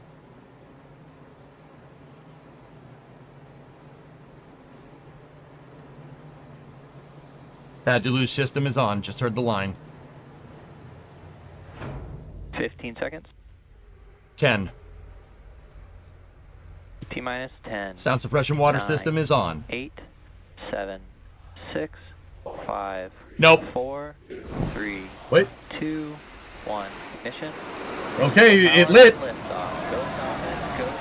Okay, I guess we're going. Crew 11 is in the air. Together we rise as NASA's SpaceX Crew 11 heads up to the International We got a good call from 1 Alpha from Zena Cardman. 1.7 million pounds of thrust. Propulsion is nominal. The clock reset at T-minus 2 seconds. It scared me. Down range and making its way up the East Coast, and will soon join Expedition 73 aboard the orbiting laboratory. So far, getting good callouts on that first stage performance. Should get a call for power and telemetry here momentarily at We are now T plus 40 seconds. 35 seconds into the Crew 11 mission on board Dragon and Falcon 9. The Falcon 9 engines Stage 1 throttle down. are throttling down to help Power and telemetry are nominal. Good. to Should get a help call pass for through the supersonic. period of max Q or maximum this aerodynamic is pressure space. on the Oh, engine Scott, during ascent. 50. Max Q. Thanks, man. We just had max Q right there.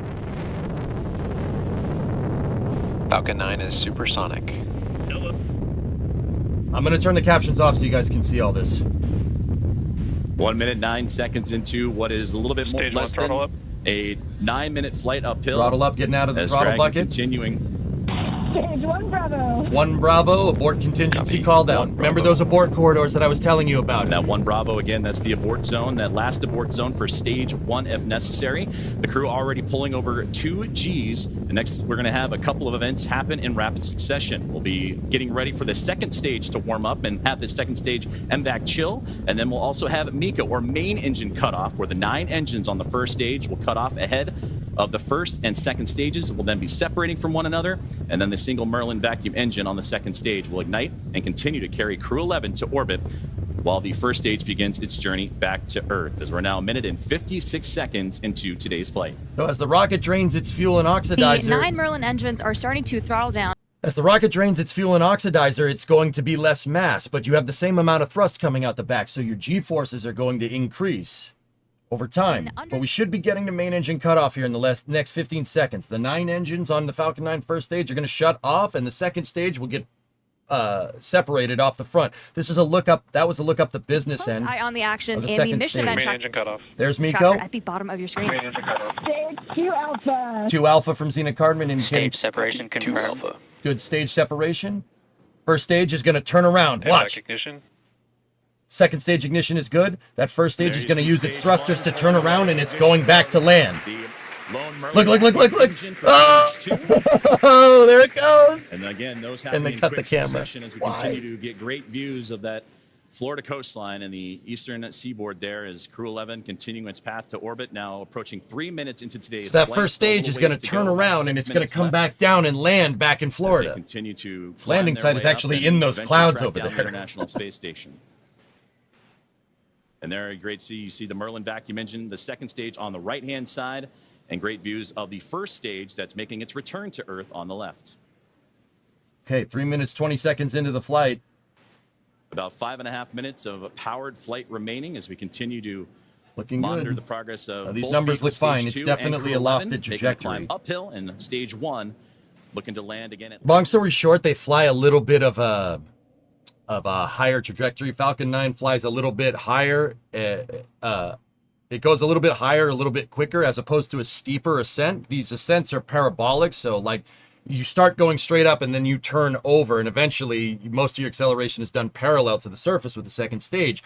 With crew flights, to make sure you don't liquefy your crew on the way up, they fly a little bit of a lighter ascent. It's not as steep. It's called a lofted trajectory, which is why some of the timeline was a little bit off if you're eagle-eyed here. So they fly a little bit of a lighter trajectory so you don't hurt people. Because 9 Gs sustained is not good for your lungs or blood or anything. Its entry burn, which will be the second of 3 burns We're to big return water the booster balloons. a few miles from its launch site at landing zone 1. During this entry burn, Something just floated Falcon away. 9 will It's use its solid engines oxygen. to pump Don't the worry brakes about it. to I'll slow tell you the about it in vehicle a down second. before it reaches the denser parts of the Earth's atmosphere. And if you So, fellas, that's actually, I'll tell you now. If you look right there, that's some solid oxygen. That's oxygen that is solidified. Now, why is that a thing? Well, the engines need to be chilled down before you fire them. You essentially have to prime the engine.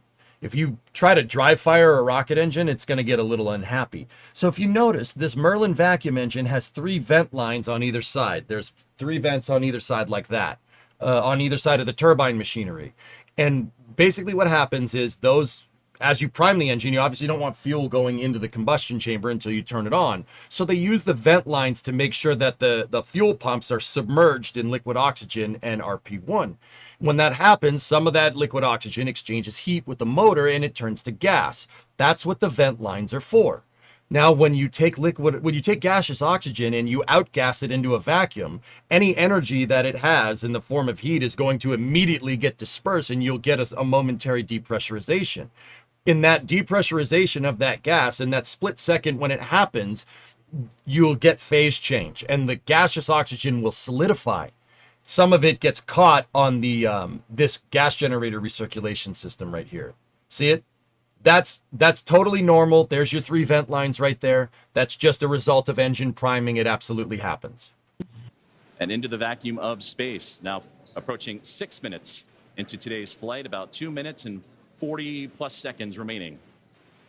We are coming up on the entry burn, which is just under 30 seconds from now. My favorite and part. So you'll see the first stage's center Merlin engine reignite as it comes back down to Earth. You guys ready? Supersonic and retro after that, propulsion. we will Watch. be approaching. So Falcon 9 is coming down at a pretty dang high rate of speed, probably like 4,000 to 5,000 miles an hour. Now, that's not coming back from orbit, but it's still enough to generate re-entry heating. The Falcon 9 has thermal protection systems on it, but it's nothing like a heat shield or a tile or anything.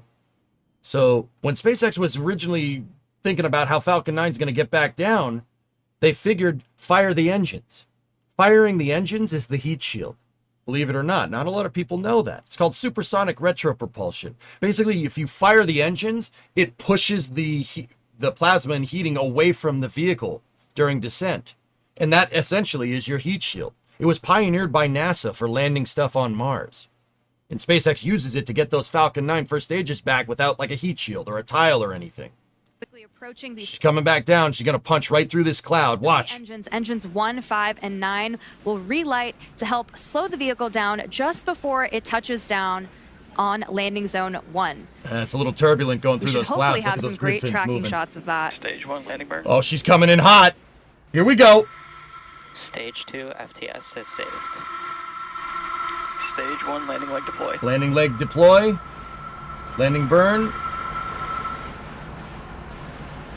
And there you have it.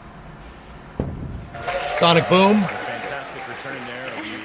That is the last time you will ever see a Falcon 9 land at that landing site. SpaceX is retiring it after this. So that booster flying was its third flight. That was 1094, the last booster to land there.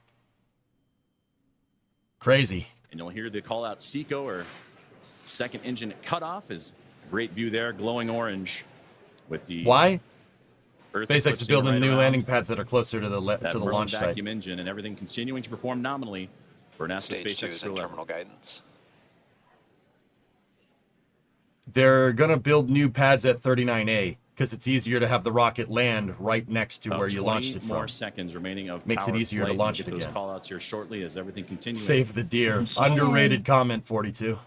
Copy, Shannon. There's Shannon, the last abort contingency. Earlier, that last abort zone, if necessary. So the number that we're looking for right here is a little bit 27,000, a little bit above 27,000 and change. Stand by for second stage engine cutoff. Here we just heard that good call out for SECO or second engine cutoff. Boom. Got a call. Coming up next Got to get a call for nominal orbit insertion. Dragon, SpaceX, nominal orbit insertion. Big W right there. Big W. Hell That's yeah. the great call you wanted to hear. All right. Last step here.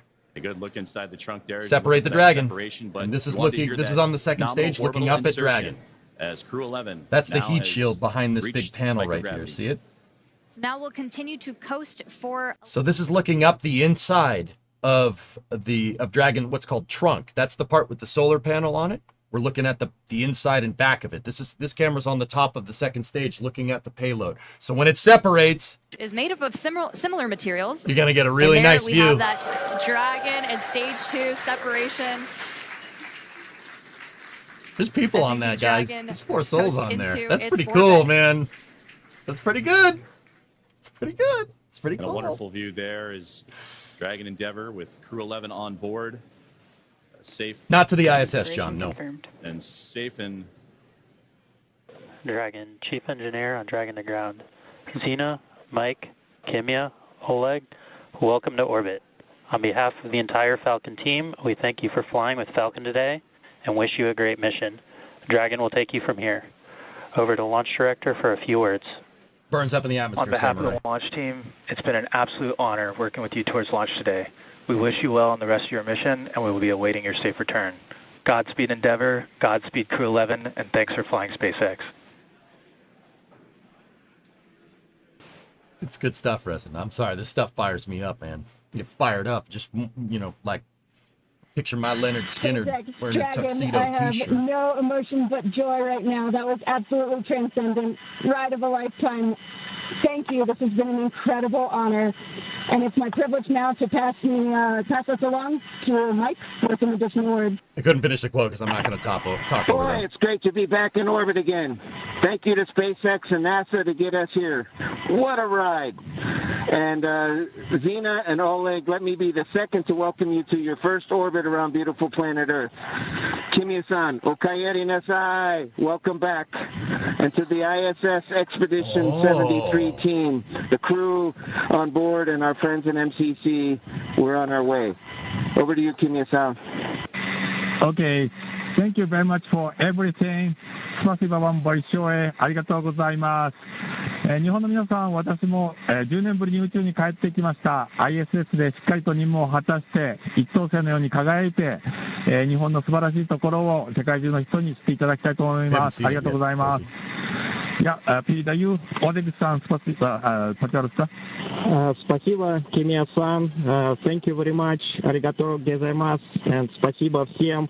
I'd like for the beginning to say thank you very much, Roscosmos, SpaceX, and NASA for this unique opportunity to be here with my great crew. Дорогие друзья, находясь на космическом корабле и облетая нашу родную планету, я испытываю неописуемое счастье и восторг. Хочу выразить слова благодарности всей нашей стране, Соединенным Штатам Америки и России за эту уникальную возможность, а также Роскосмосу. Хочу выразить слова благодарности своей школе, в которой я учился, номер 103 в городе Челябинске.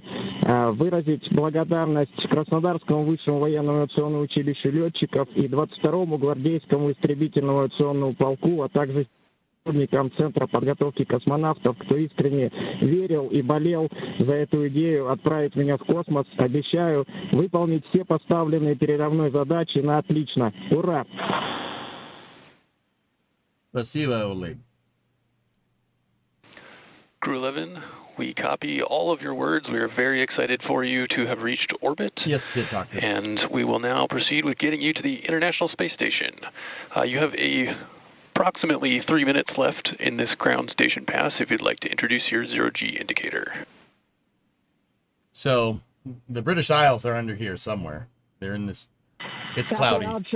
Thank you so much. Par for the course from what I'm told. We'll get out our 5th crew member here in just a moment. Second stage burns up first. Indicator honors a shared memory with our lead trainer, Paul Weiss. Also, the moon is over there. For all the mentors and team members who got us here through sacrifice of time and dedication, I hope we made you proud today. Thank you so much.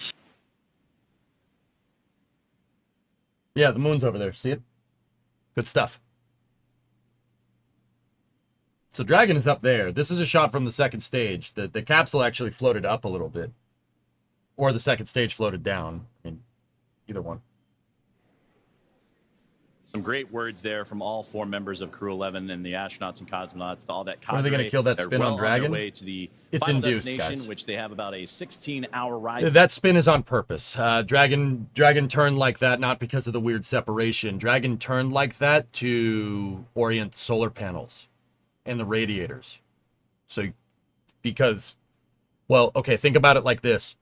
One of the first things that you should probably do when a spacecraft is on orbit is make sure that your solar panels work. You need electricity. That's kind of important. So Dragon is going to orient to the solar panel for multiple reasons. One, obviously generating power. Two, thermals are very important. You don't want to overheat stuff in space. Despite space seemingly being cold, it's not cold. It's nothing. So it's really easy to overheat stuff on a spacecraft especially when you're sitting in the sun all day.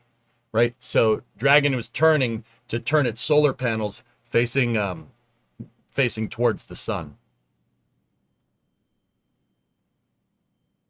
And the Eclipse. Actually, I thought they were further downrange than they actually were this time. So we might actually get a shot of the British Isles. Those clouds were out over the Atlantic. That was my bad. Their ride to the space station.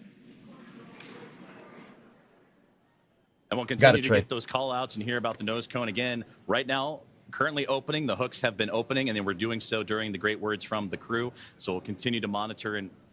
Is there ever actually waiting zero G in space relative to Earth? No, moment, and we'll wait for that final confirmation. That is kind of a misnomer, Cosmic. It's not 0G. It's microgravity, because getting your tangent outward acceleration from orbit to cancel out gravity like entirely is not going to happen. The reason why Earth's gravitational field isn't uniform. That's part of the reason why Earth kind of wobbles around when it spins. Trying to synchronize that with your orbital velocity is not going to happen. It's microgravity. There are always perturbations. That's like trying to have a spacecraft be in true 0G would be like sailing across the Atlantic and thinking you're going to have the wind blowing in the same direction in calm waters the entire way. That's not really how that works. There's always something that's going to push you off course. In this case, even Earth is going to screw with your course a little bit. Don't get me wrong, they take that into account all the time. But gravitational, what's called gravitational precession is the biggest perturbing force on the vehicle right now. And that's why 0G is kind of a misnomer. It's microgravity.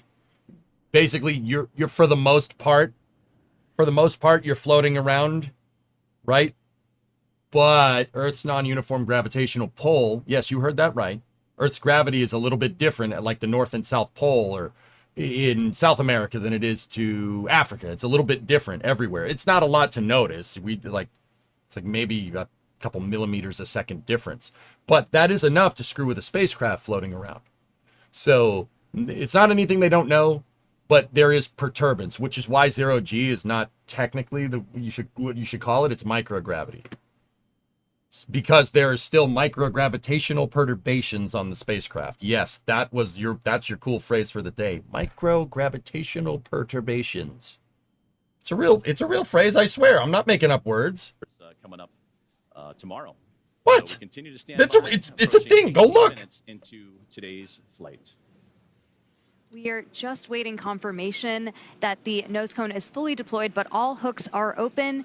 We should be hearing that confirmation hopefully within the next minute or so. Is that the reason why the poles constantly shift a tad every year? I'm sure that contributes to it, dude. A little bit, yeah. I mean, I'm sure that contributes to it a little bit, but there are other reasons. There's solar perturbations that can do that. The sun's gravitational pull does screw with Earth. I mean, you see essentially plume interaction from the sun. The sun is this big glowing power plant, and just like any other power plant, it has an exhaust plume. And sometimes the fusion reactions in the sun are so powerful that the exhaust plume can break the gravitational pull of the sun. And when it does, some of that exhaust plume interacts with Earth. The magnetic field gets most of it, but at the poles where the magnetic field isn't as strong, you see the solar particles interact with gases in our atmosphere. That's what the boreal, the auroras are. The aurora borealis and the aurora australis. That's what those are. That's what that is. It's gases in our atmosphere hitting the exhaust plume from the sun. So I'm sure that has something to do with it, but I'm not smart enough to figure that one out. approximately 9-minute ride after liftoff today. Can they still increase from speed? NASA's Kennedy Space Center in Florida. The crew now, as mentioned, Yeah, Stefan, yeah, of course they can. But what they'll use to change their orbit right now is the Draco thrusters. They're very small rocket engines that are on Dragon that it uses for very coarse and fine control. Not coarse control, fine control. So they can change it a little bit, but once again, the rocket does most of the work getting it to the ISS. It does like 98% of the work. The little thrusters on Dragon are used to just get it close to the space station and dock. Hold on. Minutes. We will also be monitoring the Stage 2 deorbit to give you the go for suit doffing, and we're expecting that at T plus 45 minutes. Dragon copies. We'll be monitoring, and T plus 45 approximately for suit doffing. We're with you in the timeline. Great conversations there with the team on the ground, and there they are, Crew 11. Happy as can be in orbit now, and they have a 16-hour journey before they reach their destination, the International Space Station, as docking currently targeted for tomorrow morning, Saturday, August 2nd at 3 a.m. Eastern Time, 12 a.m. Pacific, to the space-facing port of the station's Harmony module. Now, between now and then, Dragon... Wait. Burn in approximately 25 minutes. Destination, the International Space Station, as docking currently targeted for tomorrow morning, Saturday, August 2nd at 3 a.m. Eastern Time, 12 a.m. Pacific, to the space-facing port of the station's Harmony module. Yeah, that's what I thought I heard.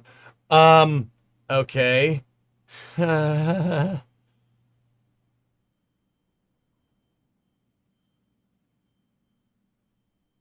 That's a very short, that's a very short transfer. So if you've been watching this the whole time, first of all, thank you very much. But earlier in the stream, I did go through transfer windows and phasing burns and stuff on how to get to the ISS. Yesterday's window had a 39-hour transit. This one is not that. It's 15. There's their 0G indicator. It looks like a seal, maybe? They cut out the audio when they said it, but... yeah, so this transit today, the ISS was way closer to the launch site. So it's a shorter transfer window. Actually, that's quick. That's a really quick transfer window. So what are the astronauts going to do in the meantime? Well, the toilet's working now. They can use that. I know someone's going to ask. Sorry. It's going to happen. The astronauts are on universal time. They're on English. They're on the time zone from the UK. They're on universal. So they're on UTC. That's what the space station is. That's the time zone that the space station is on because it's an international space station, right? So what are they going to do? What time is it UTC? Well, it's getting a little late in the day. It's, 6 p.m. over there? So they're going to be up for another couple hours, probably going to eat, and then they're going to sleep. They're going to sleep for 8 hours, and then basically when they wake up, they'll have a little bit more downtime and then docking operations. It's 5 because time zones. Yeah, okay, there you go. So it's 5 p.m. So, yeah, point still stands, but...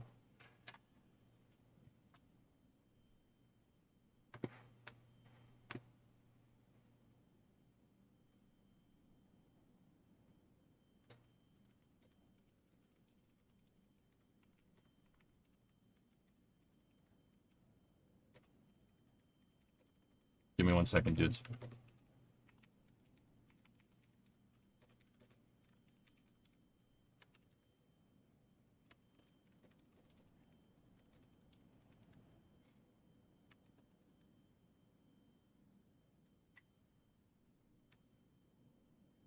Your heart rate peaked at 154? Why, Block? Ah, man. No, it's fine, man. We're in good hands with NASA and SpaceX. Dude, we good. Can you please replay second stage engine cutoff? Yeah, sure, if you want to see it. There we just heard that good call out for... See it again. Last abort zone if necessary, where they can land off the coast of Shannon, Ireland. Seco. Here we just heard that good call out for Seco, or second engine cutoff. Coming up next will be stage separation. There's a little bit of a hard shutdown there. It chugged for a second. It was only just for a second. Yeah, that was a. I mean, it's fine. Obviously, I mean, 27,009 is well within your margins for nominal orbit insertion here. But yeah, that was a little bit of a hard shut. That shutting down that rocket engine on other missions usually isn't as violent, which is very interesting. I'm sure SpaceX is. I'm sure they've seen that. I'm sure they saw it. If we saw it, they definitely saw it. In fact, that's why they have those cameras looking at the second stage engine, so they can see stuff like that. It was a little bit of, it chugged a little bit on shutdown, but that's fine. Dude, that separation though, that's so cool. Yeah, they had some instability on shut. It looks like the vent line opened a little too early, Baron. If I looked at that right, the vent line opened real quick. Here, I'll show you. Watch. Remember I was telling you guys about those vent lines that they used to prime the engine. So what happens here with this is when they go to shut the engine down, there's nothing to actuate. If this vent line opens, there's residual pressure in the line, but there's nothing to really push it out at the speed that it comes out. What SpaceX does is they use helium on board to basically purge the engine out. Now, the reason why is because with rocket engines, you do get residual propellants when you shut the taps off. It's like if you have a garden hose and you turn it on and the water goes through the line and then it turns the sprinkler on. If you shut the hose off, right, there's still water in the hose. So when you go to wrap the hose up, it sprays everywhere and gets you soaked, right? Same idea with rocket engine plumbing. It's the same thing. But the thing about it is that it's not water. It's liquid oxygen. Liquid oxygen makes things rust really quickly. So what they do to make sure they don't have an engine that's full of fuel and primed if you're not using it, because you don't really need it anymore, well, they're going to need it one more time to deorbit the second stage. In which case you probably should still do it. You don't want the rocket engine rusting from the inside out, because after all, it's liquid oxygen moving through metallic components. It will rust them unless you purge it out. It looks like they opened up the purge lines a little bit too fast, just like a millisecond too early, and it looks like there was some ingestion there, or at least a loss of pressure in the feed lines just for a second to cause the engine to chug like that. It does happen.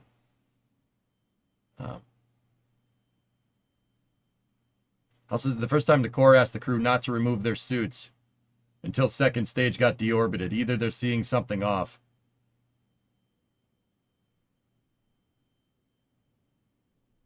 Yeah, that was a little bit of a chug there. Yeah, Baron. I mean, I saw it. I didn't really think much of it, but yeah, that's a good point. Oh, see that? Yeah, see that shakiness for a second?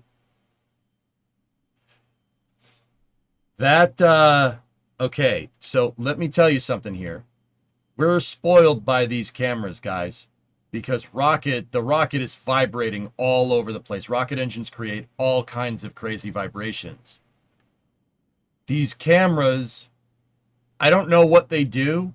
I'm not an optics guy. I'd actually probably ask Jack or something. Ask my buddy Jack Byard over at NSF or D or someone. They probably know this. Or Kevin.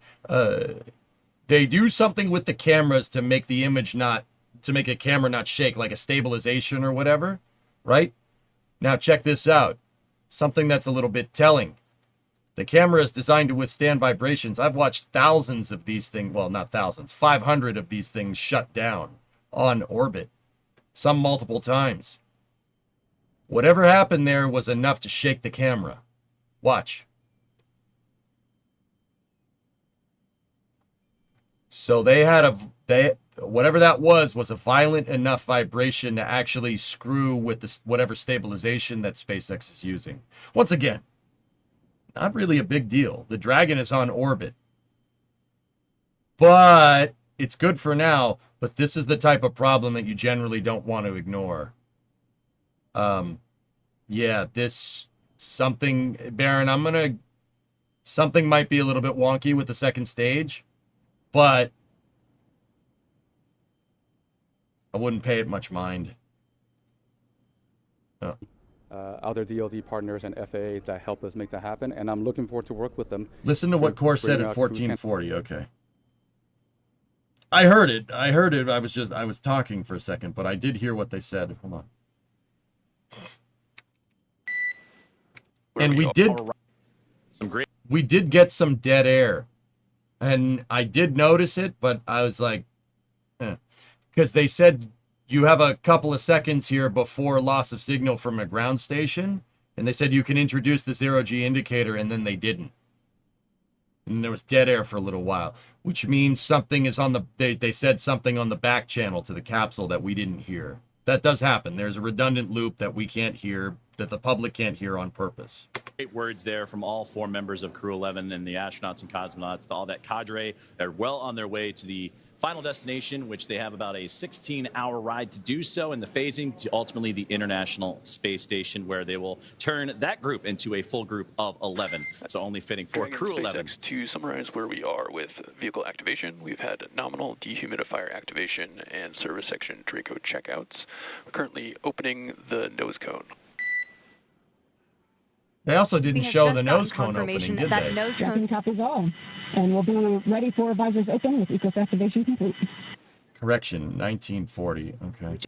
And that first throughout the day today from Sandra Jones as the International Space Department and Mike after liftoff today. TCS and for in Florida. The crew now, as mentioned, has a little bit about a 16-hour journey before they reach their destination. Dragon SpaceX.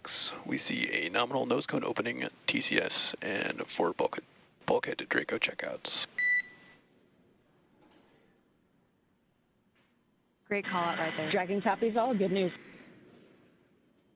And that's what we were waiting for there, was that call up to crew. Looking forward in the timeline, you have your first burn up on your forward view. That's the phase burn in approximately 25 minutes. We will also be monitoring the stage 2 deorbit to give you the go for suit doffing, and we're expecting that at T plus 45 minutes. Dragon copies. We'll be monitoring, and T plus 45 approximately for suit doffing. We're with you in the timeline. Great conversations there with the team. Any mission timeline, guys, has flexibility in it built into it on purpose. But putting on the suits and taking off the suits is something that generally is a milestone, because you got to take the dang suit off. And it's also, we could see Xena talking inside of a spaceship being streamed to our computer, which is really freaking cool. Telling them to delay suit doffing or taking off the suits till after the phasing burn is, yeah, that's a little peculiar. I mean, once again, there's flexibility built into the timeline. It doesn't matter if you wait to that's 20, 30 minutes in the suits. But here's the thing. Them leaving the suits on is very interesting. You wouldn't leave the suits on, and they wouldn't tell them to leave those on unless they were worried about some type of shock pressure.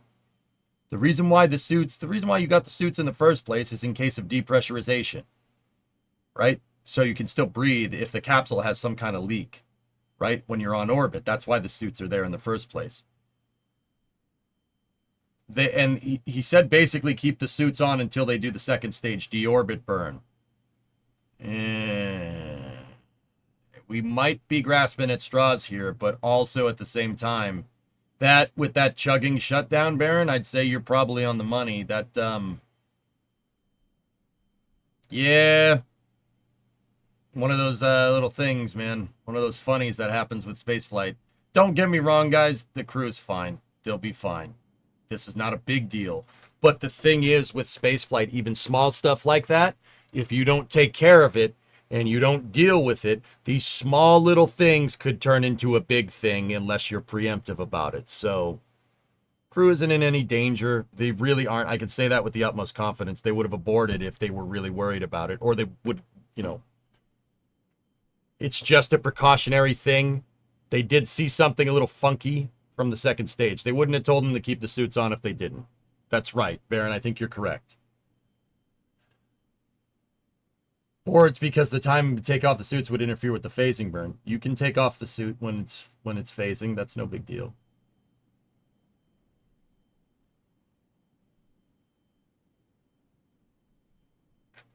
Look at the stage separation. The second stage coated the first stage midsection with soot. That happens. Yeah, it's pretty cool. That might be a precaution implemented after second stage issues recently. Yeah, Liz, that's what I'm saying. I mean, Baron, I think you're right. I think there's something definitely funky there, but also at the same time, it's precautionary, dude.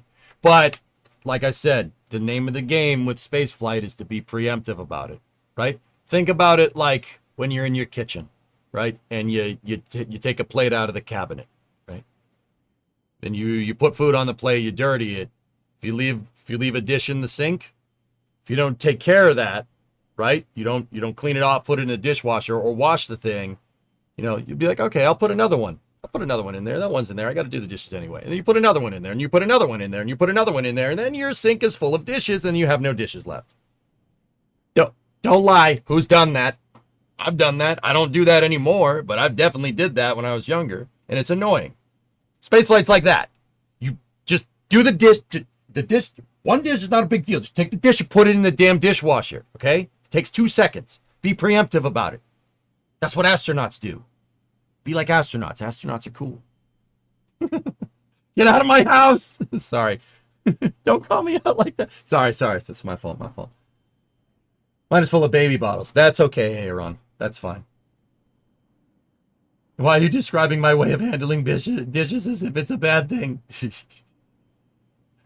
I am the dishwasher.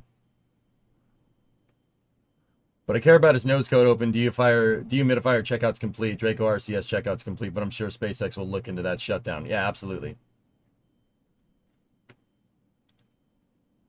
When you finally grow out of that, you have kids and repeat the whole dishwasher thing again.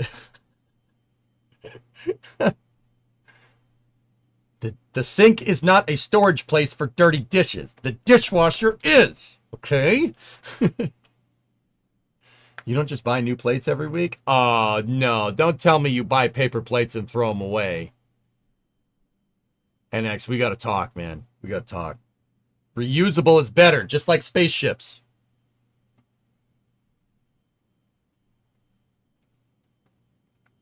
No. Don't do that.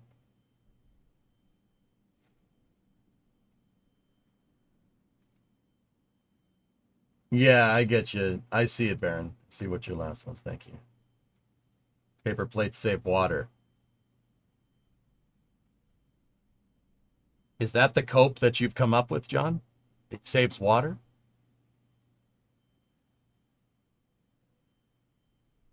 See last. I sent you something on Discord. Okay.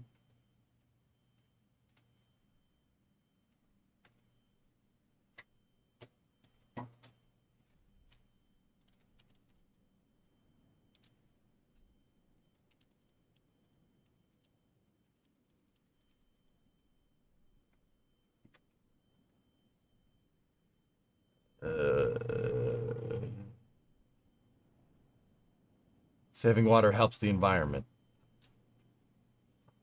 Ooh, boat swap. All right, cool. All right, get off the screen. Come on. Pope Ven has started up at Boca Chica. Oh boy, we're going right into Starship coverage, aren't we?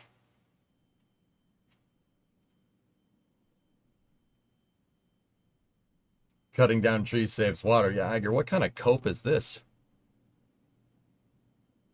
This is why people get dogs. You can lick the plate clean and then you just put it away. Oh, it's sweet, Goalie. I love it. Titan is a great dishwasher. Just saying. I washed it. I put him in the dishwasher after he cleans it up. But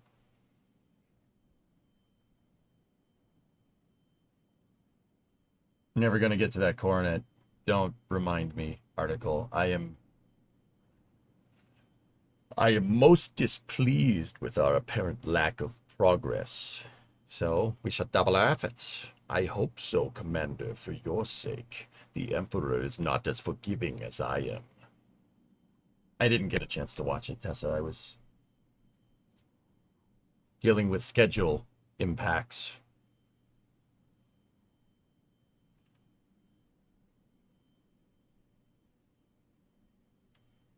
EJ, did you message me? Because on my end, you haven't. No, I was talking to Adrian, sorry. I know about the Starbase Brewing stuff. That's really cool. Also, hi. Thanks for linking me this stuff, Trey. I appreciate it, buddy. Apology accepted, Captain Dida. You know, guys, I'm going to go, just quick side note here. I'm going to go out on a limb and say that Darth Vader wasn't a very good boss. I mean, it's not really particularly good for morale if your punishment for somebody making a mistake is choking them out. I'm pretty sure someone might call HR. Like that might be a hostile work environment. Maybe. Yeah, probably is. I mean, at the very least, it's very bad for morale. Like, but I mean, upward mobility, I guess that's good, right? Like, who needs HR when you have Vader? Yeah, let's be real. The Empire probably doesn't have that. Yeah, it's a good point. He was just misunderstood. Why does Palpatine have a desk? I don't know, man. I don't know, dude. I don't know, brother. Yeah, I don't think we should be asking these questions. We might get choked out. You know, definitely not OSHA approved. I mean, Aaron for sure. Can you imagine how many people probably died building the dang Death Star? They whipped that thing out. They whipped that thing out pretty damn quick, right? All right, if you watch the movies, the Death Star got built pretty dang fast. There's no way they built that with a spotless work fatality record, all right? There's no way that happened, okay? Even the second one, which was bigger, they still built it pretty dang quick, okay? That is a monumental effort, all right? There's no way some workplace accidents didn't happen, man. You know, to quote the great Randall Graves, do you think the average stormtrooper knows how to install a toilet main? All they know is killing in white uniforms, right?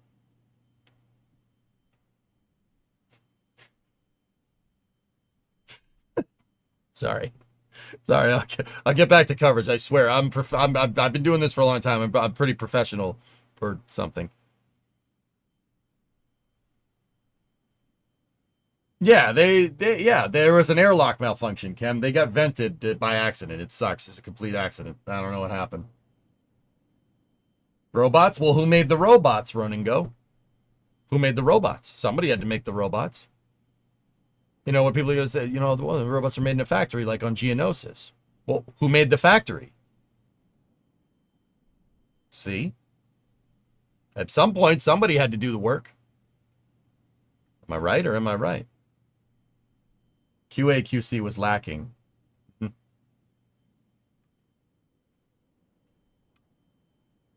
I think that's a different movie, Dan, but all right. You cover the dishes in aluminum foil and just throw the foil away after the dishes. They'll never go dirty. iPack. Okay.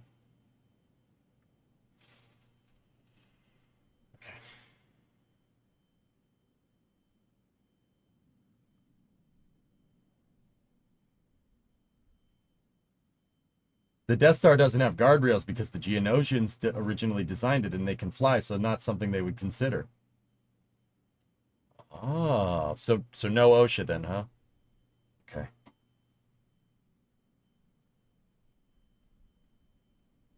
SpaceX has a website, part of the website where you could follow the Dragon telemetry. Oh boy.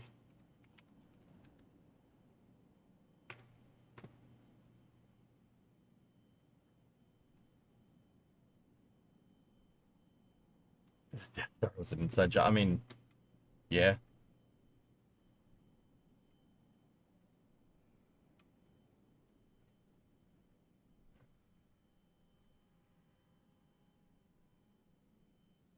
Oh, score. This is great. All right. Oh, you can move it? Oh, that's mint. Look at this. See what I'm telling you guys? Look at the phasing. A little bit below and a little bit behind.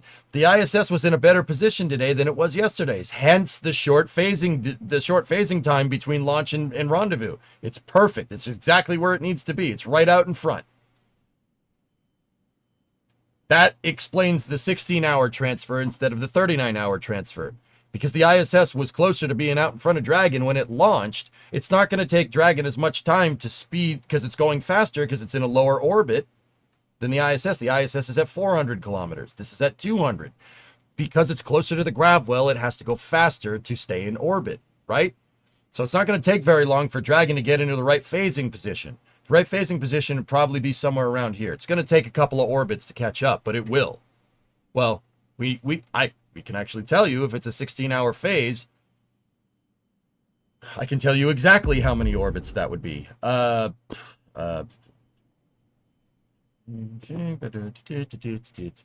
me a second. So 16 hours of phasing, right? 10.5 orbits. There you go. I had to use a calculator. I'm sorry. So earlier you said Falcon can only stand it can only stand alone when the tanks are pressurized. So how can it stay together at main engine cutoff when it's empty and under 2 to 3 Gs? Tank ullage, dude. Tank ullage. Helium tanks are filled. So, okay, SVO, you know, in a gas tank, you have the vent line, right? So when you're draining fuel, you don't have your tank implode, right? You have a vent line. You can use atmosphere for your ullage in an automobile. Can't do that in space. There's no air. So they use helium. They pump helium inside of COPVs, composite overwrap pressure vessels. They pump helium into the tanks to maintain a low delta P, so low change in pressure on the tanks. And that ullage, that pneumatic pressure, keeps the thing nice and strong. That's a good question, dude. Thank you for the bits, by the way. What's the record for fastest ISS transfer? Soyuz got there in 3 hours, Dino. The reason why Soyuz can afford a better phasing like that is because Soyuz has been flying for a very long time. It's a very mature spacecraft. It's a little old, but it's an old one, but a good one. Soyuz is like that old pickup truck that you have in the backyard that just won't die. It's never going to stop running. It'll be fine. You beat the snot out of it, it's super rusty, but it works. And who cares? It works. You know? So because it's so mature and so well understood, like an old pickup truck, it's quite simple, right? You can afford to run a crazy transfer window like that. With Dragon, NASA's a little more cautious. Why helium and not nitrogen? Well, friend to all, that's a super good question. Okay, so I'm going to give you an explanation. The explanation isn't technically right, but you're going to understand what it means. Helium's lighter. But you got to remember, in space, weight has nothing to do with it. Helium is less mass. That's the right way to say it. It's lighter. Yeah, that's why they use helium. Nitrogen is heavy, comparatively. Higher mass. That'll screw with your delta V. Ullage is technically dry mass, because that's something that you can't use to go forward. It's something that you use to make your propellants burn to make you go forward, right? So you honestly want something that's lower mass. Helium is lower mass. Helium is also inert. I mean, so is nitrogen. But helium is basically non-reactive. I mean, it's very conductive of heat, which is great, but yeah, helium just likes doing its own thing. It's introverted. It's an introverted gas. We'll call it that.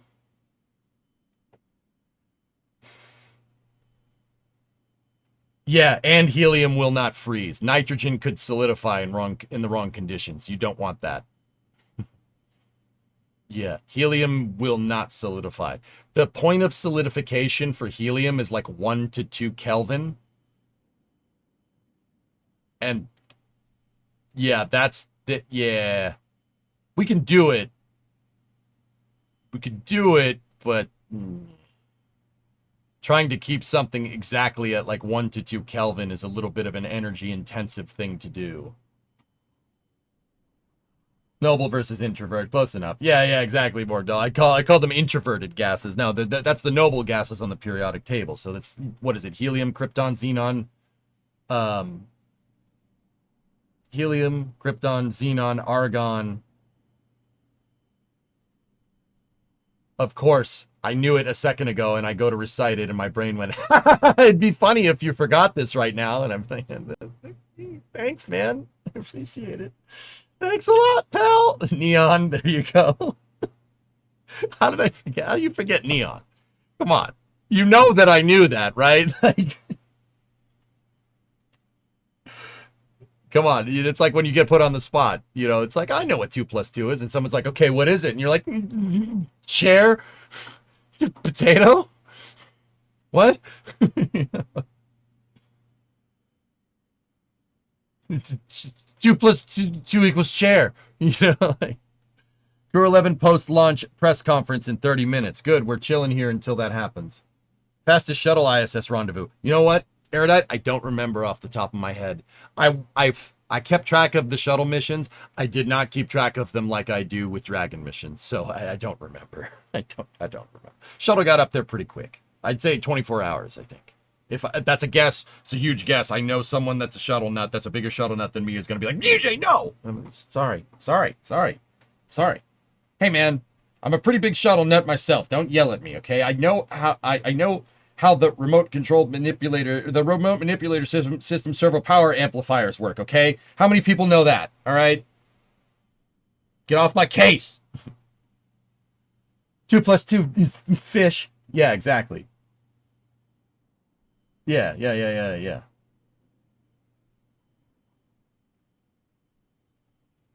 So what's the plan for the rest of the stream? Well, we'll watch that post-launch press coverage, Bleaks. I'm kind of wondering if they say something about the second stage. If Sawyer is down there from NSF, you know what? I'm going to ask him. You know what? I got an idea. Let's send Sawyer a message. Dude, are you going to be at the post-flight presser?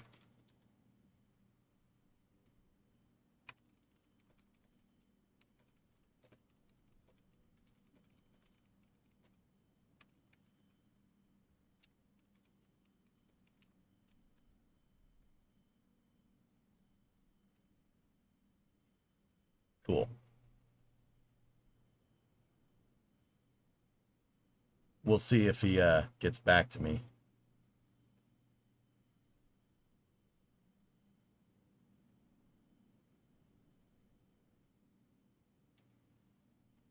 What's the next thing in propulsion? Well, right now, Dragon is doing its first phasing burn.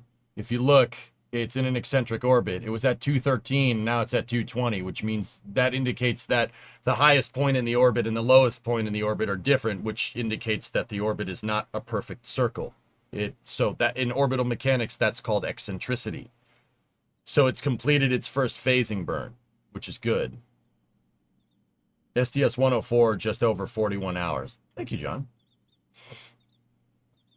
Ask them how much neon you need to fill a bucket.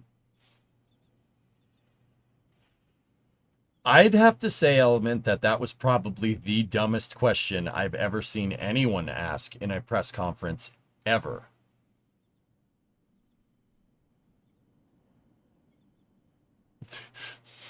You know, reference acknowledged, but also that one time in a press conference about Artemis 1, guys, we were covering an Artemis 1 pre-flight press conference, and they had a hydrogen leak on the carrier umbilical on the SLS core stage. And somebody asked, oh, well, the liquid hydrogen is leaking. If it was leaking, how much, say it was going to fill up a bucket. It was going to drip into a bucket. How much is that going to fill up? Not entirely realizing that if there's a hydrogen leak, that means you have gaseous hydrogen, not liquid hydrogen. If hydrogen leaks out of a hydrogen system like that, it's going to evaporate immediately. Hydrogen only exists as a liquid at like 5 or 6 Kelvin, which means the second you go a little bit higher than 5 or 6 kelvins, you get to 10 Kelvin, gas. So, hey, how does this gas drip into this bucket? That was, like I said, that was probably the dumbest question I've ever heard anybody ask in any NASA press conference I've ever covered. I'm just like, you just asked how gas is going to drip into a bucket. Okay.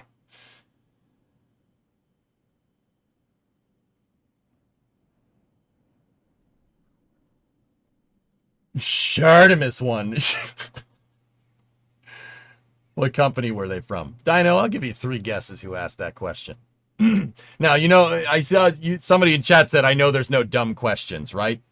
That wasn't a question because you're curious about science. That was a question to write an article about how SLS leaks and parry that into an ideology of why SLS couldn't exist, and it written as a news article, reported as a news article, but actually an opinion piece. I ain't saying nothing. It was a gotcha question, which pissed me off. I don't like questions like that. Last boss. What's up? Soyuz is the Hilux of rockets. That makes Starship the Ford Focus.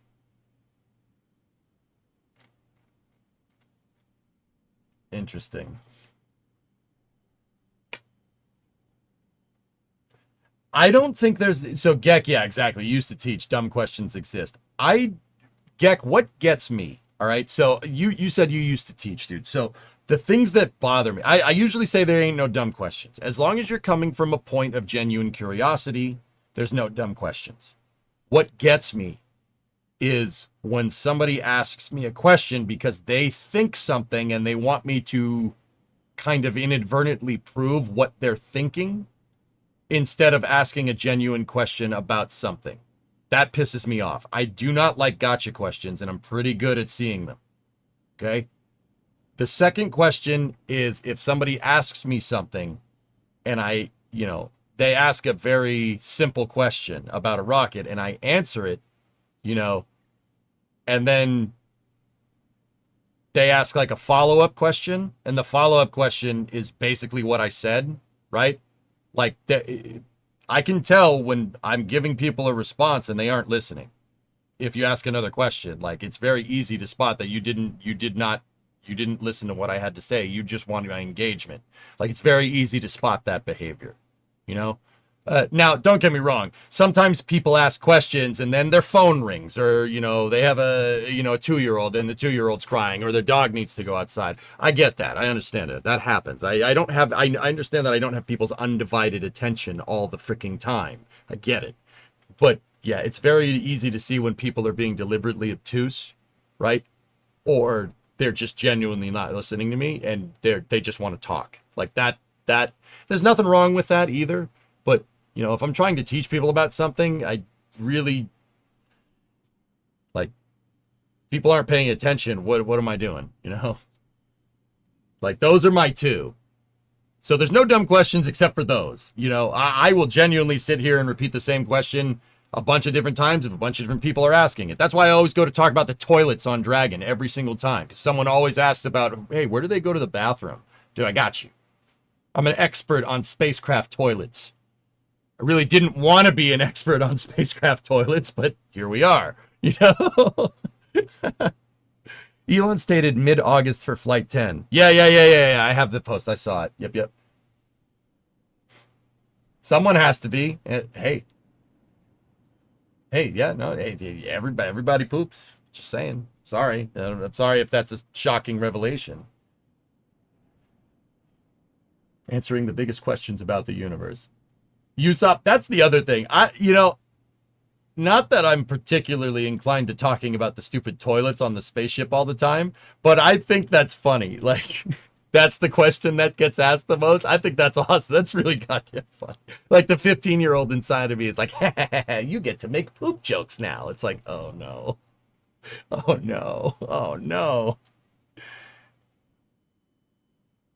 You get to make poop jokes. Good for you. I guess that makes you an expert crap talker. Well, I am on the internet, guys. Isn't that kind of par for the course? You're supposed to crap talk? Like, that's... Am I doing it wrong?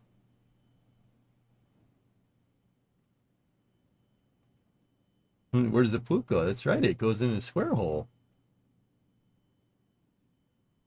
Your inner Beavis and Butthead. Yeah. Hey, Chad, I see you like spaceships. I like spaceships too. Settle down, Beavis. Nachos. He said he needs TP for his bunghole. What the heck is a bunghole? All right. All right, let's not go full Mike Judge here, okay? Only a little bit. Never go full Mike Judge, okay? Actually, if you were gonna go full anybody, he'd probably be the guy. Now that I'm thinking about it, I retract my previous statement. You can go full Mike Judge in here. That's okay.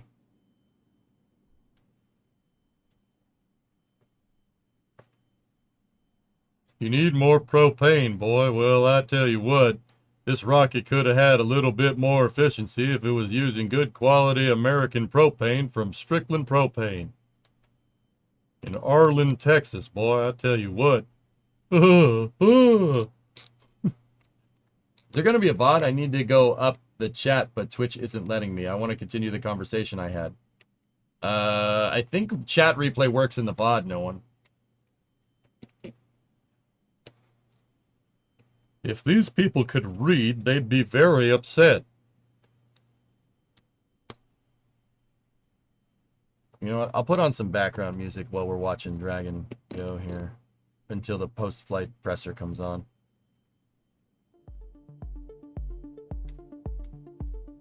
Oh, Sawyer got back to me. Yeah, she says it sure will be asked. Didn't get to see exactly what it did, though.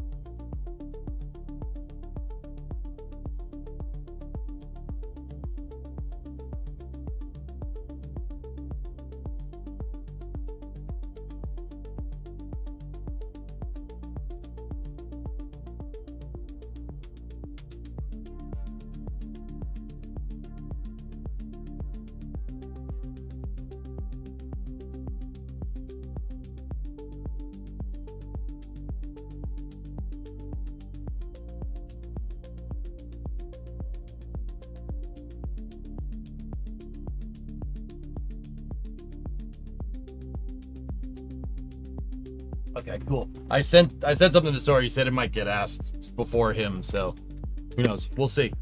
Sawyer is one of my buddies that works at NASA Spaceflight, and they'll be at the post-flight press conference here, which should be happening very soon. Right now, we have kind of a live shot of where Dragon and the ISS is. There's your mission elapsed time up there. See, you can see that Dragon has increased in altitude here. Its initial insertion was like 213, give or take. And it did its phasing burn. Now it's up at 244. But here's the thing. Remember, guys, I told you, as you go higher in altitude in space, your speed goes down. What was our staging velocity? Staging velocity here when they separated Dragon was 27,009. Right? Or about 17,499 miles an hour. Somewhere around there. Right? See, it's gone down as the altitude goes up. That's telling me that Dragon has completed its phasing burn, meaning its orbit is slightly egg-shaped. It's not a perfect circle.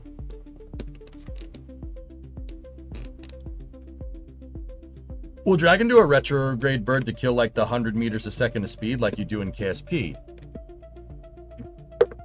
Block, it will do that, but the thing about the ISS is that the ISS has those big honking solar panels, and what you generally don't want to do is outgas with the vehicle a lot near the ISS at all. You don't want to do that. In fact, the reason why the ISS's solar panels are like way out on the sides is because when the shuttle was coming into dock, they were worried about the shuttle's vernier thrusters shooting gas into the solar panels and having the solar panels weeble wobble around like a gigantic sail, right? Because outgas from the engine hitting the solar panel, which is basically of the consistency of like a tarp, right? Because up there, the solar panels don't need they don't need to be inside of a metal box or like a metal case like they are down here. They can just float around, right? There's no perturbing forces up there, right? So the solar panels are on the far outside. Now, don't get me wrong, your differential velocity when you get near the space station, they still basically hit the brakes. They do a retro. Well, actually, they do a posigrade burn when they get out in front of the ISS, right? But the meters a second, so the impulse on that burn to circularize, to start doing RPOD operations, so rendezvous proximity operations and docking, to do our RPOD stuff is a very, very, very low thing. Like the differential meters a second here is like less than a meter a second. They really dial it in for efficiency. And also, they don't want the spacecraft outgassing near the space station. Like, they don't want it outgassing near the space station too much because you blow it in. It'll eventually, like, one thruster is eventually going to line up and it'll blow an exhaust plume into the solar panels. And you don't want that. The whole station will rock back and forth like a sailboat. That's no good. You don't want that. That's why they, like, when Starliner went up to the station, for instance, right? When it got close, the thrusters started going all over the place and they were like, stop. And Butch and Sonny took manual control of the vehicle because they had to get the thrusters to stop doing that. And that's why Starliner kind of drifted away for a second, because they shut the thrusters off because it wasn't able to station keep because they weren't sure. You do not want a lot of outgassing near the station that can damage it. Because, I mean, the other thing you got to think about is that the plume coming out is, could potentially be unburnt hypergalls. Unburnt hypergalls are extremely corrosive, even the gas. And the gas is basically getting shot at the space station. You want to try to minimize that as much as possible.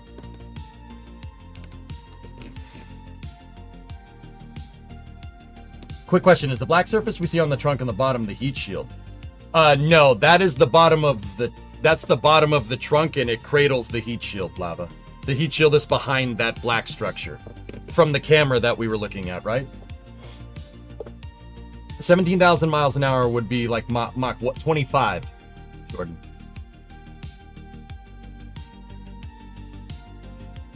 What's that, Baron? Oh, nice. Yeah, I saw that post yesterday. Yep. AKA, see when the Hubble had its panels replaced because the shuttle blew them away. Bingo. Gotta be careful about that stuff. That's something Kerbal won't teach you.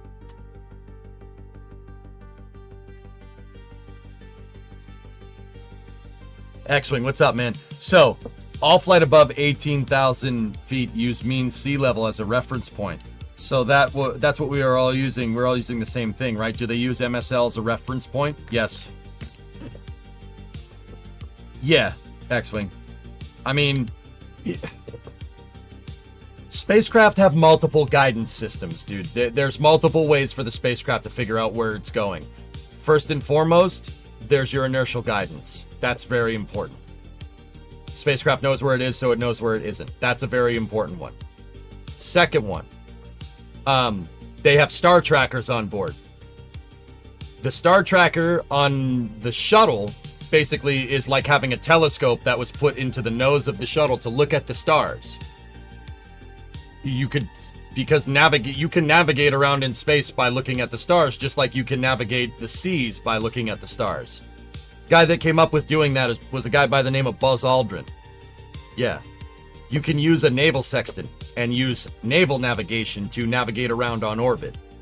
Buzz Aldrin used a sextant and a grease pen writing numbers out on the windshield of a Gemini capsule to get two Geminis to rendezvous together. Pretty cool, huh? No computer. Guy did it on a slide rule with a sextant in space in the 60s. It's pretty rad. So you have a star tracker, right? You have the star tracker, you have the inertial guidance system, right? And sometimes you'd have a radar altimeter for MSL, right? But the inertial guidance should give you what you're looking for in MSL via an extrapolation from your position, from your IMUs. Hey, baby. Hi. I'm good. How are you? I'm good. They went into space? Yeah, Thank that's where they are right now. Yeah, scrubbing tomorrow would have been not good. No, I was like, at 10:30, I had to go do something else, or 11:30. 11:30, I had to go do something else, and so I was like, no, I'm not gonna know. And then I saw them in space, and I was like, okay, it's cool. Yep, we got a post-flight press conference happening soon. Woohoo! And then Starship's doing its thing. That's gonna static fire today, and we're not sure if that's gonna happen during the flame trench and stuff, and that's fun. And Adrian also finished the post notes for me, so I don't need to worry about that. Oh, awesome! That was nice of him to do. I didn't know he was gonna do that, but yeah. I added all the things that we wanted to talk about to the Flame Trench docs, guys. The Flame Trench is a show that a podcast that I'm on the NASA Spaceflight channel on YouTube. It's restreamed here on Twitch on this stream, but it's a podcast that I have with a couple of my buddies from NSF, Jack and Sawyer, and we it's Mr. Rogers, and we talk about spaceflight, which is pretty cool. Yeah. And then we have Road America, EJ Le Mans tomorrow. Yep. Do you think you'll have a break between Flame Trench and racing? Yeah, most likely. Okay, cool. My friend is coming out. Cool. Wait, you have friends? I know, it's weird, isn't it? We might go to lunch. I don't know. I'm gonna see when she gets here. Yeah. I love you and I care about you. Yeah, likewise. Can you turn off the mic so I can tell you something really stupid? Uh-oh, I'm in trouble. No, it's not. It's nothing you did. I'll be right back. 1 second.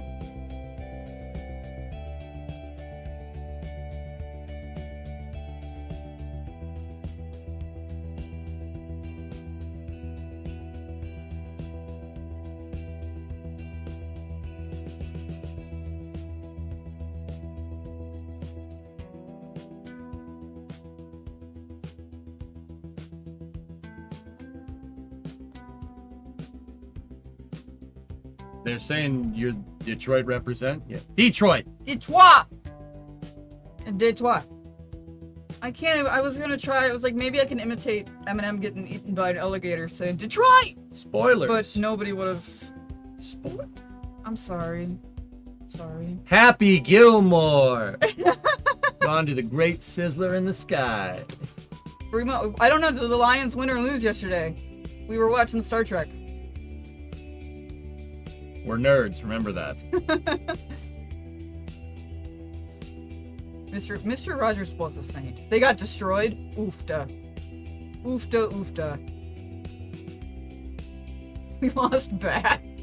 Were they playing their first string? Like, I know it was preseason, so was it just like... A butt fumble in the HOF game wasn't on my bingo. Oof. Butt fumbles? I love butt fumbles. Those are hilarious. 34-7. Rip? Yeah, but it's preseason. Who cares? It was just the backups. Okay, see, so I don't care. The opening has me wondering what I was watching. Dude, that opening was great. It was great. That's all I'm gonna say. On Detroit's first kickoff return. So once again, guys, we're at mission elapsed time 1 hour and 11 minutes. We should be coming up on the post-flight press conference here. Live hearing on DCA collision. Oh, dude, I'm not doing that here. We're not talking about that. Okay. That's the Black Hawk that hit the plane in Washington D.C. Oh, no, you don't need. I don't want to talk about that here. No, there's another hearing coming up soon. It sounds like, so you can talk about that one. Yep. All right. If we go to lunch, I'll let you know where. You let me know if you want something to eat. I'm not hungry. I'm good. All right. Guys, I went to Dunkin' without Bree this morning, and she was pissed because I thought she was asleep. I was pretty pissed. That's on me. I was pretty pissed. My bad. So I already ate. I'm good. Yeah, that's... Dick move acknowledged. Okay? My fault. I thought you were asleep. I'm going to get up early for this dang thing, lady. What? Oh, I'm in trouble now. What the heck were you thinking? Yeah, you didn't even get Chad a donut. Why would I get you a donut? You're not my wife. How was Strange? It was good, Fluffy. Yeah, don't... I will tell chat, I know there have been a million Star Treks since the original Star Trek, and Next Gen and original Star Trek have really, and maybe DS9 have really been the only ones worth watching. Strange New Worlds is worth watching. It's good Trek, guys. Yeah. I did not like Discovery. I didn't like much of the new Star Treks. Strange New Worlds is it's good. It's worth watching. Yeah. It's good. It's very well written. It's good classic Star Trek, you know, with that STEM stuff kind of sprinkled on top of it, you know, like exploration and stuff. It's good. It's good. It's good. Trust me. And I wouldn't endorse a new Star Trek unless I was absolutely sure, because most of it has been caca. We have not watched Lower Decks, but I've wondered about it. Hey, Car Toys, 115-month resub. That's why they're canceling after season 5. No, they had a 5-season. They have a 5-season story to tell. Eventually, Kirk has to take over. Like, you can't just. It's on a 5-year mission. Yeah. Silly chat. Everything seems to be okay, Nader. They told them to keep their suits on for a little bit longer after engine cutoff. The second stage did chug a little bit when it shut down. There was a little something was a little funky with the second stage shut off. I know it was a little funky because usually when the second stage shuts off, we see a little bit of weeble wobble with the nozzle, and that's about it. There was weeble wobble on the nozzle, and the whole camera that's stabilized, might I add, was shaking around. Like, it was not. Yeah, that was not right. I'm pretty sure that was a little bit off nominal, but it wasn't exactly what. I don't think it was exactly a problem. Like, it was just. Weeble wobble on the nozzle sounds like something you could auto-tune and make into a song. Yeah. So I encourage chat to do that. How much does Brimo know of rockets? I married him, so more than I ever wanted to. A lot more through osmosis. Alright.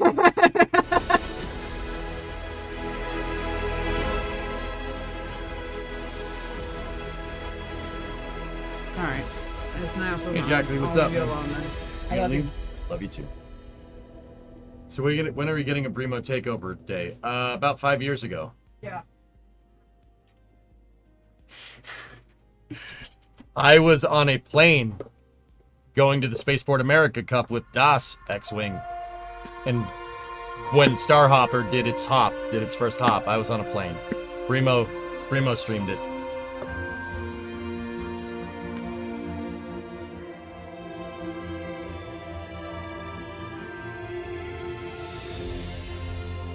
No, Hellfish, but that, yeah, I mean, I heard that. I haven't read into it hard. Did she play, yeah, she played KSP during that stream. Best intro ever. I feel the liftoff. The clock has started. Roger, 0G, and I feel fine.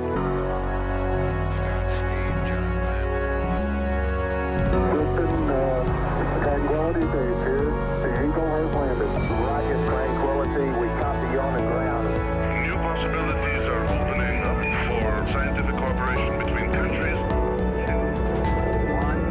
Liftoff, America's first space shuttle. Liftoff, America's return to space as Discovery clears the tower.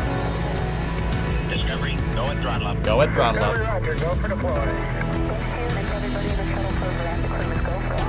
Hothead, nice to be in orbit. We have followed in their footsteps to get us where we are today.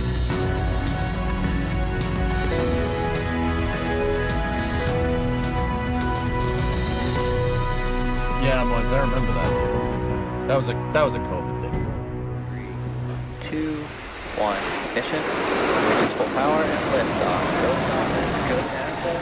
Go Crew 11. Together we rise as NASA's SpaceX Crew 11 heads up to the International Space Station. Vehicle is pitching downrange. 1.7 million pounds Stage of 1 thrust. propulsion is nominal. Propelling Falcon 9 as the vehicle pitching downrange and making its way up the East Coast, and will soon join Expedition 73 aboard the orbiting laboratory. All right. These pressers are usually packed with Good info, afternoon, so listen and welcome up. I'm to going to NASA's shut up for a Kennedy little Space bit. Center in Florida. I'm Antonia Jaramillo, and you are watching the post-launch news conference for NASA's and SpaceX's Crew 11 mission. At 11:43 a.m. Eastern Time today, Crew 11 launched aboard SpaceX's Crew Dragon and Falcon 9 rocket from Launch Complex 39A. Crew 11 is now on their way to the International Space Station, and joining us in the room to speak with us about this mission and the next steps are Ken Bowersox, Associate Administrator for NASA Space Operation Missions Directorate, Steve Stitch, Manager for NASA's Commercial Crew Program, Steve-O, Dana Weigel, Manager for NASA's International Space Station Program, Dana, Kazuyoshi Kawasaki, Associate Director General at the Space Exploration Center at JAXA, Ohio. And Sarah Walker, Director with Dragon Mission Management at SpaceX. What's up, Sarah? This group of experts will be taking questions here in the room and also over the phone. But before we jump to the question and answer portion, each of our panelists have some opening remarks, and we'll begin with Ken. Thanks, Tony. Hey, welcome everybody. What a great launch today. I'm glad we got to see it together. Yesterday we were really close. We had some clouds come in at the last minute. Today we had some more clouds building as we got close to launch time. I think it was a great reminder that we don't control everything in the space business. And that sometimes good fortune helps a lot and timing just works out so that you can launch your mission. But that wouldn't happen without excellence on the part of the teams that make it possible.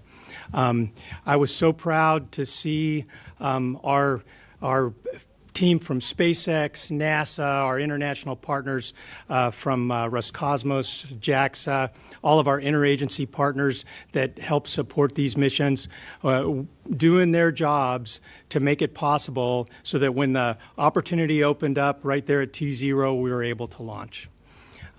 Now we've got an international crew headed to the International Space Station. 10, 12 hours from now, they'll be docking with the station. They'll join the crew that's on orbit. They'll hand over. They'll learn as much as they can about the station from that crew. And then we'll switch our emphasis to bringing home Crew 10 sometime, we hope, next week if weather and hardware cooperate. And now I'd like to turn the microphone over to Steve Stitch to share a little bit more from the Commercial Crew Program. Yeah, thanks, Ken, and thank all of you for your support and interest in the Crew 11 mission. I would say I got reacquainted with Florida weather in the afternoons from my time in the Space Shuttle program where we would try to launch in the afternoons. And it was a pretty challenging couple of days. As Ken said, we got a little unlucky yesterday. We had one cloud that formed over the SLF yesterday, moved toward the pad, started on the coast near Pad B, and then took us out of the count yesterday at the very last minute. And then today, again, we reviewed the weather after the scrub yesterday and decided we would give today a shot. We knew we would have some challenges with launch weather. The abort weather today was within limits. Originally, the forecast a few days ago was not good for today, but winds were within acceptable limits in the staging region and up the coast. We watched a few thunderstorms roll through the staging area, but then those passed through and it was all clear. And then the focus was launch weather. And we really got very lucky today, I would say, to have, I was just looking at a shot on my phone, a view from Falcon 9 looking down, and you could see the launch pad was kind of in a little, it was almost like a horseshoe of clouds, and the launch pad was in the center of that horseshoe. Of course, our weather rules are set up to avoid triggered lightning, and so we followed our weather rules, and the range weather officer and our weather team did a phenomenal job of watching the weather down to the last minute, and we got off just on time. Falcon 9 performed great all the way uphill. No issues really with Falcon 9 on the first or second stage. Dragon was inserted into the nominal orbit. We got the nose cone open on Dragon. We did the checkout of the forward bulkhead Dracos. We've already executed one of the phasing maneuvers for the mission just about 30 minutes ago. There's another phasing maneuver coming up this afternoon at about 3:30 Eastern. This is a real short phasing case is what we would call it, and so we have quite a few burns today. The docking time is the same as yesterday. Yesterday was what we would call a longer phasing case. This particular journey is about 15 hours from launch to dock. The crew's doing well. You could see they were very excited on the way uphill, and they're doing well on orbit. They'll get some time off before we start the final rendezvous sequence, and that'll start tomorrow morning at about 1:24 a.m. Eastern with the first big burn to come inside the ellipsoid for station. That's called the approach initiation burn. And then we plan to dock at about 3 a.m. Eastern, so we're really looking forward to getting the crew to station. And then once we get safely docked, we'll turn our attention to bringing Crew 10 home, and the earliest undock opportunity would be about the 6th of August. So again, lots of fun with weather over the last few days. Next Wednesday. We lucked out a little bit and found a good opportunity to launch today.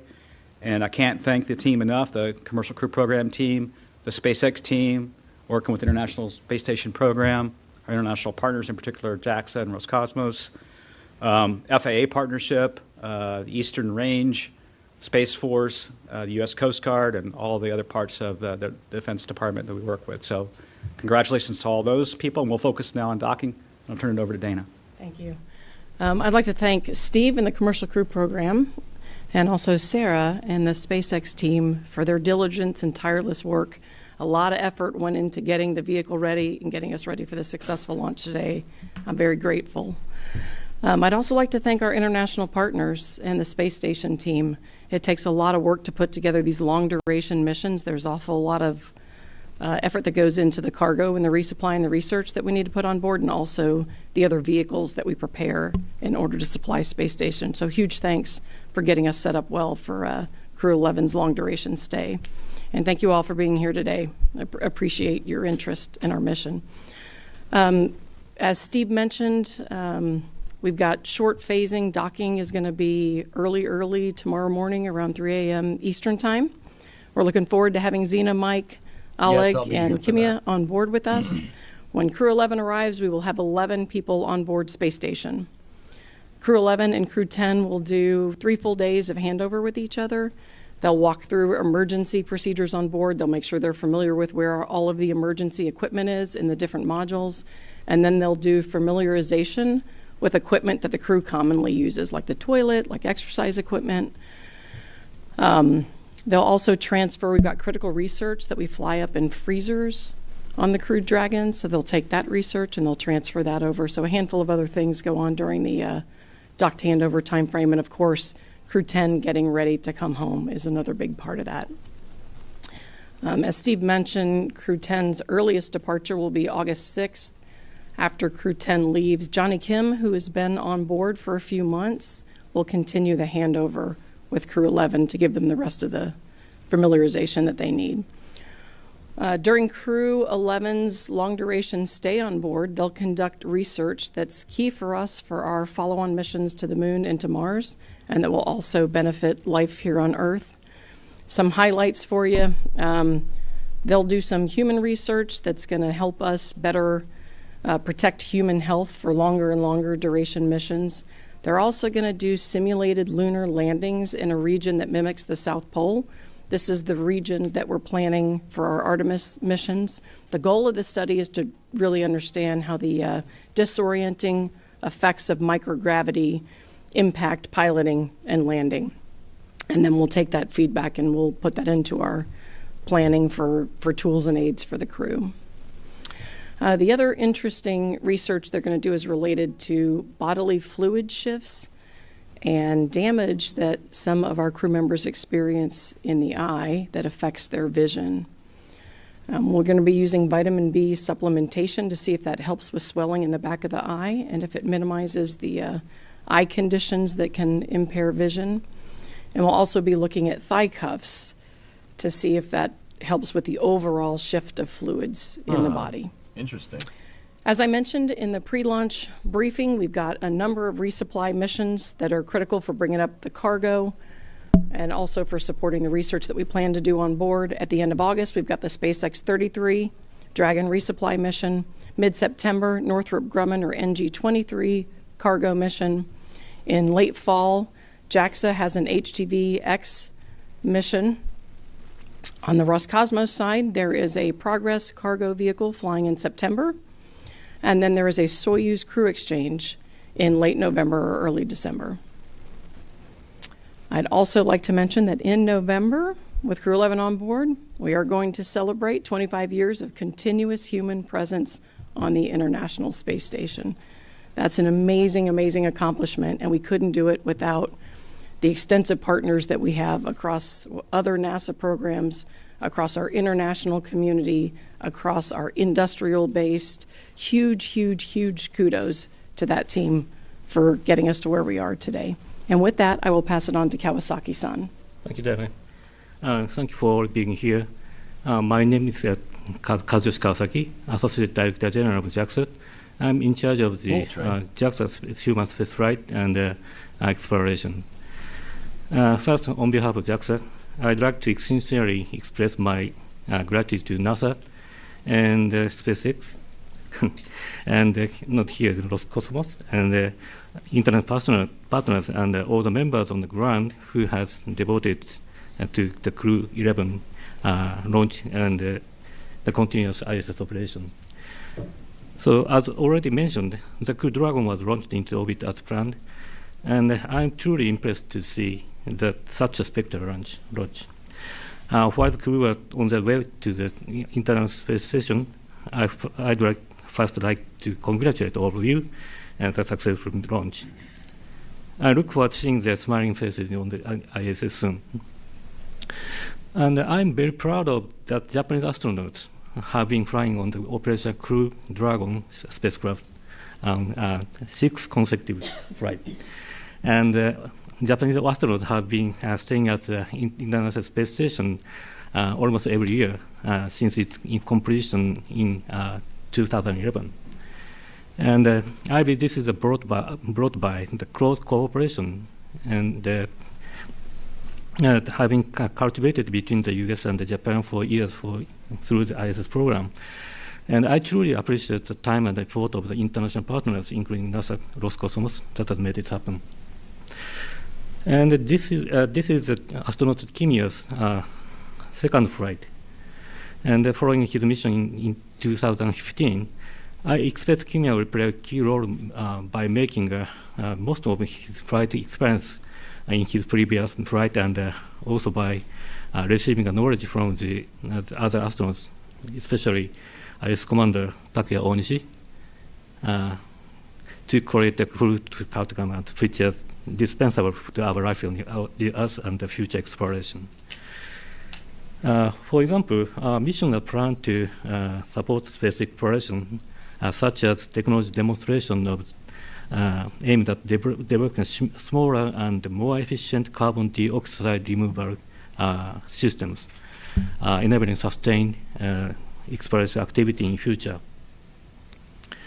In addition, we'll continue to pursue the scientific achievement and promote the expansion of the commercial use, so that there will be no gap between ISS and the post-ISS era.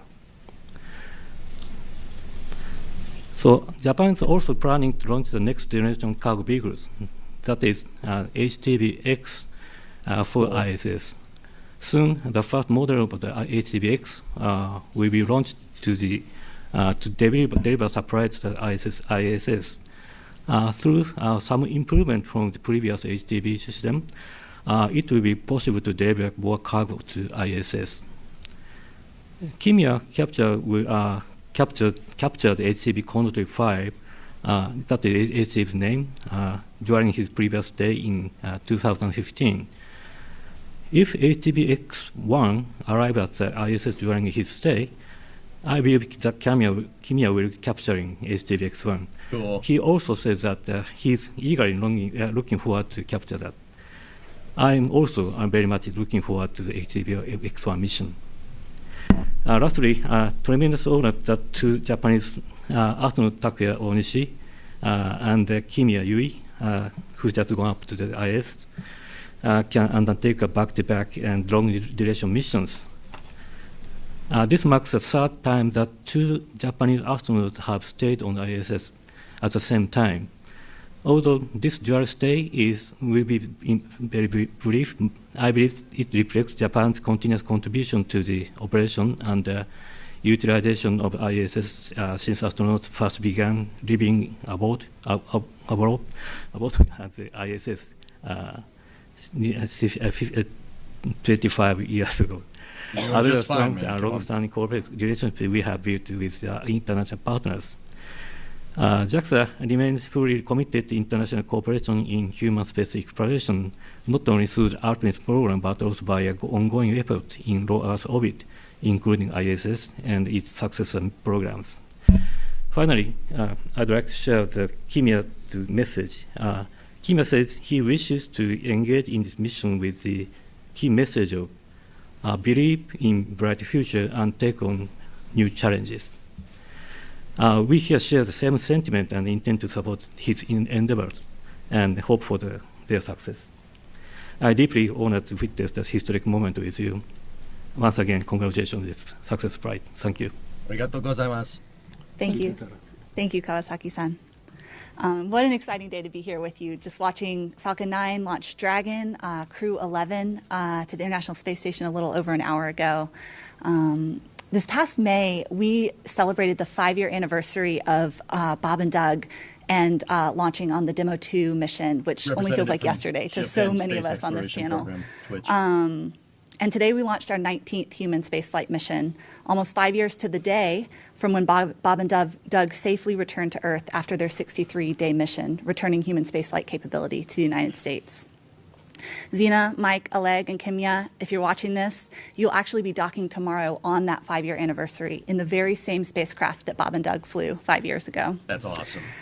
That's really while we're cool. on while we're on fun facts about this Dragon spacecraft, it's also a spacecraft that holds the record for the most time in orbit by any American spacecraft, both the single mission record, which is 235 days, that was Crew 8, and the cumulative record, which is 700 days and counting. I think after this mission, it will be nearing 1,000 days. Dude.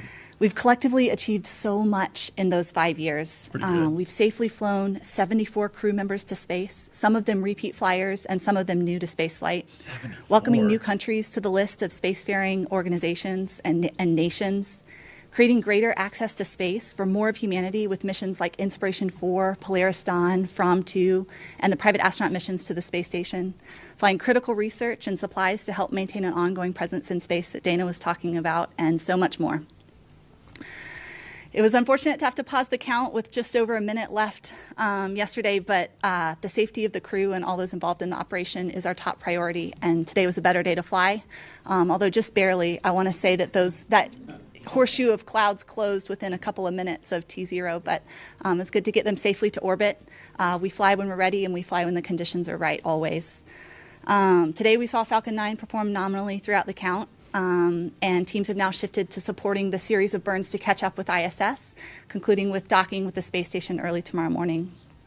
Then next week, we will return Crew 10 to Earth, which has been on board the last several months conducting critical science and technology that will soon be continued by their Crew 11 teammates.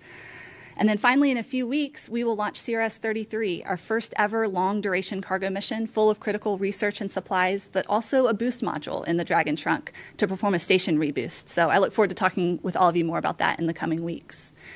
It will also be Dragon's 50th flight to ISS, so a good round number to end 2025, if you ask me. It remains an honor every time, for me personally, but on behalf of everyone at SpaceX, to launch missions like these, to not only help all of us to continue to reach beyond the stars, but to inspire generations of astronauts, engineers, and more in the future. So thank you to Crew 11 and all the crews that have gone before for making that your life's work. And huge thank you to all the teams here on the ground as well, JAXA, Roscosmos, NASA, the 45th for your partnerships as we prepared once again for a mission together. Go Crew 11 and Godspeed on your mission. Thank you all. We're now going to open up the floor to questions to media in the room and over the phone. As a reminder for those joining over the phone, you may press *1 to ask a question. But let's start off first here in the room. We'll go to Marcia Dunn right over there. Hi, Marcia Dunn, AP. For Ken and maybe Sarah as well, 19 successful human space flights for SpaceX. But Starliner showed that that's not always the case, and more people are urging NASA to try to come up with a rescue plan, an independent spacecraft, or some kind of joint effort in case things go wrong and there's not a space station safe haven or some other thing. Is NASA giving any consideration to that, and maybe SpaceX has got something in the works too? I don't know. No one's saying that. So the topic of crew rescue is something that we do think about. We always like to have a backup plan, but when it comes to being able to rescue every single crew on every single mission, having a backup plan like that would be, number one, expensive, and two, risky, right? You'd have to have a vehicle ready to go somewhere in a hangar. You'd have to be able to roll it out pretty quickly, get it launched into just the right orbit, and that could be highly risky in itself. But Something that we've had a chance to talk about with our partners from Roscosmos is the potential for maybe someday being able to rescue each other's crews or providing support. I know on my mission to the International Space Station, I came home Probably in a not Russian fluffy. spacecraft, and that wasn't really planned. We were able to do that because we had a strong partner that had a vehicle there to bring me home and the rest of my crew when the shuttles were not in the best situation to do that. Apollo-Soyuz, that mission 50 years ago happened largely so we could demonstrate the capability to meet up in orbit and potentially someday do a crew rescue. So I would love to see those kind of discussions continue. And then if we got in a situation where a spacecraft from any of the countries that fly in space now happens to have a problem and one of the other people that has that capability have a spacecraft available, they would be able to help each other. I think that's the kind of the first step, is just to have that capability to be able to come up and assist each other. Yeah, nothing to add. I just want to say we stand in solidarity with all the companies, not just Boeing, but every company that's daring to do this hard thing, right, of making space accessible to many. And so that's an important work, and we want to live and work in a world where there are many companies, many nations that have access to space. So we're rooting for our friends over there and any other companies that try to do this hard thing alongside us. Thanks. We'll go to Irene Klotz with Aviation Week. Okay. Come on, Irene. Thanks. Irene Klotz with Bring us back Aviation in. Week for Ken. Speaking of backup plans, in 2 months, if there is not a fiscal 26 budget for NASA, is the agency planning to do what it traditionally does and with a continuing resolution continue your existing funding levels, or do you have some contingencies since there is such a big difference between what the administration is proposing and what Congress in its early steps have pro-offered? Swing and a miss. So first, thanks for helping me with my opening remarks and giving me some ideas in the parking lot on the way in. But second, yeah, we have a big range between the president's budget request and what we see in markups from the House and the Senate. What we'll be doing over the next couple months is working with our representatives both on the Hill and over in the executive branch to see if we can get some guidance on where we'll fall in that spectrum, right? The best thing is when we get alignment between the executive branch and the legislative branch. That's the easiest thing for us because we have one plan to work from. This is a press conference for Crew 11, specifically talking about the uphill ride with Crew 11, and that question had nothing to do with any of that. Have uncertainty about exactly how much you have available in the way of resources. And then our program managers, they can tell you they're having to think about what they might do at the lower levels and what they might do at the upper levels. And we're sort of looking at the full range, kind of aiming in the middle to make sure that we're ready when we get to the beginning of the fiscal year. Thank you, Ken. We'll go to Manuel Masanti right here. Thank you. Manuel Masanti from Exploración Espacial. Question for Dana. You mentioned some of the activities that the crew is going to perform after docking. I wonder if there's any EVA scheduled for them during their stay? That's a great question. We do have an EVA we'd like to do. So we've got a little bit of work to do outside to cross-tie some of our power systems together. This is what I'd call get-ahead work that puts us in a good configuration for station's end of life. Helps with redundancy. It will really depend on where these visiting vehicles fall. So I may have windows in between some of these cargo resupply vehicles, but if those flights shift, it'll cause a problem. So the goal is to be able to fit in a spacewalk between now and the end of the year. I'm not exactly sure where those slots will really be. Thank you. See Will Robinson-Smith right here.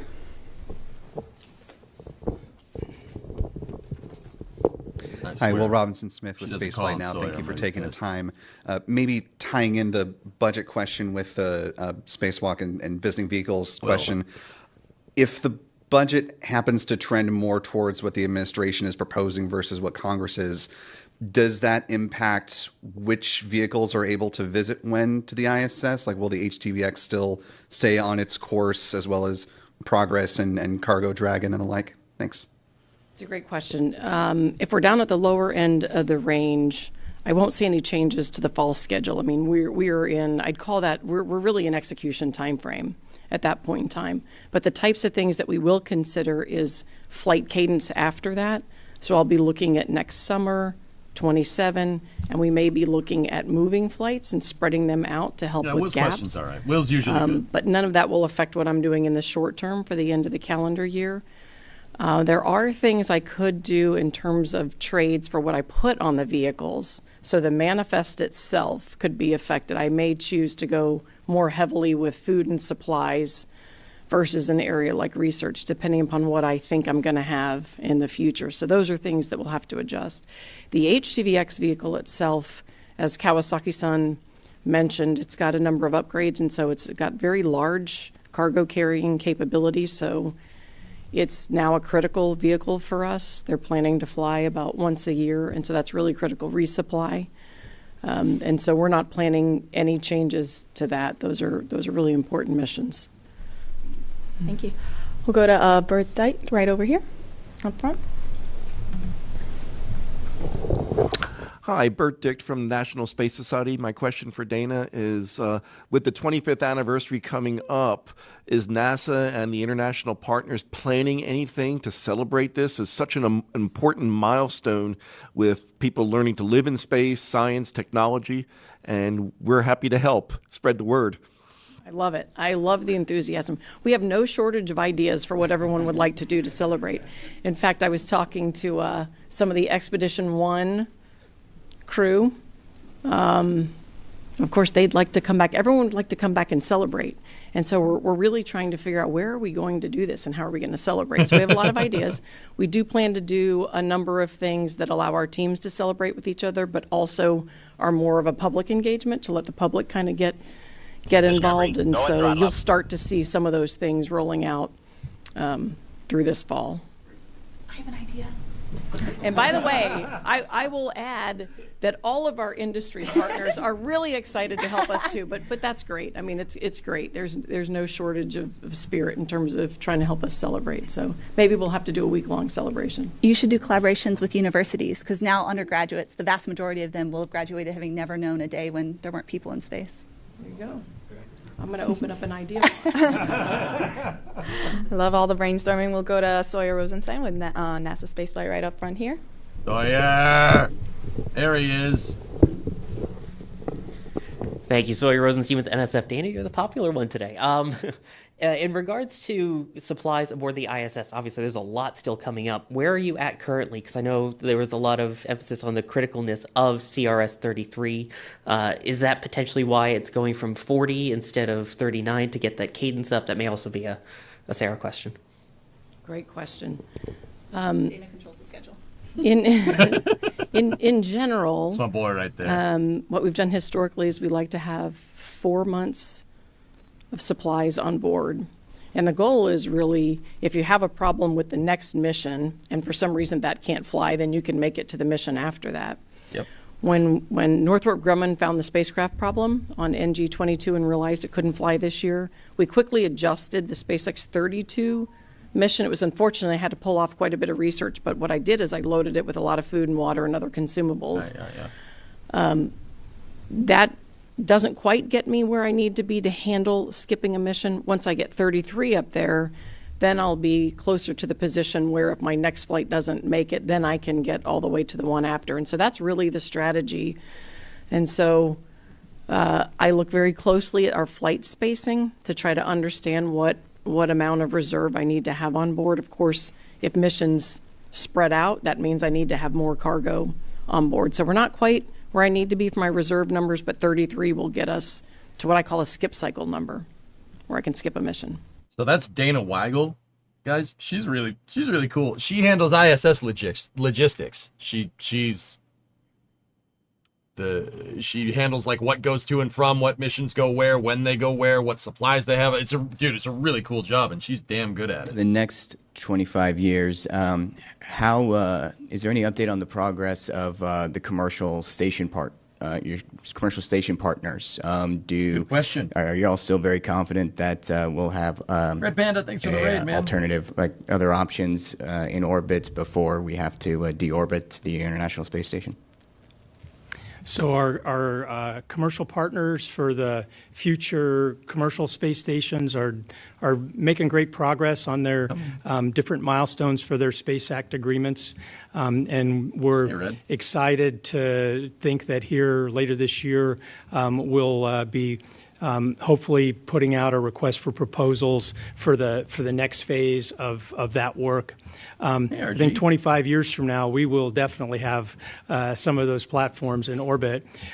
Whether we'll have them available right at the end of ISS remains to be seen. I mean, the amount of time we have available to where we're planning to deorbit ISS is pretty tight for actually getting the hardware done and launching it. But there's still a lot that can change between now and then. And as I said, our partners are making great progress. So our goal is to not have a gap between our current station and the platforms that come next. One piece, Udava. Thank you. We'll go back to Will Robinson Smith. Phones. Maybe you got to do the phones. Hi, thanks for allowing a second question. Realize Roscosmos wasn't able to be here given the slip in the launch date, but so maybe to Ken. Can you talk about what Roscosmos is doing as far as helping to deorbit the station coming up in 2030? Obviously, SpaceX is developing that U.S. deorbit vehicle, but how is that working with that agency and making this happen? Thanks. Well, so Space Station was meant to be operated jointly. It requires the work of all the partners. Russia and America especially have to be able to cooperate for the deorbit. And the Space Station team, Dana may want to jump in and share some more details on this, is working together to come up with that final plan where we use Russian elements and American elements, particularly the USDV, together to lower the risk to people on the surface as we bring the International Space Station back down into the water out in the ocean. Yeah, I'll just add the U.S. deorbit vehicle is actually designed to do the very last series of burns. And so it takes about 2 to 2.5 years to get Space Station all the way down to that point. Some of that is just drifting down naturally. We may also actively come down. The Russian segment is primed for doing all of that. So all of the attitude control, debris avoidance, anything we do actively lowering is from the Russian segment. Once we get down to the point of actually deorbiting, our current plan is to have the Russian segment do attitude control and the USDV do the actual thrusting and boost.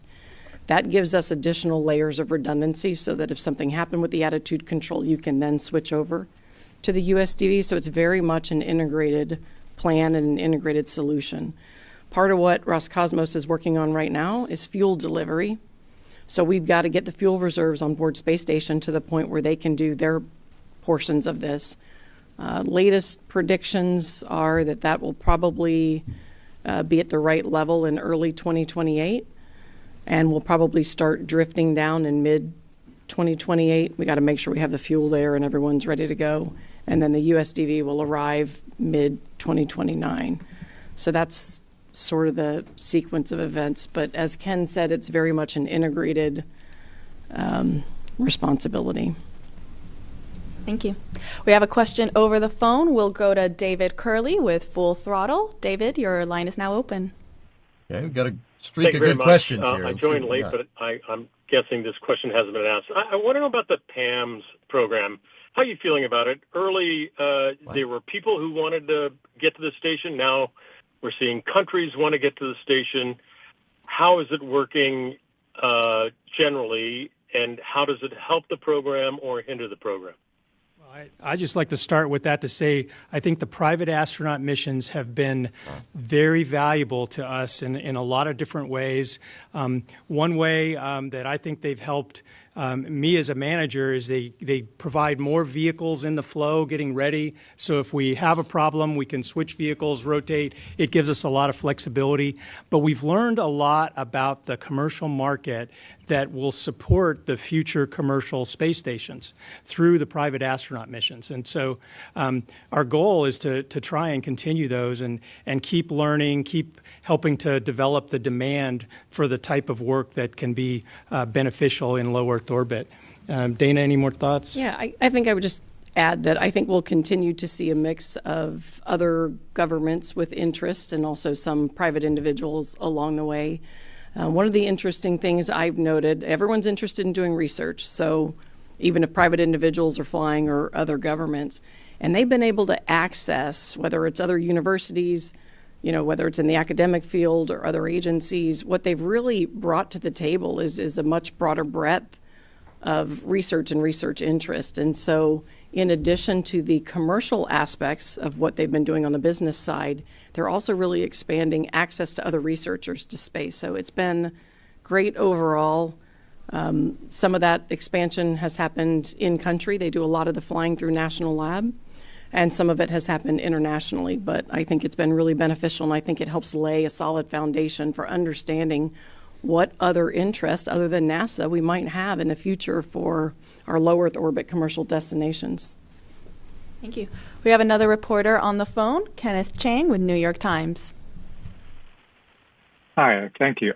This is for Ken Bowersock. I was just wondering, could you tell us anything about what Administrator Duffy and Director General Bacanoff discussed yesterday? Thank you.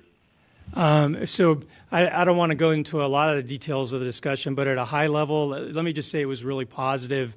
The two of them, I thought, had a great connection, and I think they started the very beginning of what can be a good relationship.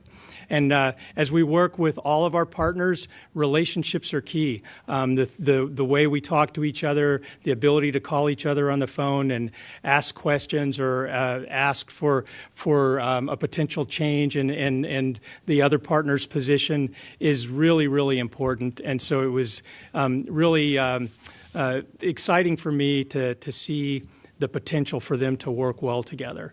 In a few more specifics, they talked a little bit about how it would be good if we could support each other in the future with the capability and standards to be able to rescue each other's crews, to be in a position to do that in the future someday, and related that back to Apollo-Soyuz. And they talked about the things that we might be able to do in the future together if the situation allows us to continue that type of effort. So that question was in regards to Dmitry Bacanoff, who's the guy that runs Roscosmos. There have been prior heads of Roscosmos that have been, I'm going to say, and I don't use this lightly, douchebags. Yeah, Bacanoff's actually pretty cool. That guy, he's a young dude. He's a younger dude. He's 39. That's what I was looking up. The guy's 39, and he likes, that guy's a space nutcase, so that's kind of cool. Take with that information what you will. Irene Klotz, right here up front. Thank you. My question's for Mr. Kawasaki with JAXA. How much did JAXA pay to develop the HTV-X, and are there missions for it beyond the remaining years of the ISS? Yes, firstly, I do not know, I'm not sure about the amount of money, budget for the HTV-X development, but I did in Japanese yen, maybe 2 billion yen, maybe. Let me check it later, and I'll tell you later. And we are going to provide at least 5 HTV-X for the continuous operation of the ISS until the 2030. And after that, we are going to use that HTV-X to the commercial space station to supply that. We'll go to Marcia Dunn.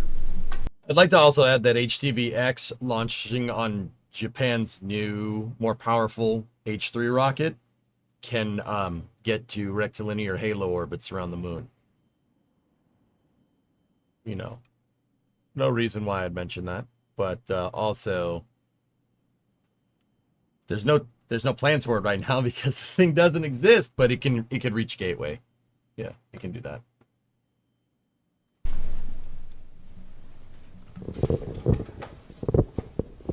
Hi, for Dana. You were talking about the timeline for the last few years of the space station. If you get the deorbit vehicle in 29, how long will crews stay on board? And would you reduce the size from 7 to 6 to 3? I mean, what's the thinking on how you'll handle that in the last months or so? It's a great question. The goal would be to leave the crew on board as long as we can. One of the big risks we carry on space station is failure of boxes and components, whether inside or external. In order for the USDV to operate properly and the Russian segment, the U.S. segment has to provide power, cooling, so we have these critical infrastructure functions that we have to provide to both sides. And so in order to keep that functional, I've got to keep the systems, the critical systems, healthy. And it requires crew to do that, whether it's going out to do a spacewalk. We have a number of critical systems outside that would require a spacewalk. So the goal is to leave the crew there as long as possible. We've talked a little bit about 3 versus 4. I wouldn't go below 3 just because for the spacewalk, you have someone flying the robotic arm and 2 people going out. Ideally, that would stay at 4, is our thinking right now. We've got to make sure that right now we've got a certain certification limit, like for the Dragon vehicle, for how low we go. So we've got a little bit of work to do with SpaceX to kind of look at that to see how low we might go. That last crew, though, will be up there for about a year. So once the U.S. deorbit vehicle arrives, I only have 2 docking ports.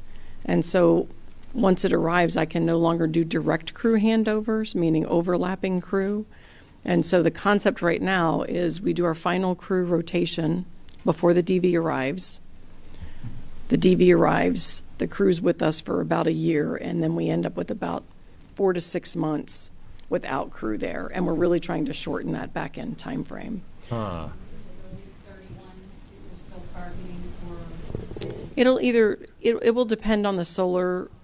It'll really depend on atmospheric conditions, which are driven by what the sun is doing. Yep. So right now there's a range, so it's somewhere at the very end of 2030, or it could be something like January of 2031. You know, that's hard to predict what kind of behavior we'll get with the solar cycle as we're coming down. Cool. Thanks. We have time for one more question. We'll bring it over here to Sawyer with NASA Spaceflight. My guy's got 2 questions today. All right. I appreciate it. We've heard a lot about, AHTV and Cygnus. We haven't heard much about Dream Chaser. Do you have any update on where they're at with reviews and when we might finally see that fly to the station? He went there. They're working really hard. I think everyone really underestimates what it takes to put together a complex spacecraft. I mean, you're watching it right now with Boeing Starliner. You're watching it with Sierra. But if we remind ourselves, it also took... on average, it takes 8 to 10 years for a spacecraft to get ready and fly. Everybody's hopeful they'll be closer to 6, but in reality, there are a lot of complexities, and you want to get it right? I mean, you got to fly when you're ready. They're in final assembly. They're doing a lot of tests, and they're doing what I'd call final certification work. Some of the big key areas that they're focused on is the software certification. You've got to test end-to-end all the different software functions, so that's a big focus area for them. And then they're still working on certification in the prop system. We still have some of our integrated safety reviews to do, and we're in the process with updating both of our schedules to try to understand where does that really put us. And so Sierra's working on that, and so I need to wait and just get information back from them to see where they think some of that work lines out. But we are looking forward to having them flying. They're a berthing vehicle, as you know, so that's helpful for us to have dissimilar capabilities in terms of our ports and our logistics. So we will be ready for them when they're ready to fly. Thank you, Dana. That's all the time we have for today. We want to thank our panelists for answering our questions and for everyone who tuned in to ask questions. Crew 11 is scheduled to dock on station Saturday, August 2nd at approximately 3 a.m. Eastern Time. You can follow along starting at 1 a.m. on nasa.gov/live. Here's a look at the highlights of this historic day. Thank you, and go Crew 11. We are seeing the astronauts that are flying today once again getting suited up. This is a tradition that happens before crew can leave the suit up room. Crew 11 walking the hallway, a good day when a crew ready launches. to do it again. And here they come. Crew 11 walking outside before launch. Well, there's Xena giving a last wave with the window down. Crew 11 on the road to launch pad 39A. Well, there is our commander and our pilot looking up at their rocket. And here comes Mike and Xena, just getting ready to get inside Dragon Endeavor. And here come our mission specialists right behind them, Oleg and Kimia. And there go the seats, articulating upwards, putting the crew in launch position. And the closeout crew closes the hatch to Dragon Endeavor. 3, 2, 1, ignition full power and liftoff. Go Falcon, go NASA, go Crew 11. Together we rise as NASA SpaceX Crew 11 heads up to the International Space Station. Vehicle is pitching downrange. 1.7 million pounds of thrust. Propulsion is nominal. Propelling Falcon 9 as the vehicle pitching downrange and making its way up the East Coast, and will soon join Expedition 73 aboard the orbiting laboratory.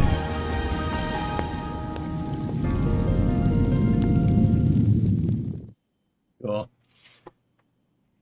Well, it's good stuff, dudes. Good stuff. All right.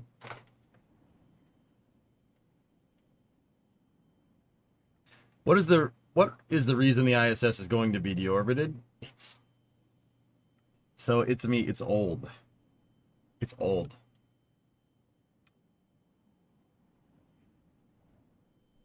Flew through the eye of the horseshoe. I still can't believe that they saw an open spot in the clouds and they went for it, which is pretty crazy.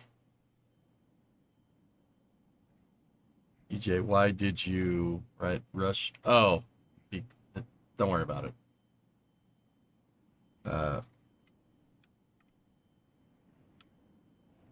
It's old, man. So it's me. Okay, think about it like this. They've had continuous operations on the ISS for 25 years. That's pretty good. But that doesn't mean that the ISS is 25 years old. The ISS modules date back to the Cold War. All of them. Yes, a lot of them were manufactured in the late 90s, early 2000s. Sure. But the designs of those modules are from, so the USOS side, the United States Operational Segment, those modules were designed in the early 80s. Mont Blanc, 10,000 bits. Jeez. Thanks, man.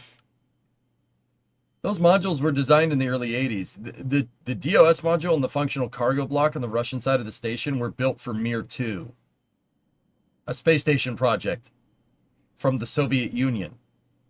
Discovery, go at throttle up. They're old, man. They're old. Time to cut it loose. Replace it. Raised by Panda, 75 months. Thank you, buddy. And Mont Blanc with 10,000 bits. Thank you. Could we get Ship 38 prep with the engines in the next couple of days? Maybe. You should look at some of the photos of this launch. A lot of photographers did amazing. Oh, all right. Cool, cool.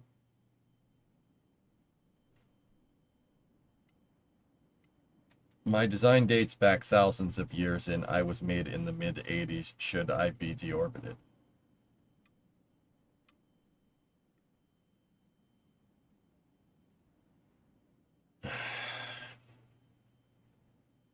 Your design was refined over millions of years of rapid prototyping. I don't think the ISS can say the same, dude. But are they working on a new one? NASA is working with commercial partners for a replacement to the ISS. basically, what does that mean? The commercial partners will launch the space station, commercial partners will operate the space station, and NASA will basically rent time out on the space station. So instead of NASA proverbially building a house in space, they're going to rent a timeshare on the station. And commercial crew will go to it. Now, I do like commercial low Earth orbit destinations. I think that's cool, but I also think it's straight copium to think that NASA can't operate a space station and also go to the moon at the same time. If you introduced something like Skylab to the SLS program, you could easily go to the moon, you could easily operate the space station, you could easily operate commercial crew, and it wouldn't cost as much as ISS operations. The ISS is a very, very complicated piece of equipment because it was assembled. It was assembled with hardware that was engineered in the 80s, built in the 90s, and launched in the 2000s. Okay? With a modern space station, you wouldn't have to worry about that as much. What I would want is SLS to throw a Skylab up there, convert it out of an EUS, and make a new space station that is much more like Skylab. Skylab was a little bit easier to operate. A space station with a purposeful shelf life of maybe 5 to 10 years. 10 years at best. 10 years, launch another one. Simple. And then use Dragon and Starliner and Dream Chaser to get to it. That, coupled with commercial segments on the station and commercial low Earth orbit destinations, will put redundancy into your commercial low Earth orbit economy that NASA is trying to grow. But that's just my personal opinion. Big Orange Tank Station? Yeah, man. Well, that's just like your opinion, man. You forgot Susie. I will be very surprised if that vehicle actually gets made, John. But it is a cool design, and I hope it does fly. What about throwing up a bare-bones Starship and using that as a space station? I think SpaceX is going to... Okay, Dino, I can't prove it. I think SpaceX is going to bid on commercial low Earth orbit destinations doing just that. Making essentially a reusable Skylab. I absolutely think that that's what they're going to do. In fact, I don't know what the state of the Polaris program is right now, but that was my theory on what I think Polaris 2 is. Sending a Starship up there with nobody on board, and then having a Dragon capsule launch and dock to the side of Starship. That's what I thought Polaris 2 was going to be, but who knows what happens. It's going to happen at this point. Tank Farm is venting. I see it.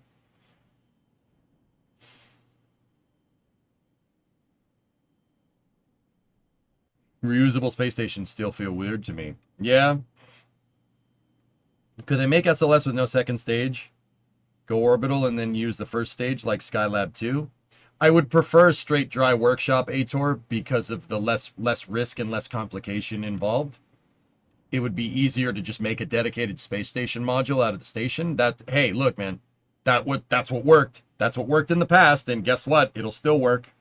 Von Braun was pretty damn good at this stuff. That was a pretty good design. A dry workshop like that, just made out of a converted stage, I think would be just fine. In fact, if I had my way, it probably would be a SLS LOX tank with a service module attached to the back. So don't necessarily use the EUS, right? I mean, you could use the EUS. That could work. That is a pretty big pressure. The hydrogen tank is a pretty big pressurized volume.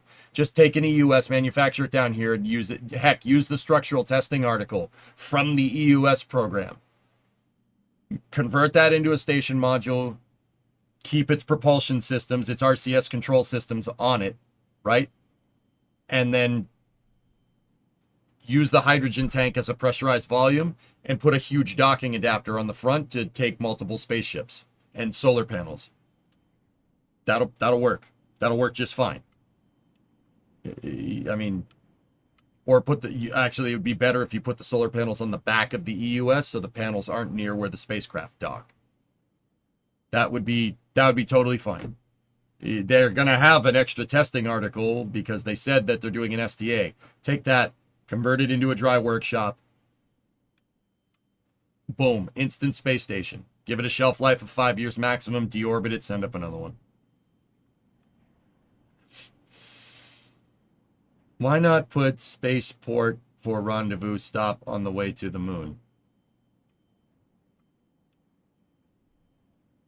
That's not a pit stop, Shogun, so much as it is a detour.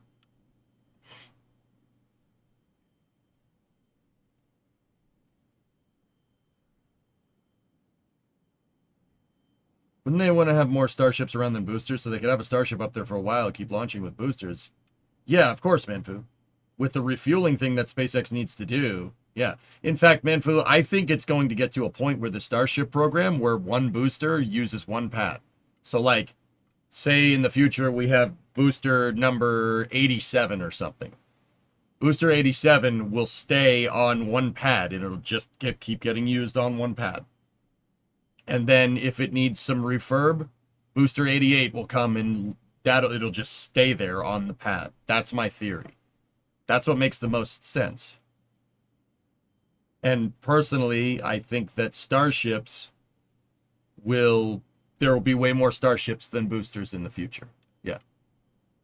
I would be designing 1 to 2 boosters per pad if per what SpaceX wants to do, right? So always have a backup booster ready for a pad, just in case. I mean, why do you, like, if you think about it, why do you think SpaceX is building out these gigabays with a bunch of stands, right? There's a bunch of space inside of these gigabays to store boosters as well as work on them. I don't think that's a coincidence. I think you'll have a backup booster like you'd have a backup crew, but one booster for the most part stays on one pad. And you just keep putting different starships on it. Just keep putting different starships on it.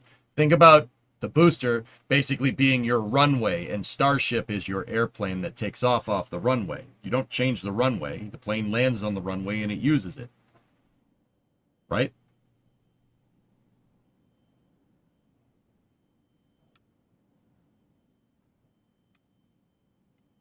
Need capabilities to refill COPVs and other consumables at the launch mount. For what? Article. I'm not ready for a fully operational gigabay output. Yeah, I know what you mean, dude. So maybe think of the booster less of an independent vehicle and more of as another element of the launch pad to deliver Starship. You got it, man. We were on the same page, buddy. The question will be, how many booster missions will it be able to do before it needs to be worked on? Well, Geek, what's the one part of the Starship program that SpaceX has reused thus far?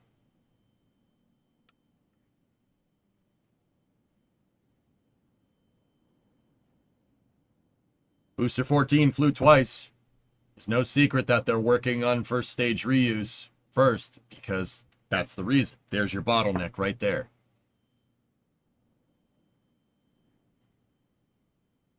Can Super Heavy SSTO itself without Starship, just with a nose cone? Hurricks, yeah, probably. Yeah, probably don't need 33 engines. It could probably SSTO with 3. Well, now, let's say 13. You probably don't need the outer ring if you were going to do something like that.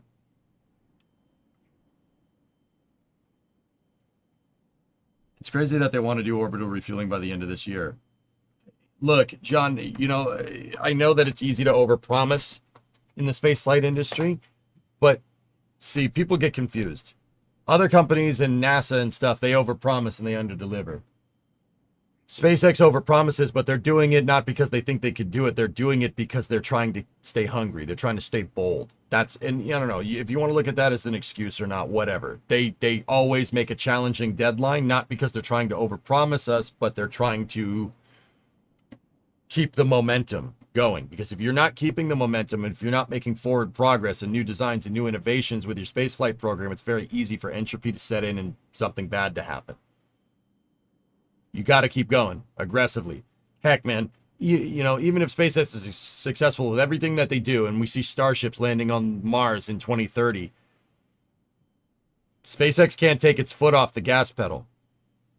Right? From there, good. Start sending starships to the outer rim. Go. Start sending them to the belt. Next goal. Next thing up. You can't stop. You can't stop with spaceflight. The second you get comfortable, someone's going to get killed.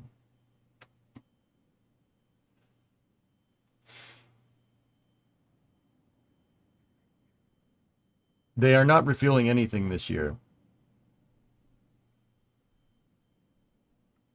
Rocket launch. What's up, Snap? How you doing? The way their things are looking, the rest of the year is just going to be construction. I think we'll see a Block 3 booster fly this year. But yeah. When would the fifth belter be born? Ben, there's an entire... Dude, it's not out of the realm of possibility that could happen in the 2040s. Just saying.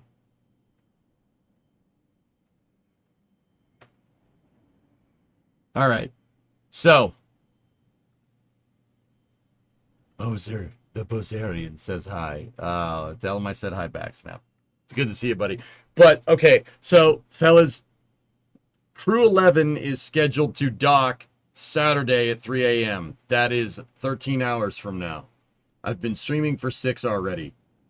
I'm going to take a break here. So I was checking into something. There are some tentative plan changes to the Flame Trench here.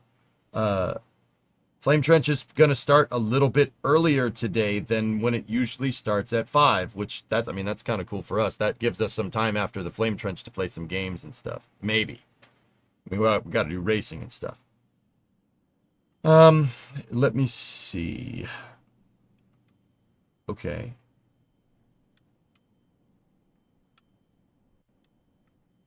So the Flame Trench is going to start in about an hour. The reason why is we're trying to plan Flame Trench around the Ship 37 static fire. That's per Adrian. Yeah, and after whatever happens with Ship 37, we'll go from there. So, depending on how long that Ship 37 static fire goes, if we end up getting some extra time, we're playing MSC before racing. Okie dokie. And then we'll do Flame Trench / Ship 37 static fire. Right? Still a lot of space stuff happening. And then we'll do depending on time, we'll do Summer Car after that. And then Friday night racing, and then we'll go right back to docking coverage till 3 a.m. Who's gonna stay up with me? Who's coming with me, man? Who's coming with me, man? Who's coming with me, man? Flame Trench will probably start in about an hour. Chan, do you want to be my... Sorry. So what I'm going to do now is, because clearly we have another 13 plus hours of streaming to do today.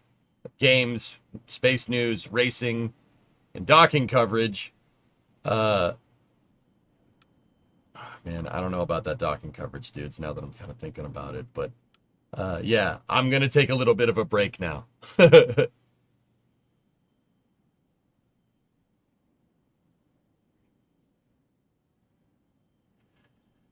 I'm going to take a little bit of a break now. We got Flame Trench starting in an hour, okay?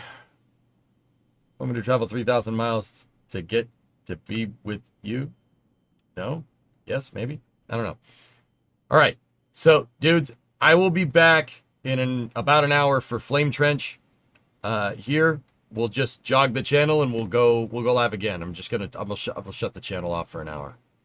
That was awesome Crew 11 coverage. I really enjoyed it. I hope you guys enjoyed it. I hope you learned something. Covering crew launches is my absolute favorite thing to do on stream. It's amazing. It's really fun. I have a lot of fun with you guys talking about toilets and whatnot. So I got it under control, Aitor. Don't worry about it. So I'll see you guys in about an hour for Flame Trench. Still got plenty of space stuff today. Still got plenty of games today. We got racing. We got potentially Summer Car. We got a bunch of good stuff. So I will see you guys in about an hour. Thank you very much for watching, and I hope you enjoyed the coverage. I'll see you in a little bit.